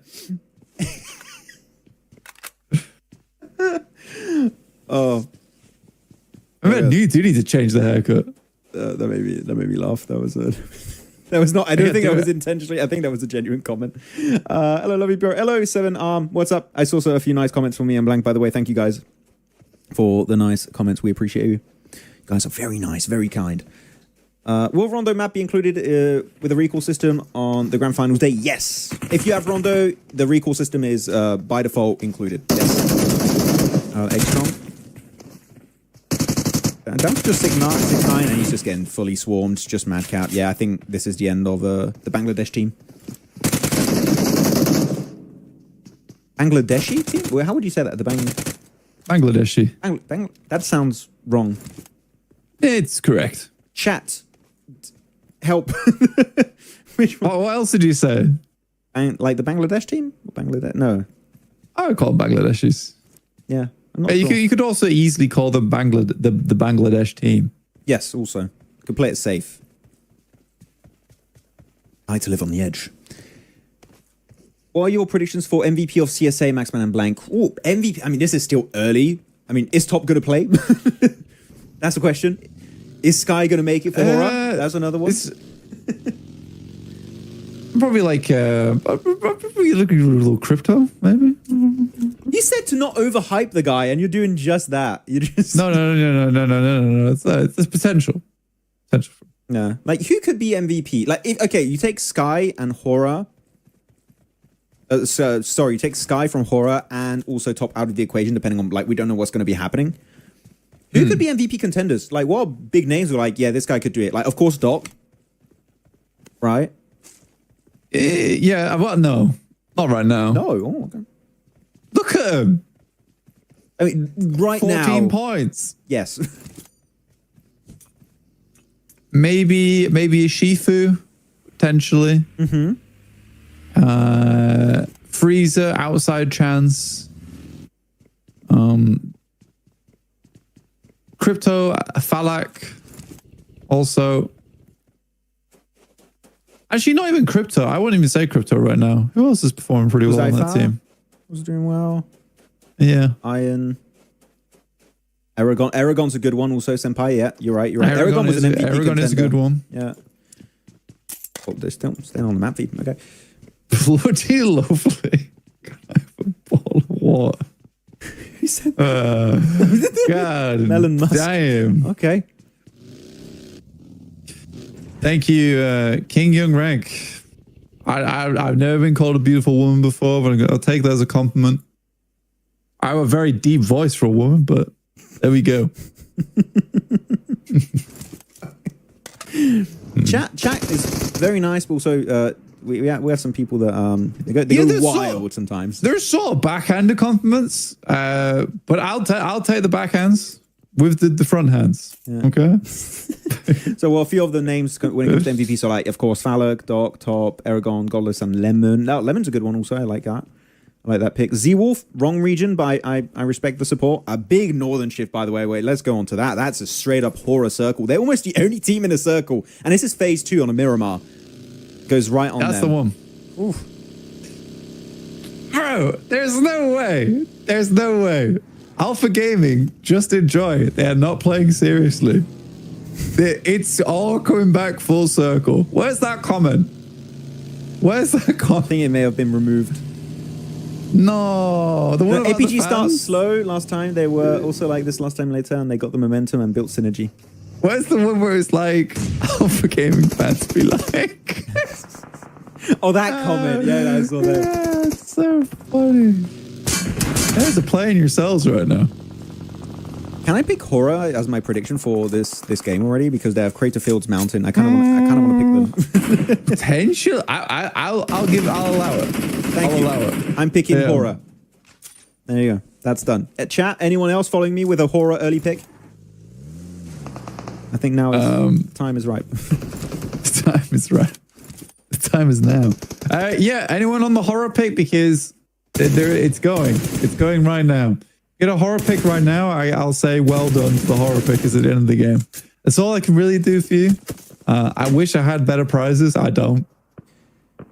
APG Doc, what are you doing here? Okay, guys, the dockening's happening again. I wasn't sure so far. Don't get knocked. Please don't overpeak it. Don't be greedy. Doc, heal up. The team is not, they're not even trying to regroup on Doc, which is what makes me laugh the most, Blank. They're just do your thing. He's on his own. Does he have meds? Did he do the docketing without meds? Probably. He's not healing. Oh, the cavalry's here, finally.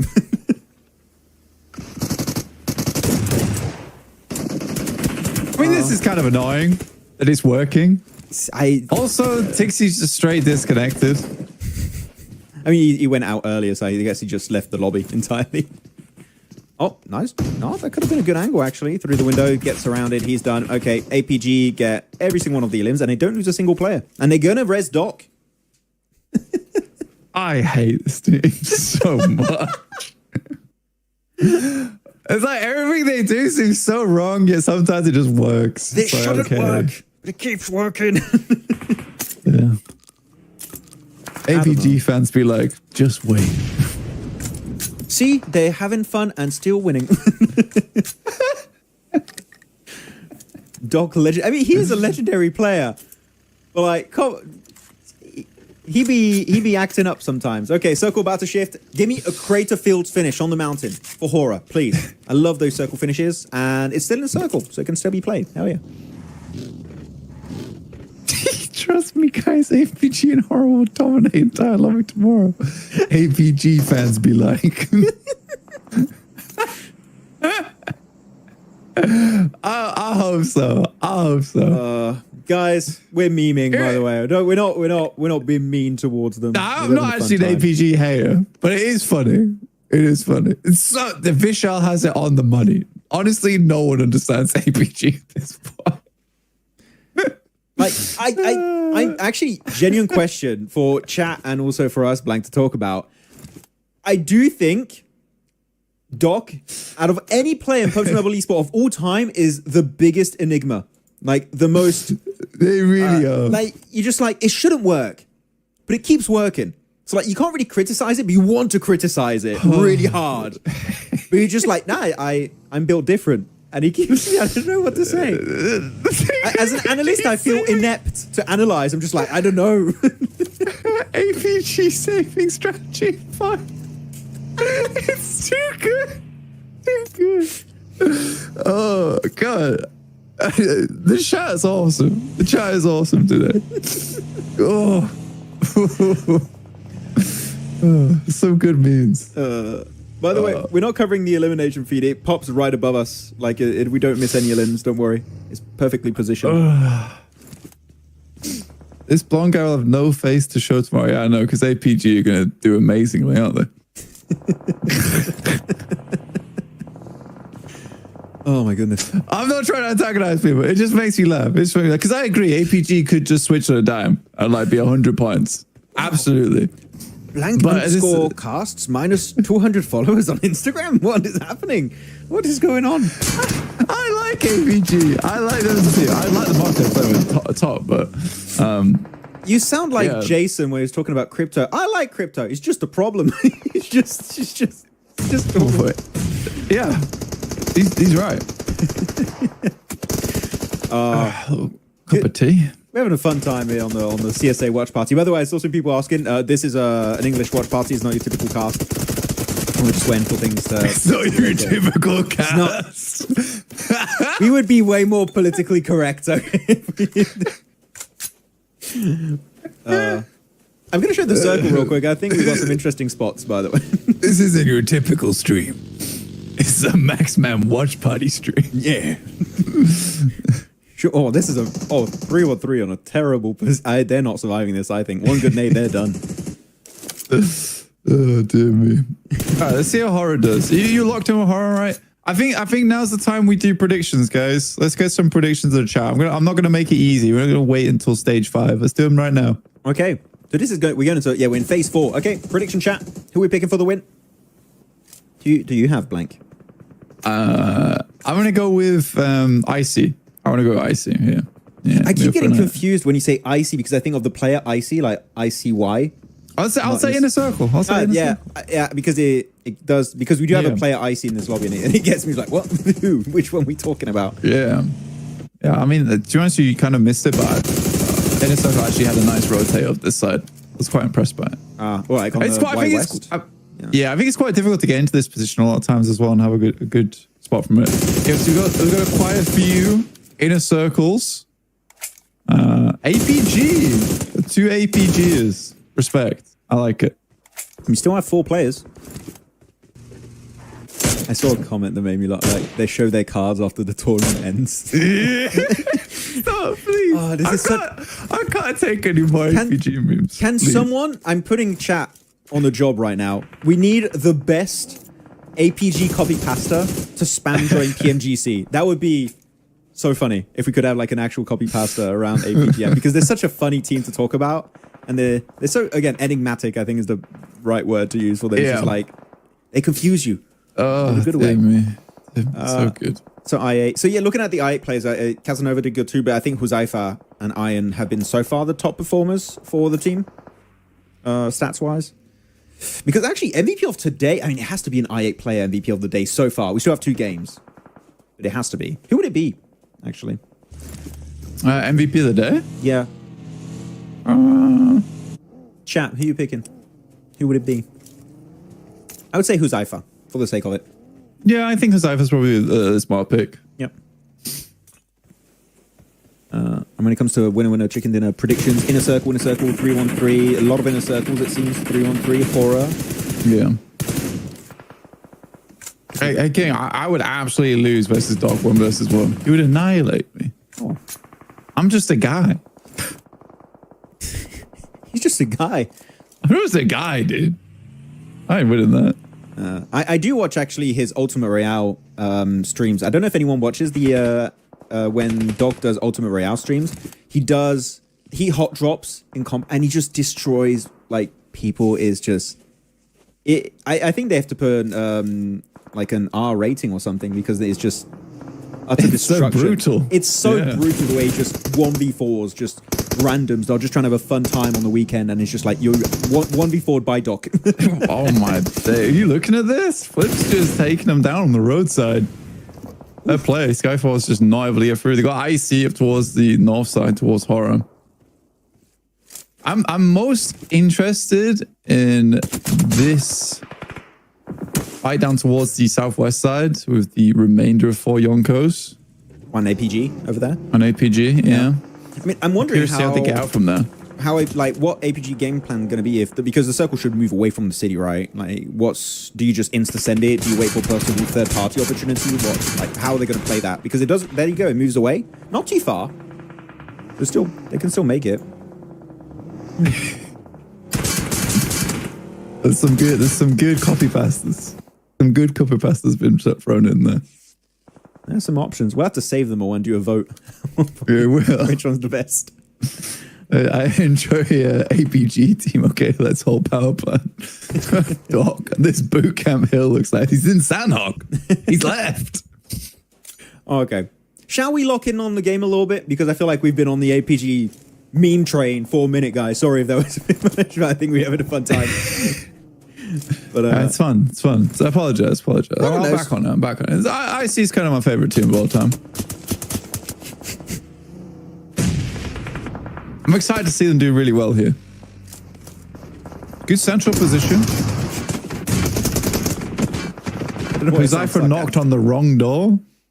Apparently, that was a nade from Huzaifa? Excuse me? No, but he knocked on the wrong door, but he got his parcel delivered, that's for sure. Same day delivery on that nade. That was real well played from IA. Okay. They're still not in circle though, so they've got to. There's so many little dips you can play in, so I don't think this is going to be game over for them because they're going to rotate into who's that going to be on to the western side. They have Mongols, they have Horror. They actually have a wide split up north. So they are kind of surrounded, but I think if they play on the southern side of this ridge, only fight Mongols, there's a very low chance to get straight up third party by Horror. So they got to be quick on this fight and just there you go, play around the ridge, wrap around, so that you only fight Mongols and you don't get third party from a distance. That's what I'm hoping for. Yeah, 100%. I mean, you do have to sort of be wary of this north side, so they're having to leave Jiggle on as well. Hi, kinda. How you doing? Oh, he's stuck. He has to jump out. To jump out of the tunnel. No, he's good. He's got the M249. He's fine. He just sprays. It's all good. That's the longest pre-fire I've ever seen with the M249. Yeah, it worked. You can pre-fire for a long time. And he's going to go out. Yeah, flush it. I think he knows he's not going to win this one as a solo. There you go. Flush it. Get that point. Every point counts. 3 eliminations. Get away from that car. Yeah, I think, honestly, Hopeless has been really good today for the Mongols. I've been very impressed with him. Yep. I think he had 9 elims one of the games as well. On narrow angle. Was it Hopeless? I think you're right. Oh, M249 angle. The thing is that the kind of range the M249 is really hard to control.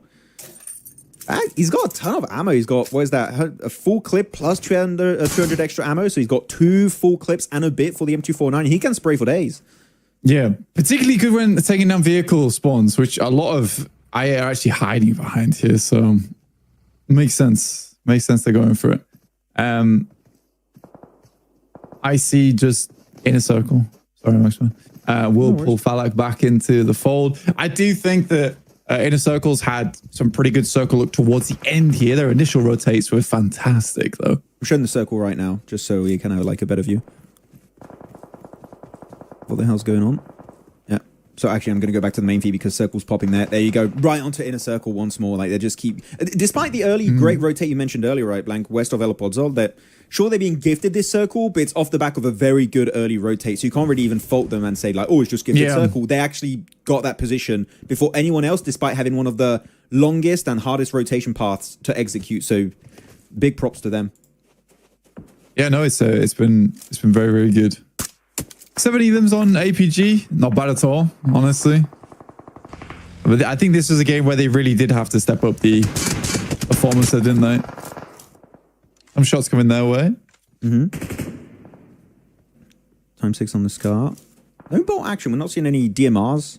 Just, I want to see more DMRs, or maybe not bolt action because that's not really meta, but DMRs on this would be really good just to control the ridges. But it's just shotgun, shotgun, shotgun, S12Ks, DBS. And this Hopeless angle from Mongols is really a pain for IA. They really want to clear it.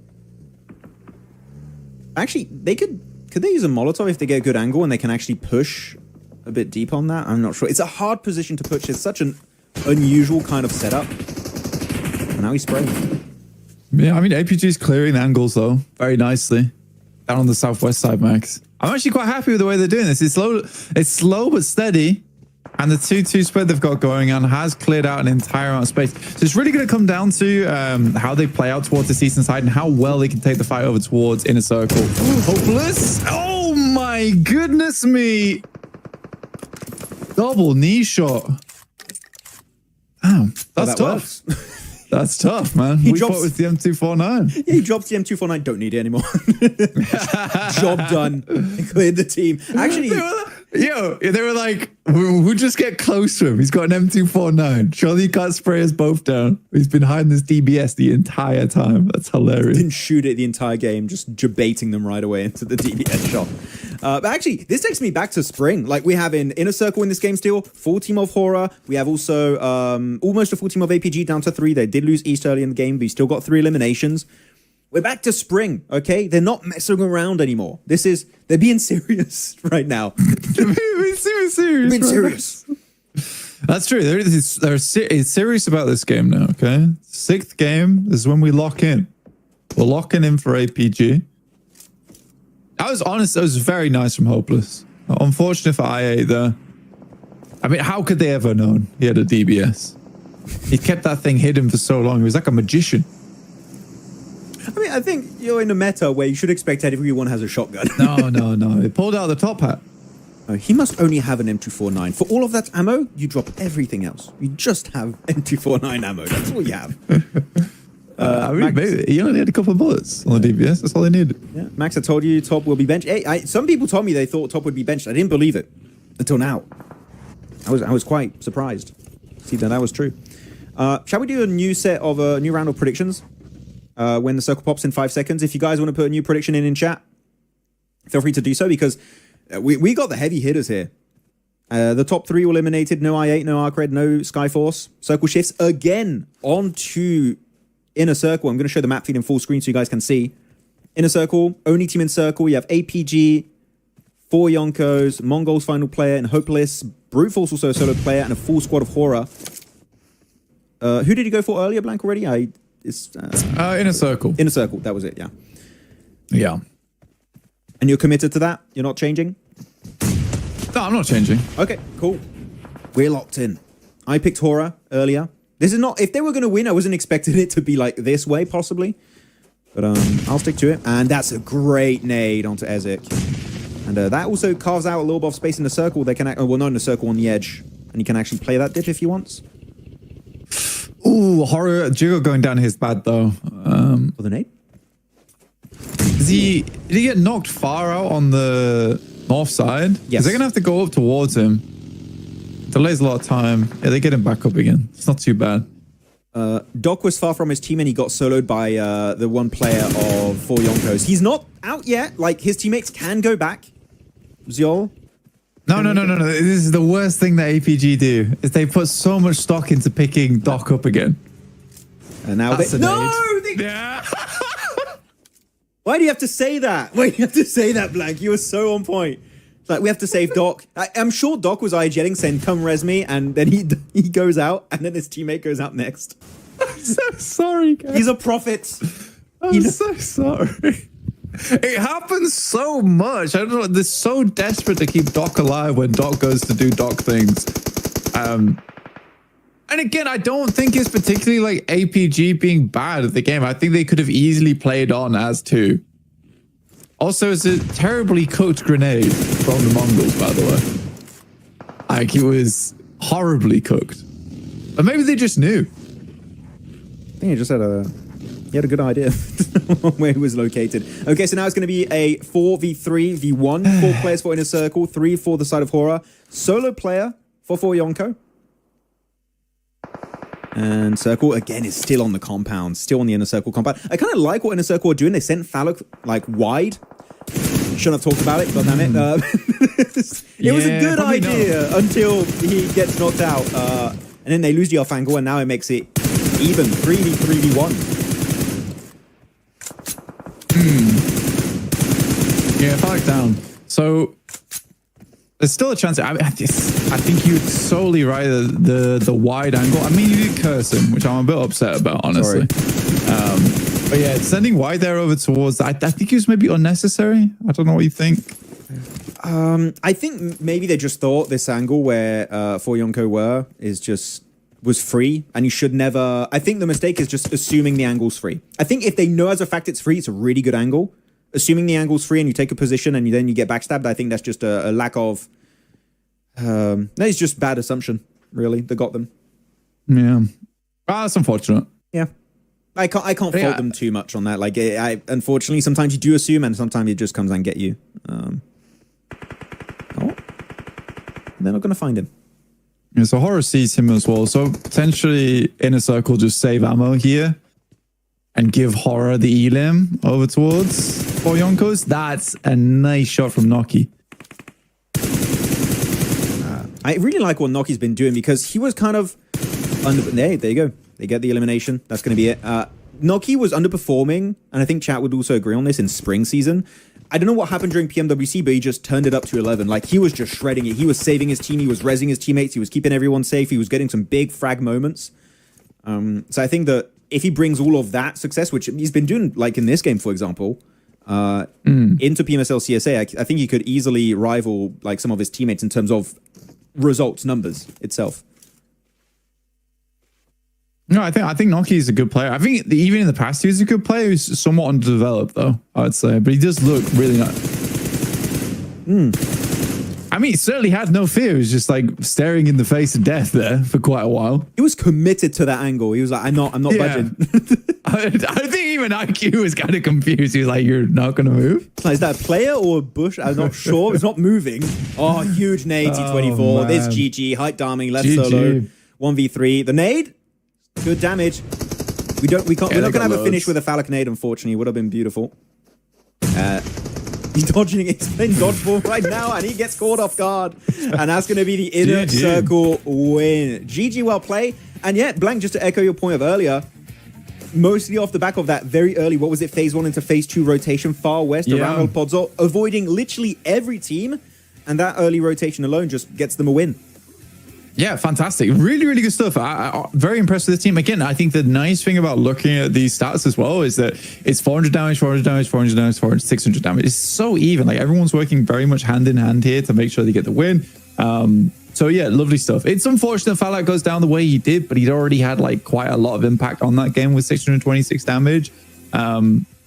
Yeah, the lovely stuff. I'm not going to talk about APG anymore. I feel bad, so I'll leave it. I'll leave it at that. The time being. Let's drop it. Yeah.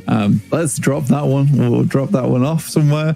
But yeah, I think overall horror is looking much better too, which I'm also pleased about. Because I think you talked about earlier where they're a fantastic team. They did well in the spring as well. So yeah, I'd be glad to see them come back and form. And this is without their star player as well, as we were talking. Yeah, Sky.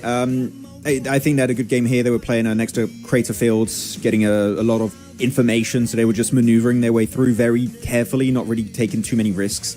I do want to go back to Inner Circle. I have an interesting view on how they played this game, and chat, feel free to jump in if you agree or not, if you say based or if it's an L for me. But even when Inner Circle lost Falak in this game, you typically have teams that lose a player, they start playing very differently. Like, okay, we lost a player, like we have to play passive, we have to play slow. Like, they didn't lose any control on this circle despite losing Falak, which is like such an impactful player, right? No, they're just like, okay, we lost a player, maintain the play style, maintain the strat, because if we give anything over to Horror, we lose the entire game. And I think that was a really good mindset of using one player is not just game over right away.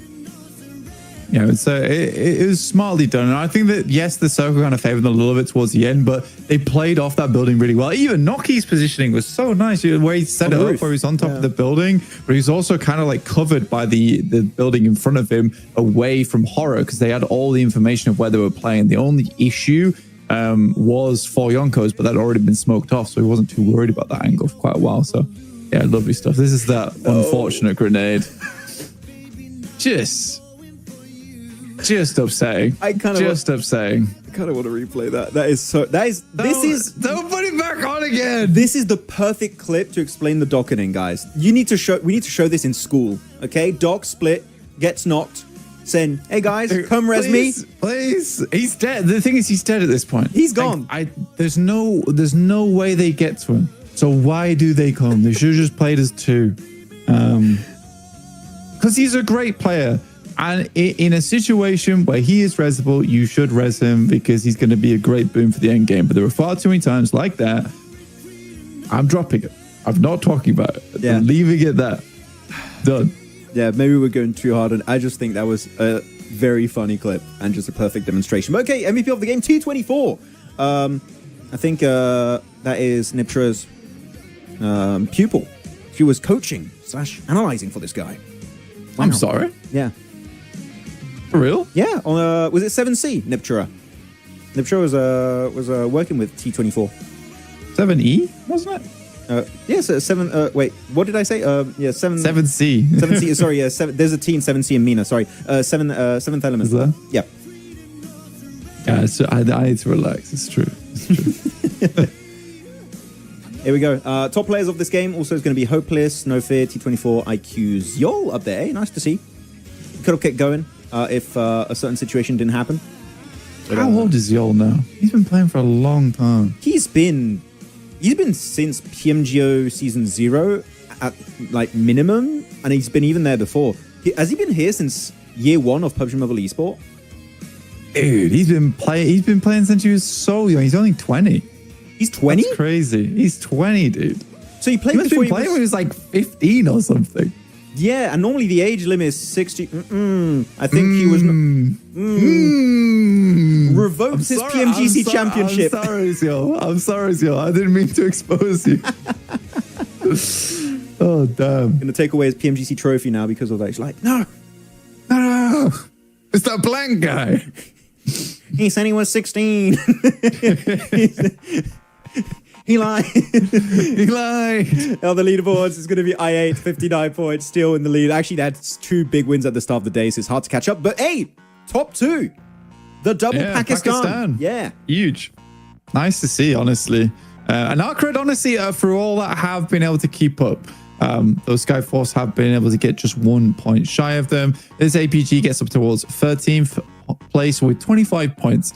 Dagestan's still doing fairly well, but it is a different Mongol team who is on top right now with Mongols, the Mongol team, with 27 points. A bit obvious, but there you go. Wow. Wow. Well done. Masterclass by Dog. Okay, you know what? VJ, yes. IC did well because they were confident on their position after Phalanx. Yeah, exactly. As we talked about, Amin Mir, they were just confident even after losing the player that we have the tools and the numbers to hold down this fort. So they did it, and it worked out great. With that said, that's game number 6 done and dusted. We have one more game remaining. It's going to be on a wrangle. I'm not sure. We'll have to check which group is not playing. I say, guys, we're going to take a very short break. Some people are going to call me out because 10 minutes is not a short break. For us, it is, because we're talking non-stop the entire time. We're going to take a break, and after that, we'll come back for match number 7 in just a few short minutes. So, guys, stay tuned. Take a break yourself. Get yourself a beverage and some snacks if you need. And we'll see you all for match 7 in just very shortly. See you guys in a bit. Very short. It's very, short time. very shortly. Bits very short, very quick.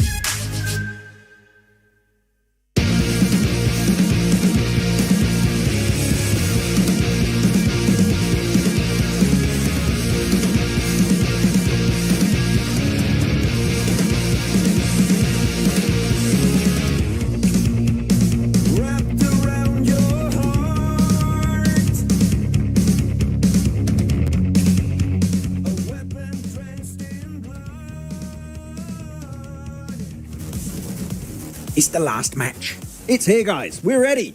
One more time, one last time for today, actually. With PMSL CSA Fall 2025, it is match 7 of day 1 of the group stage. And we're seeing the big names blank. They're coming back. They're popping off. Inner Circle finally got a win. Are we going to see another of the big 3 win it? Ooh, maybe. Which is huge, which is nice to see. I'm glad to see it as well. I mean, APG getting a little bit better. It's just a slight mistake, but it's a typical mistake for APG, which I hope they analyze and identify sooner or later. Yeah. But yeah, welcome back. Also, after this game finishes, Max will be immediately booting up the stream with Neptura for Mina. So if you want to catch some more PUBG Mobile, you can do. It will be almost instantly. I don't know how much of Mina they'll catch, but it will be some of it at least. But Neptura is keeping track of what's going on in Mina, I believe. Cheers. Which will get you all up to date. I think we'll have possibly 3 games, maybe 2. They just started game 3, so I'll be able to catch normally the last 3 games, which will be cool.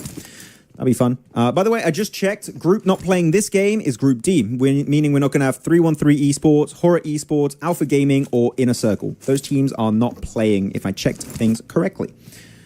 Not my boys. They need a break. Yeah. They need a little break. Mad Balls once again in Rozhok versus the Mongols. This isn't stopping anytime soon. I think there's already a knock and a flush that came through. Only 63 players left alive. And I think it was one of the Mongols players as well to go down. It was. So it's slightly unfortunate there for that team. Is this going to be a season-long thing, you think, for Mongols and... Well, Mad I Balls? think someone said in chat best earlier is that I think that for Mad Balls, they're just going to hold this position forever. It's just either they die or someone else leaves, and they just refuse. So they're very stubborn, which I think makes sense. Yeah. You know what? I'm going to go even more in the future here, Blank. Well, actually, wait. Let's wait for the fight. Okay, ASM Abacan. They have a shotgun. He only has an ASM Abacan and a dual MP7, but that's just not going to work against a shotgun. Yeah, they ain't going to cut it. Punch him out. They ain't going to cut it. We know Rozhok as the main drop location for Regnum Karya. Imagine one of these 2 teams, when you've got Mongols or Mad Bulls, like you make it to PMGC, you're in a phase where you're playing against Regnum Karya if they qualify too. Like, are you going to play this stubborn against Regnum Karya? Or I think what you should do is look ahead and like, okay, like maybe we should also train other locations. For me, this shows you don't have a game plan if you hot drop Regnum Karya. Yeah. It's cool, right? Because I think it does matter internationally, where you got to look at what other teams drop in those spots. And you're right, Regnum Karya is one of the most fearsome squads in the entire world. So battling so hard for Rozhok sometimes might feel a little bit daunting, because in the future, it won't be Mongols you'll be facing, or it won't be Mad Bulls that you're facing. You'll be facing Regnum Karya instead.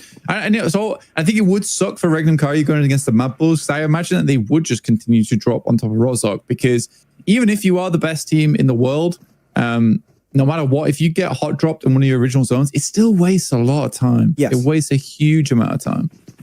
Even if you win the fight and you keep 4 players alive, all your looting stage has been slowed down significantly. And if the circle is moving away from you at a quick pace, then chances are you're going to have to play edge. And if you don't like playing edge, then your entire game plan is just kind of down the drain right away. Mongols, in the bin. Just dessert, it seems. I thought he naded himself as the door closed into him for a second. It was like, what just happened?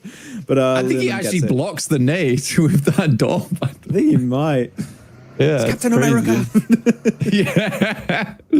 Take my shield. But yeah, well played. So that's a very, very quick wipe over in Rozhok from the Mad Bulls. They don't lose a single player either. That's twice in a row, right? Yeah, it's twice in a row. I think Mongols probably should consider leaving tomorrow. But for the Mad Bulls, that's a good clean start. 4 elims, and the looting stage doesn't get dropped down too much. Dagestan, in the meantime, this is a smart rotate from Dagestan. I think they understand that the fight between Mad Bulls and Mongols goes on for quite a while, usually in Rozhok. So they're going to take that immediate rotate over towards the North Island here. I actually really like it when a team that drops near a hot drop knows that hot drop keeps happening and just like, we're just going to wrap around it. We're not going to dive deep into the city because I think that's a big overcommitment and a mistake. We're just like, if they put himself in a really bad spot, we just get 3 points. And we take literally very minimal risk in doing so. And I think they saw the elimination feed just stopped popping off. Let's just leave. So I kind of like what the game plan was for Dagestan, though they are getting close to I8. Right into Huzaifa. And I think they're committing to it. Casanova with some great shots over the top side there. Incredible damage as well, like you're saying. Zypher holding down the fort on the 3-story. Really good building for dodging grenades, but not in that instance. Takes a tickle. It's just these buildings are just a black hole for grenades because you need to know the exact little corner he's in and what floor he's on. So you waste so much util. Just push it. Or the best way to do it, my favorite way to do it, is Molotov the floor, and then you nade the staircases, one above and below, and then you kind of narrow where he could be, unless he's just sitting on a couch or something. I mean, the good thing for IA as well is that because they had control of the build in the first place, they could try and get a decent grenade in because there's only really one platform that you can be on. Zadira is trying to take a wide angle over towards Casanova. It could work out, which means that IA is going to accelerate this fight by quite a bit here, Max. I do get also a Molotov knock. Yeah. Just go flush Magnum at that point. They took control of the building. The thing is, because of the terrain around... Oh, huge nade from... Tixie also gets naded by Crypto. Oh, that was a 1-on-1 trade. You can't really leave this position easily. So these two teams are fully committed because if you leave, it's flat around it. You're going to get backstabbed. So they're fully locked into this engagement. Actually, are they going to get the res on Huzaifa? I think they might. They should do. Yeah, they absolutely should do. Yeah. Zadira had to back out. I think he took some nasty shots going through from Casanova on the top side, and Zadira gets taken down by brute force in the end. So Dagestan, despite having a nice wrap round at the early beginning of the game, yeah, it doesn't amount to much. IA with a fantastic hold. Nice one. It was a bit of a messy fight, though, if I had to be honest. I think Dagestan could have tried to leave early on when they saw this position was taken over, because you still have good options north side. I'm going to show the map feed. You got still some decent positions next to shooting range. You got crash site if you want to play around it. There are options available for you, but they decided to go for it. Fake Kakarot, Mad Balls, very professional drop clash players, so they're doing. I mean, yeah, it's right now. If I had to pick any team that should stop the drop clash, it's definitely Mongols because they lost it twice. It was a flawless fight in favor of Mad Balls. And actually, you know what? Let's go a bit deeper on this. Where could you go instead? Ruins? I mean, Ruins is open. I think a lot of times Gak has been open as well. Water City is also definitely an option for them. I think Water City, actually. If you want to do a 2-2 split, you can do 2 Ruins, 2 Sunken City, and you play from there. But, yeah. I mean, Sunken City Ruins is a good split as well because it's very similar rotations for them. Mm-hmm. They just need to figure out their rotation over the west side island. That's all. But you can easily wrap around box compound too, can't you? So it's just a slight delay in your rollout. But yeah, there's options for them. I think it'll be even better once they upgrade Sunken City to Boatyard, because then actually it'll be a proper... I think it becomes a named location when it becomes Boatyard. I'm not sure when it gets upgraded. Yeah, proper POI for them to work with. More loot. A little bit more accessible too. Mm-hmm. True. So I think then you'll actually have a lot more... It'll just be a better spot, because Sunken City's like, it's fine loot-wise, it's not the most amazing, but you can work with it. You do have to split typically to get good loot. Virtus Pro, they're on the beach up next to Severny. They're going wide because of that circle. I mean, you can take southwest of shooting range easy here. And that's actually a nice place to play in. With Brute Force playing 2-2 in box compound, as well towards that center of the map, like, this is a great opportunity just to kind of slide in behind them there. Yeah. No, they're not going too deep. They're just taking it slow. They have time. Circle's just going to start closing now, so they're big chilling.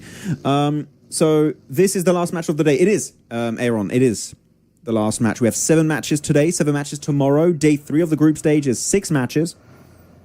That's just to make it so that every team has played the same amount of games, to make it fair, so they have all a similar opportunity to get the same amount of points. And then we go into the finals, where, again, we will have the typical map rotation. 1 rondo per day, triple Erangel, 2 Miramars. We're going back to the new map rotation of 2025 for the full season. Sandhawk is dead, sadly. Yeah. Some people say they miss Sandhawk. I don't. I do miss Sandhawk. You do? Really? Yeah, I think it's like a nice map for like how fast-paced it is. I think that it's one of the few maps where your split-second decision-making when it comes to rotates has to be really pinpoint. So I always find it fun, like watching a team being like, that compound's now open. We've got to move in the next 20 seconds, and everyone's got to be really quick on the ball there to make that work. And I think it's nice sandwich between like Erangel and Miramar, which are kind of slower maps. I think the variation of playstyle is nice because you have variation of map style in terms of like a large map with long open zones, and then you have Erangel, which is a bit more tight in terms of those engagements. But the variation of gameplay style that's very much there on Sandhawk. So I do miss it. But I also understand why people didn't like it. All right. It's like putting a YouTube video in 2x speed. It's just a sped up game in general. Yeah, exactly. I didn't like it because of the trees. Like your vision game, it was weak by default because of like how the map was. But I get why some people miss it. Maybe we could have had a 2 Erangel, 2 Miramar, 1 Sanhok, 1 Rondo. But if I had to compare 1-to-1 Rondo, that's an 8x8 map compared to like, you know, the smaller map of Sanhok, I do tend to prefer Rondo. So, but we could have kept both. But I get it. What do you guys think in chat? What are we thinking? Please add Vikendi. I would like a Vikendi 2.0 update. That would be fun. I mean, people say they do miss Sandhawk, and I'm glad. I'm glad. I mean, Rondo's a nice map. I just find like even in PUBG Mobile, there's a lot of like snaking going on because some of the fields are absolutely gigantic, and the gameplay is very, very slow. Yeah, on some of those moments. But in terms of the scenery there, it's fantastic. So nice. Some really cool areas to have fights in. Some really cool high grounds. Especially in PUBG Mobile, where you can kind of get that height with vehicles. Yeah, it's cool. It's a cool map. But I don't think it would have been a bad thing to have like a Sandhawk just sandwiched in there. So like just one Sandhawk. You could do it for sure. You could have the 1 Sandhawk, the 1 Rondo. The fact you'd have 4 maps, I think you would make it so cool. You would have so much variety map wise. Which I would like. Yeah. But still, it's not fair for all of them. Don't play Rondo in each day. As you know, not every day is the same day according to performance and mental and all things. So it's not... What? I don't get the point. ZH, yeah. Sorry, I don't understand. What. Can you repeat? Can you re-explain your point? I don't understand. Yeah, recall does suck. I agree. I think it's okay for like keeping the pace of the game like hot and fresh, where you can take fights, and if you lose them, as long as you got one player to go take recall, it's fine. But it sort of skews points as well, where you have multiple eliminations that could happen during one game. But yeah, I don't know how I feel about recall. I haven't watched enough of it to like have a full answer for that. But I'm kind of on board. I've been thinking about it for the past few months, ever since it's been announced at PMWC, and I come up with my conclusion that I like the recall only on that map. Don't add it on the other maps. I think having a Rondo exclusive one is fun. And my quick reasoning is usually hot drops are just a straight up known or good idea. Because of the recall, actually hot drops make sense. They're kind of hot drops are meta in Rondo because of the recall. You go 3 players hot drop there, 1 goes to the recall. If your teammates die, you get the recall, you get your team back up. And it just makes the early game, which is normally in Battle Royales, the slower portion of the game, a lot more entertaining because they're taking fights that really are entertaining to watch and also don't have a big negative effect on the team because they can just fully res. Yeah. So for me, in terms of pure entertainment, which I think is what esports is entertainment, I think that it does make it fun from the start to the very end of the game. Yeah, absolutely. I just like I don't know. It's just one of those things that it doesn't really feel like it has a place in PUBG Mobile. It takes something away. I could totally be wrong though. That's the thing. I could totally be wrong. I haven't seen enough. I think 2026 is where I'll be able to make a more informed decision. It's nice to see that like a lot of people in chat are also not massively fond of it. But again, maybe we all haven't seen enough. Yeah, I mean, we are getting a lot of changes. Like a lot of people said at the start were like, we hate the smash rule. And I loved it from the start. And I think a lot of people, actually chat, what are you guys thinking about the smash ruling? I think it's amazing, personally. I think it makes the last day of finals really, really fun to watch. By the way, this circle has been ping-ponging all over the place, left, right, left, and now is going more central, higher north, away from Rozhok, right onto Regicide and Brute Force and I8. Also, they got their compound. This is going to be a fun circle. It's crazy it came down here. It's also crazy. The Dagestan just missed out big time.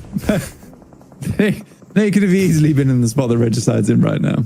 They could have. Maybe they would have such a good tower position there.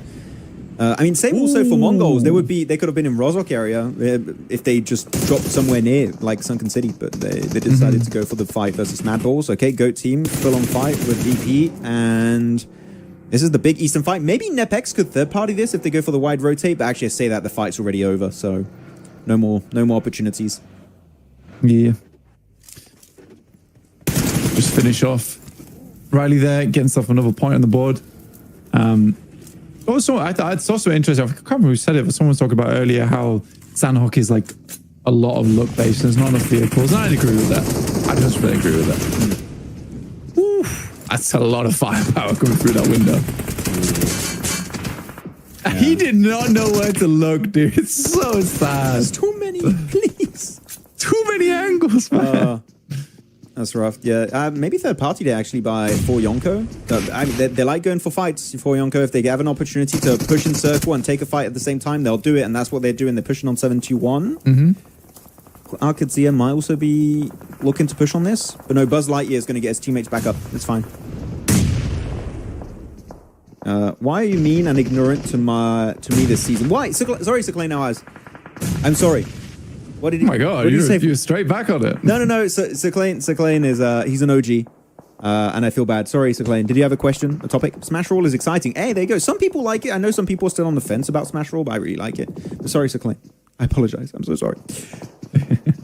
They got the full reset here, blank for 7-2-1. I didn't think 4Yonko would give them enough time for that. Yeah, these nades have been pretty shoddy as well from 4Yonko, sadly. You could see them trying to line it up, but like I think 2 out of 3 there actually just bounced off the windows, which is pretty bad news. Yeah, HLE, I don't know how they managed to lose it either. I think they were just so overwhelmed. Come on. Oh, there's so many smokes. Okay, this is going to take so long. These smokes are just going to delay it for an extra minute or two.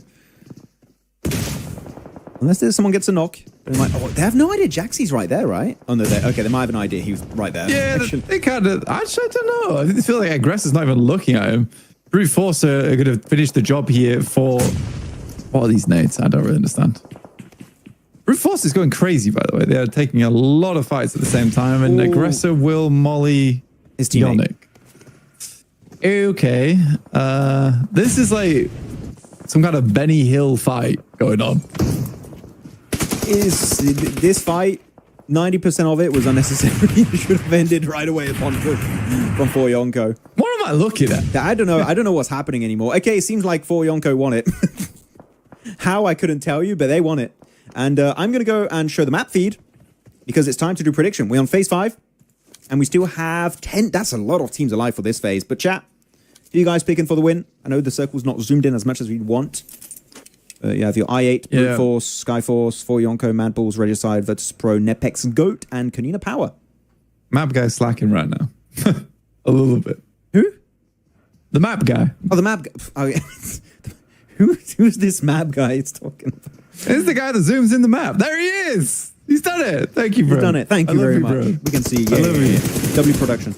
Oh, yeah. I don't... Regicide doesn't seem right to... I feel like that's a position that can easily get swarmed. I'm going to go... Go on. I'm going to go... Give your thoughts. Mad Balls. Do you know where I'm going to go? Where you going? Going for? I8.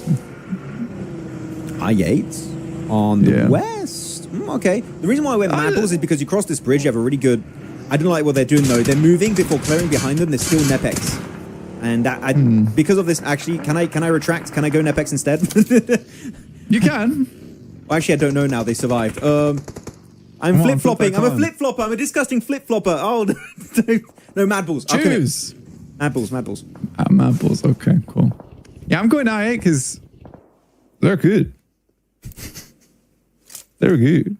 I'm going I8 because I'm hoping they can take over the compound from Brute Force. I think Brute Force has used a lot of utility, a lot of ammo currently, and haven't moved from this position all that much. This is a wild play from Kanina Power, which has worked out phenomenally. Is it going to work again against the side of 4Yonko? 4Yonko are so eager to fight. I kind of really like how aggressive they are in this lobby. This being their first PMSL, right?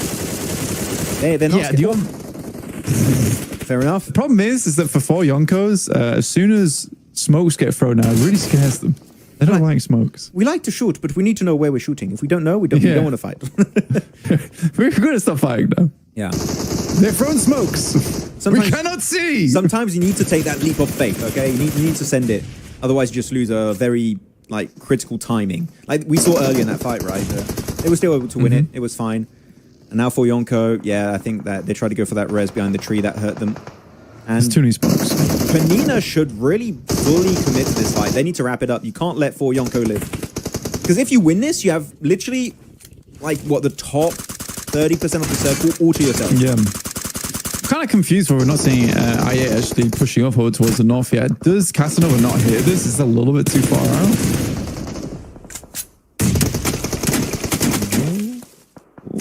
Okay, yeah, the nades. Ah, nice try on the nade. Not able to hit, though.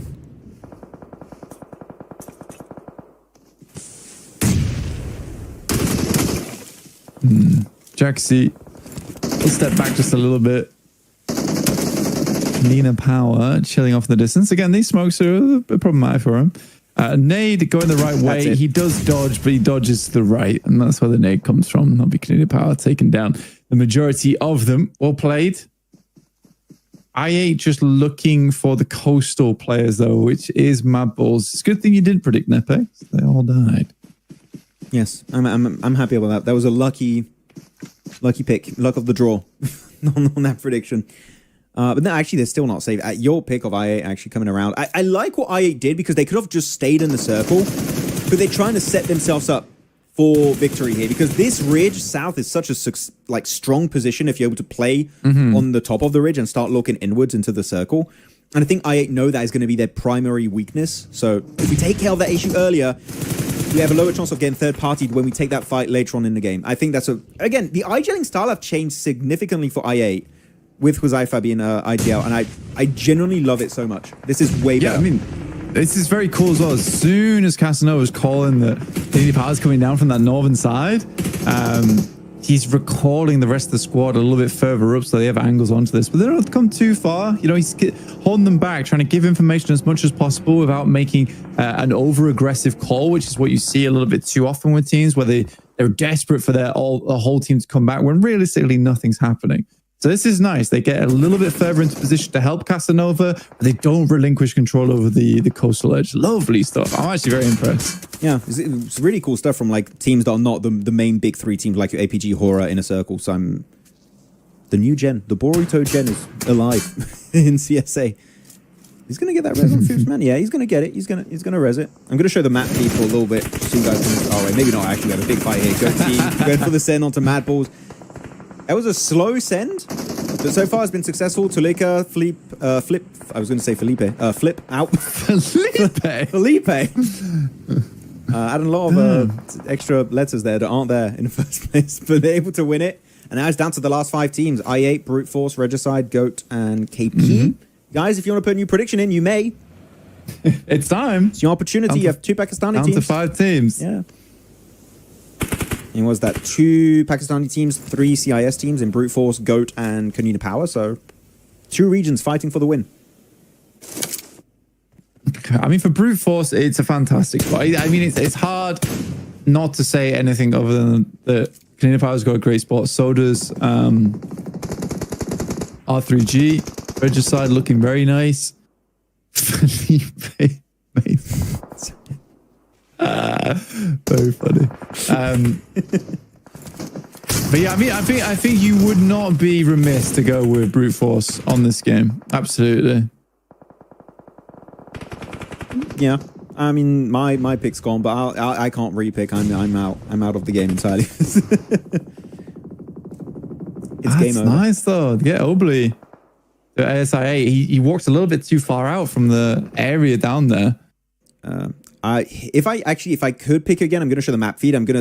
You have to highlight Goat purely because of where Killer Joe is on the eastern side. Is these little plateaus that keep you safe from Regicide's compound, and Brute Force compound is too low to really fight them. So that scouting, plus also the little angles behind dirt piles in the south are really strong. So actually, I think Goat has a chance to do something because KP is going to have to fight I8 very soon. They're forced in the circle. So in these circles, I would favor blank the team that fights last, usually. I'm very curious to see how this one pans out because next circle looks like it will pull Regicide out of that compound. Brute Force is going to get swarmed on because they are playing on the low ground here. Unfortunately, IA do need to slowly come off this high ground. Good shots from Foopsman will take down Roshan just as the circle starts to come in, which might just give them the opportunity to move on down. Iron, though, maybe a little bit too quick on the trigger. That's 2 players down from IA. Down to just Iron now. Yep. They still 7 elims. They make it top 5. That's still a very good point game. I think they could retain their first place still. Unless Brute Force like go big on this game, but I think even then it's just going to be too late for them to overtake first place. I mean, third place is still very good from Brute Force today. Oh yeah, for sure. They've struggled through. He does have 2 flashbangs. I mean, if he wants to try, he could use it the moment Eugene pushes. No flashbang in hand though. Oh, swap to the S12K. Okay, he's going CQC mode. The terrain here really does support him though. Yeah. Like a tiny lip to work with. And it works, yeah. As you said, he had like that tiny position that keeps his hitbox like fully hidden. Yeah. I mean, that was a scary play though. I mean, I personally wouldn't have stepped up that soon. But he was just smart and just goes for it. Fair enough. I dig it. But yeah, again, 2 Pakistani. No, 2 Pakistani. You got Regicide, I8, and you have Brute Force in the middle. And this is phase 8, last cycle shift. Otherwise, he's going to center up on phase 9. Where's it going? And it's on the Brute Force compound. Regicide 9 circle and Goat also 9 circle. Actually, Iron just might get a free second place if he doesn't get engaged on. Yeah, I mean, this is, like I said before, this moving away from Regicide is really tough for them. They'd have this like little ridge side though that can cover them off from the angles from Brute Force, but they're more than likely going to have to fight against Goat at some point. Yeah. I don't know who's going to pull the trigger first. Whoever goes first between Goat and Regicide has an instant disadvantage because you're fighting first, and the other team is just going to capitalize and third party that. Actually, no. Do Regicide have a little position on the east they can play in? I think they do. That's what I'm saying. They have a a small spot which they can shoot down towards Goat, but Brute Force can't shoot towards them. Yeah. And I think it will just come down to Brute Force having to wait till this end game. They might take a couple of shots over towards Goat as they're coming in, but nice shot from Killer Joe. I'm kind of confused. Goat are taking 2 fights at once. They engaged onto Brute Force and also onto Regicide at the same time. They went for this 2-2 split, which I disagree with heavily. I think you pick one fight, you fully commit to that, and then you have a higher chance of success. I think picking the fight versus Regicide might have just been the better decision for them to go for. Because now Regicide are just leaving. They're getting bullied away. Yeah, I think they wanted to take the fight against Regicide in the first place, but they also couldn't afford to move up here without Brute Force seeing. No, what a sad way to go. IA just getting ran down. Damn. He wasn't spotted this entire... I mean, this is a good off-angle Regicide just secured, so it does make a lot of sense for them to go for that. Goat still pushing. It's Vic, Killer Joe. And they're peeking over that bridge. Can he get the knock? They actually get the entire squad right there. Regicide got tag teamed by Go and also Brute Force at the same time. So actually Brute Force not just being passive, they actually started getting involved and pushed up with Tema and Capriz. Now, yeah, 12 limbs though. Yeah, it's crazy. For who? Goat? 12 limbs? Yeah, 12 limbs for Goat. It's like a very, very, very nice game for them. 1 nade remaining. When he pushes up over to that tree, that's where you want to wait for it. Oh, this rock is broken. This is such a good rock. Unless you get naded. Which hasn't happened yet. Chat, if you want to do a new prediction, 4v3, Brute Force 4 players, 3 players for Goat. It is going to be a CIS win, regardless of what happens. Hold on to your utility. Yeah. I think they're in a tough spot here. I think Brute Force held on to just enough utility to make this end game work. And there's hardly any cover to work with. Yeah. It's pushing over towards Brute Force. 100% Brute Force win. If you lose Slonic, I think they could win it. But now they reinforce Slonic with Tema. It's a 2-2 split. I think a 2-2 split is the best way to play it. Slonic is huge there with the ASM Abacan. And yeah, this is looking like an easy Brute Force win, as you just said. Oh, they even have roof angles with Tema. Okay, you can't beat the roof angle. That's just too powerful. Solo player from Vic. Do you deny to the blue? I think that might be the best thing to do. He's out in the smoke. He still gives it a shot, and he does go down, and it will be a brute force chicken dinner to wrap up day 1 of the CSA group stage. Oof. GG's. Massive GG's. Very well done, brute force. I think that sits him in second place, I think, at the end of all of that. It might, yeah. It still showed 3, but I think they may have overtaken second place. Yeah, because I don't know if it always includes the chicken dinner as well. Weird our leaderboard sometimes. No, it doesn't include it when it's in the tower, like skyscraper, sorry, on this. Mm-hmm. Yeah, but GG's. And now we're going to be waiting for the leaderboard, seeing exactly what was the impact of these 7 matches today. Ooh. And then Maxman's going to run away from Mina. Yes, I'm actually just waiting to see it, and I'm going to skedaddle away and get ready for Mina stream because it overlaps. It's fun, though. It's been very, very fun today. First time doing a watch party. Everyone's been very welcoming, so thank you. And I've had a great time with Maxman. I've had a good time with Blank. Oh, thank you. It's really fun having you on the stream, because usually, even though we're on the same shows a lot of the time, like PMWC, PMGO, PMGC, like we never really interact directly because I'm on desk and you're casting. Yeah. So 2 different worlds over there. Very different worlds. Yeah, 100%. It's tough because I think that when we usually get to talk is like in the mornings and in the evenings. But like I said, I'm always banished into a small room. Yes. Crypto, he did well. He did well. That's 2 good games from him today. Like individually as a player, of course, they got 2 wins. Mm-hmm. But 5 of them, he's popping off. This is the Crypto kind of living up to the initial hype that a lot of people had for him. You know, and the hype has died down a little bit, and now he's kind of subverting the expectations. So I'm happy to see it. 10 points. Oh no, 20 points. Sorry, I was leading left, but no, that's 20-point game here for brute force. 10 elims, 10 placement points, 18, 12, and then it just trickles down. So many 0-point games here for Dagestan, Arc Red, Mongols, yep, Halal Extron, and VP versus Pro. Ooh.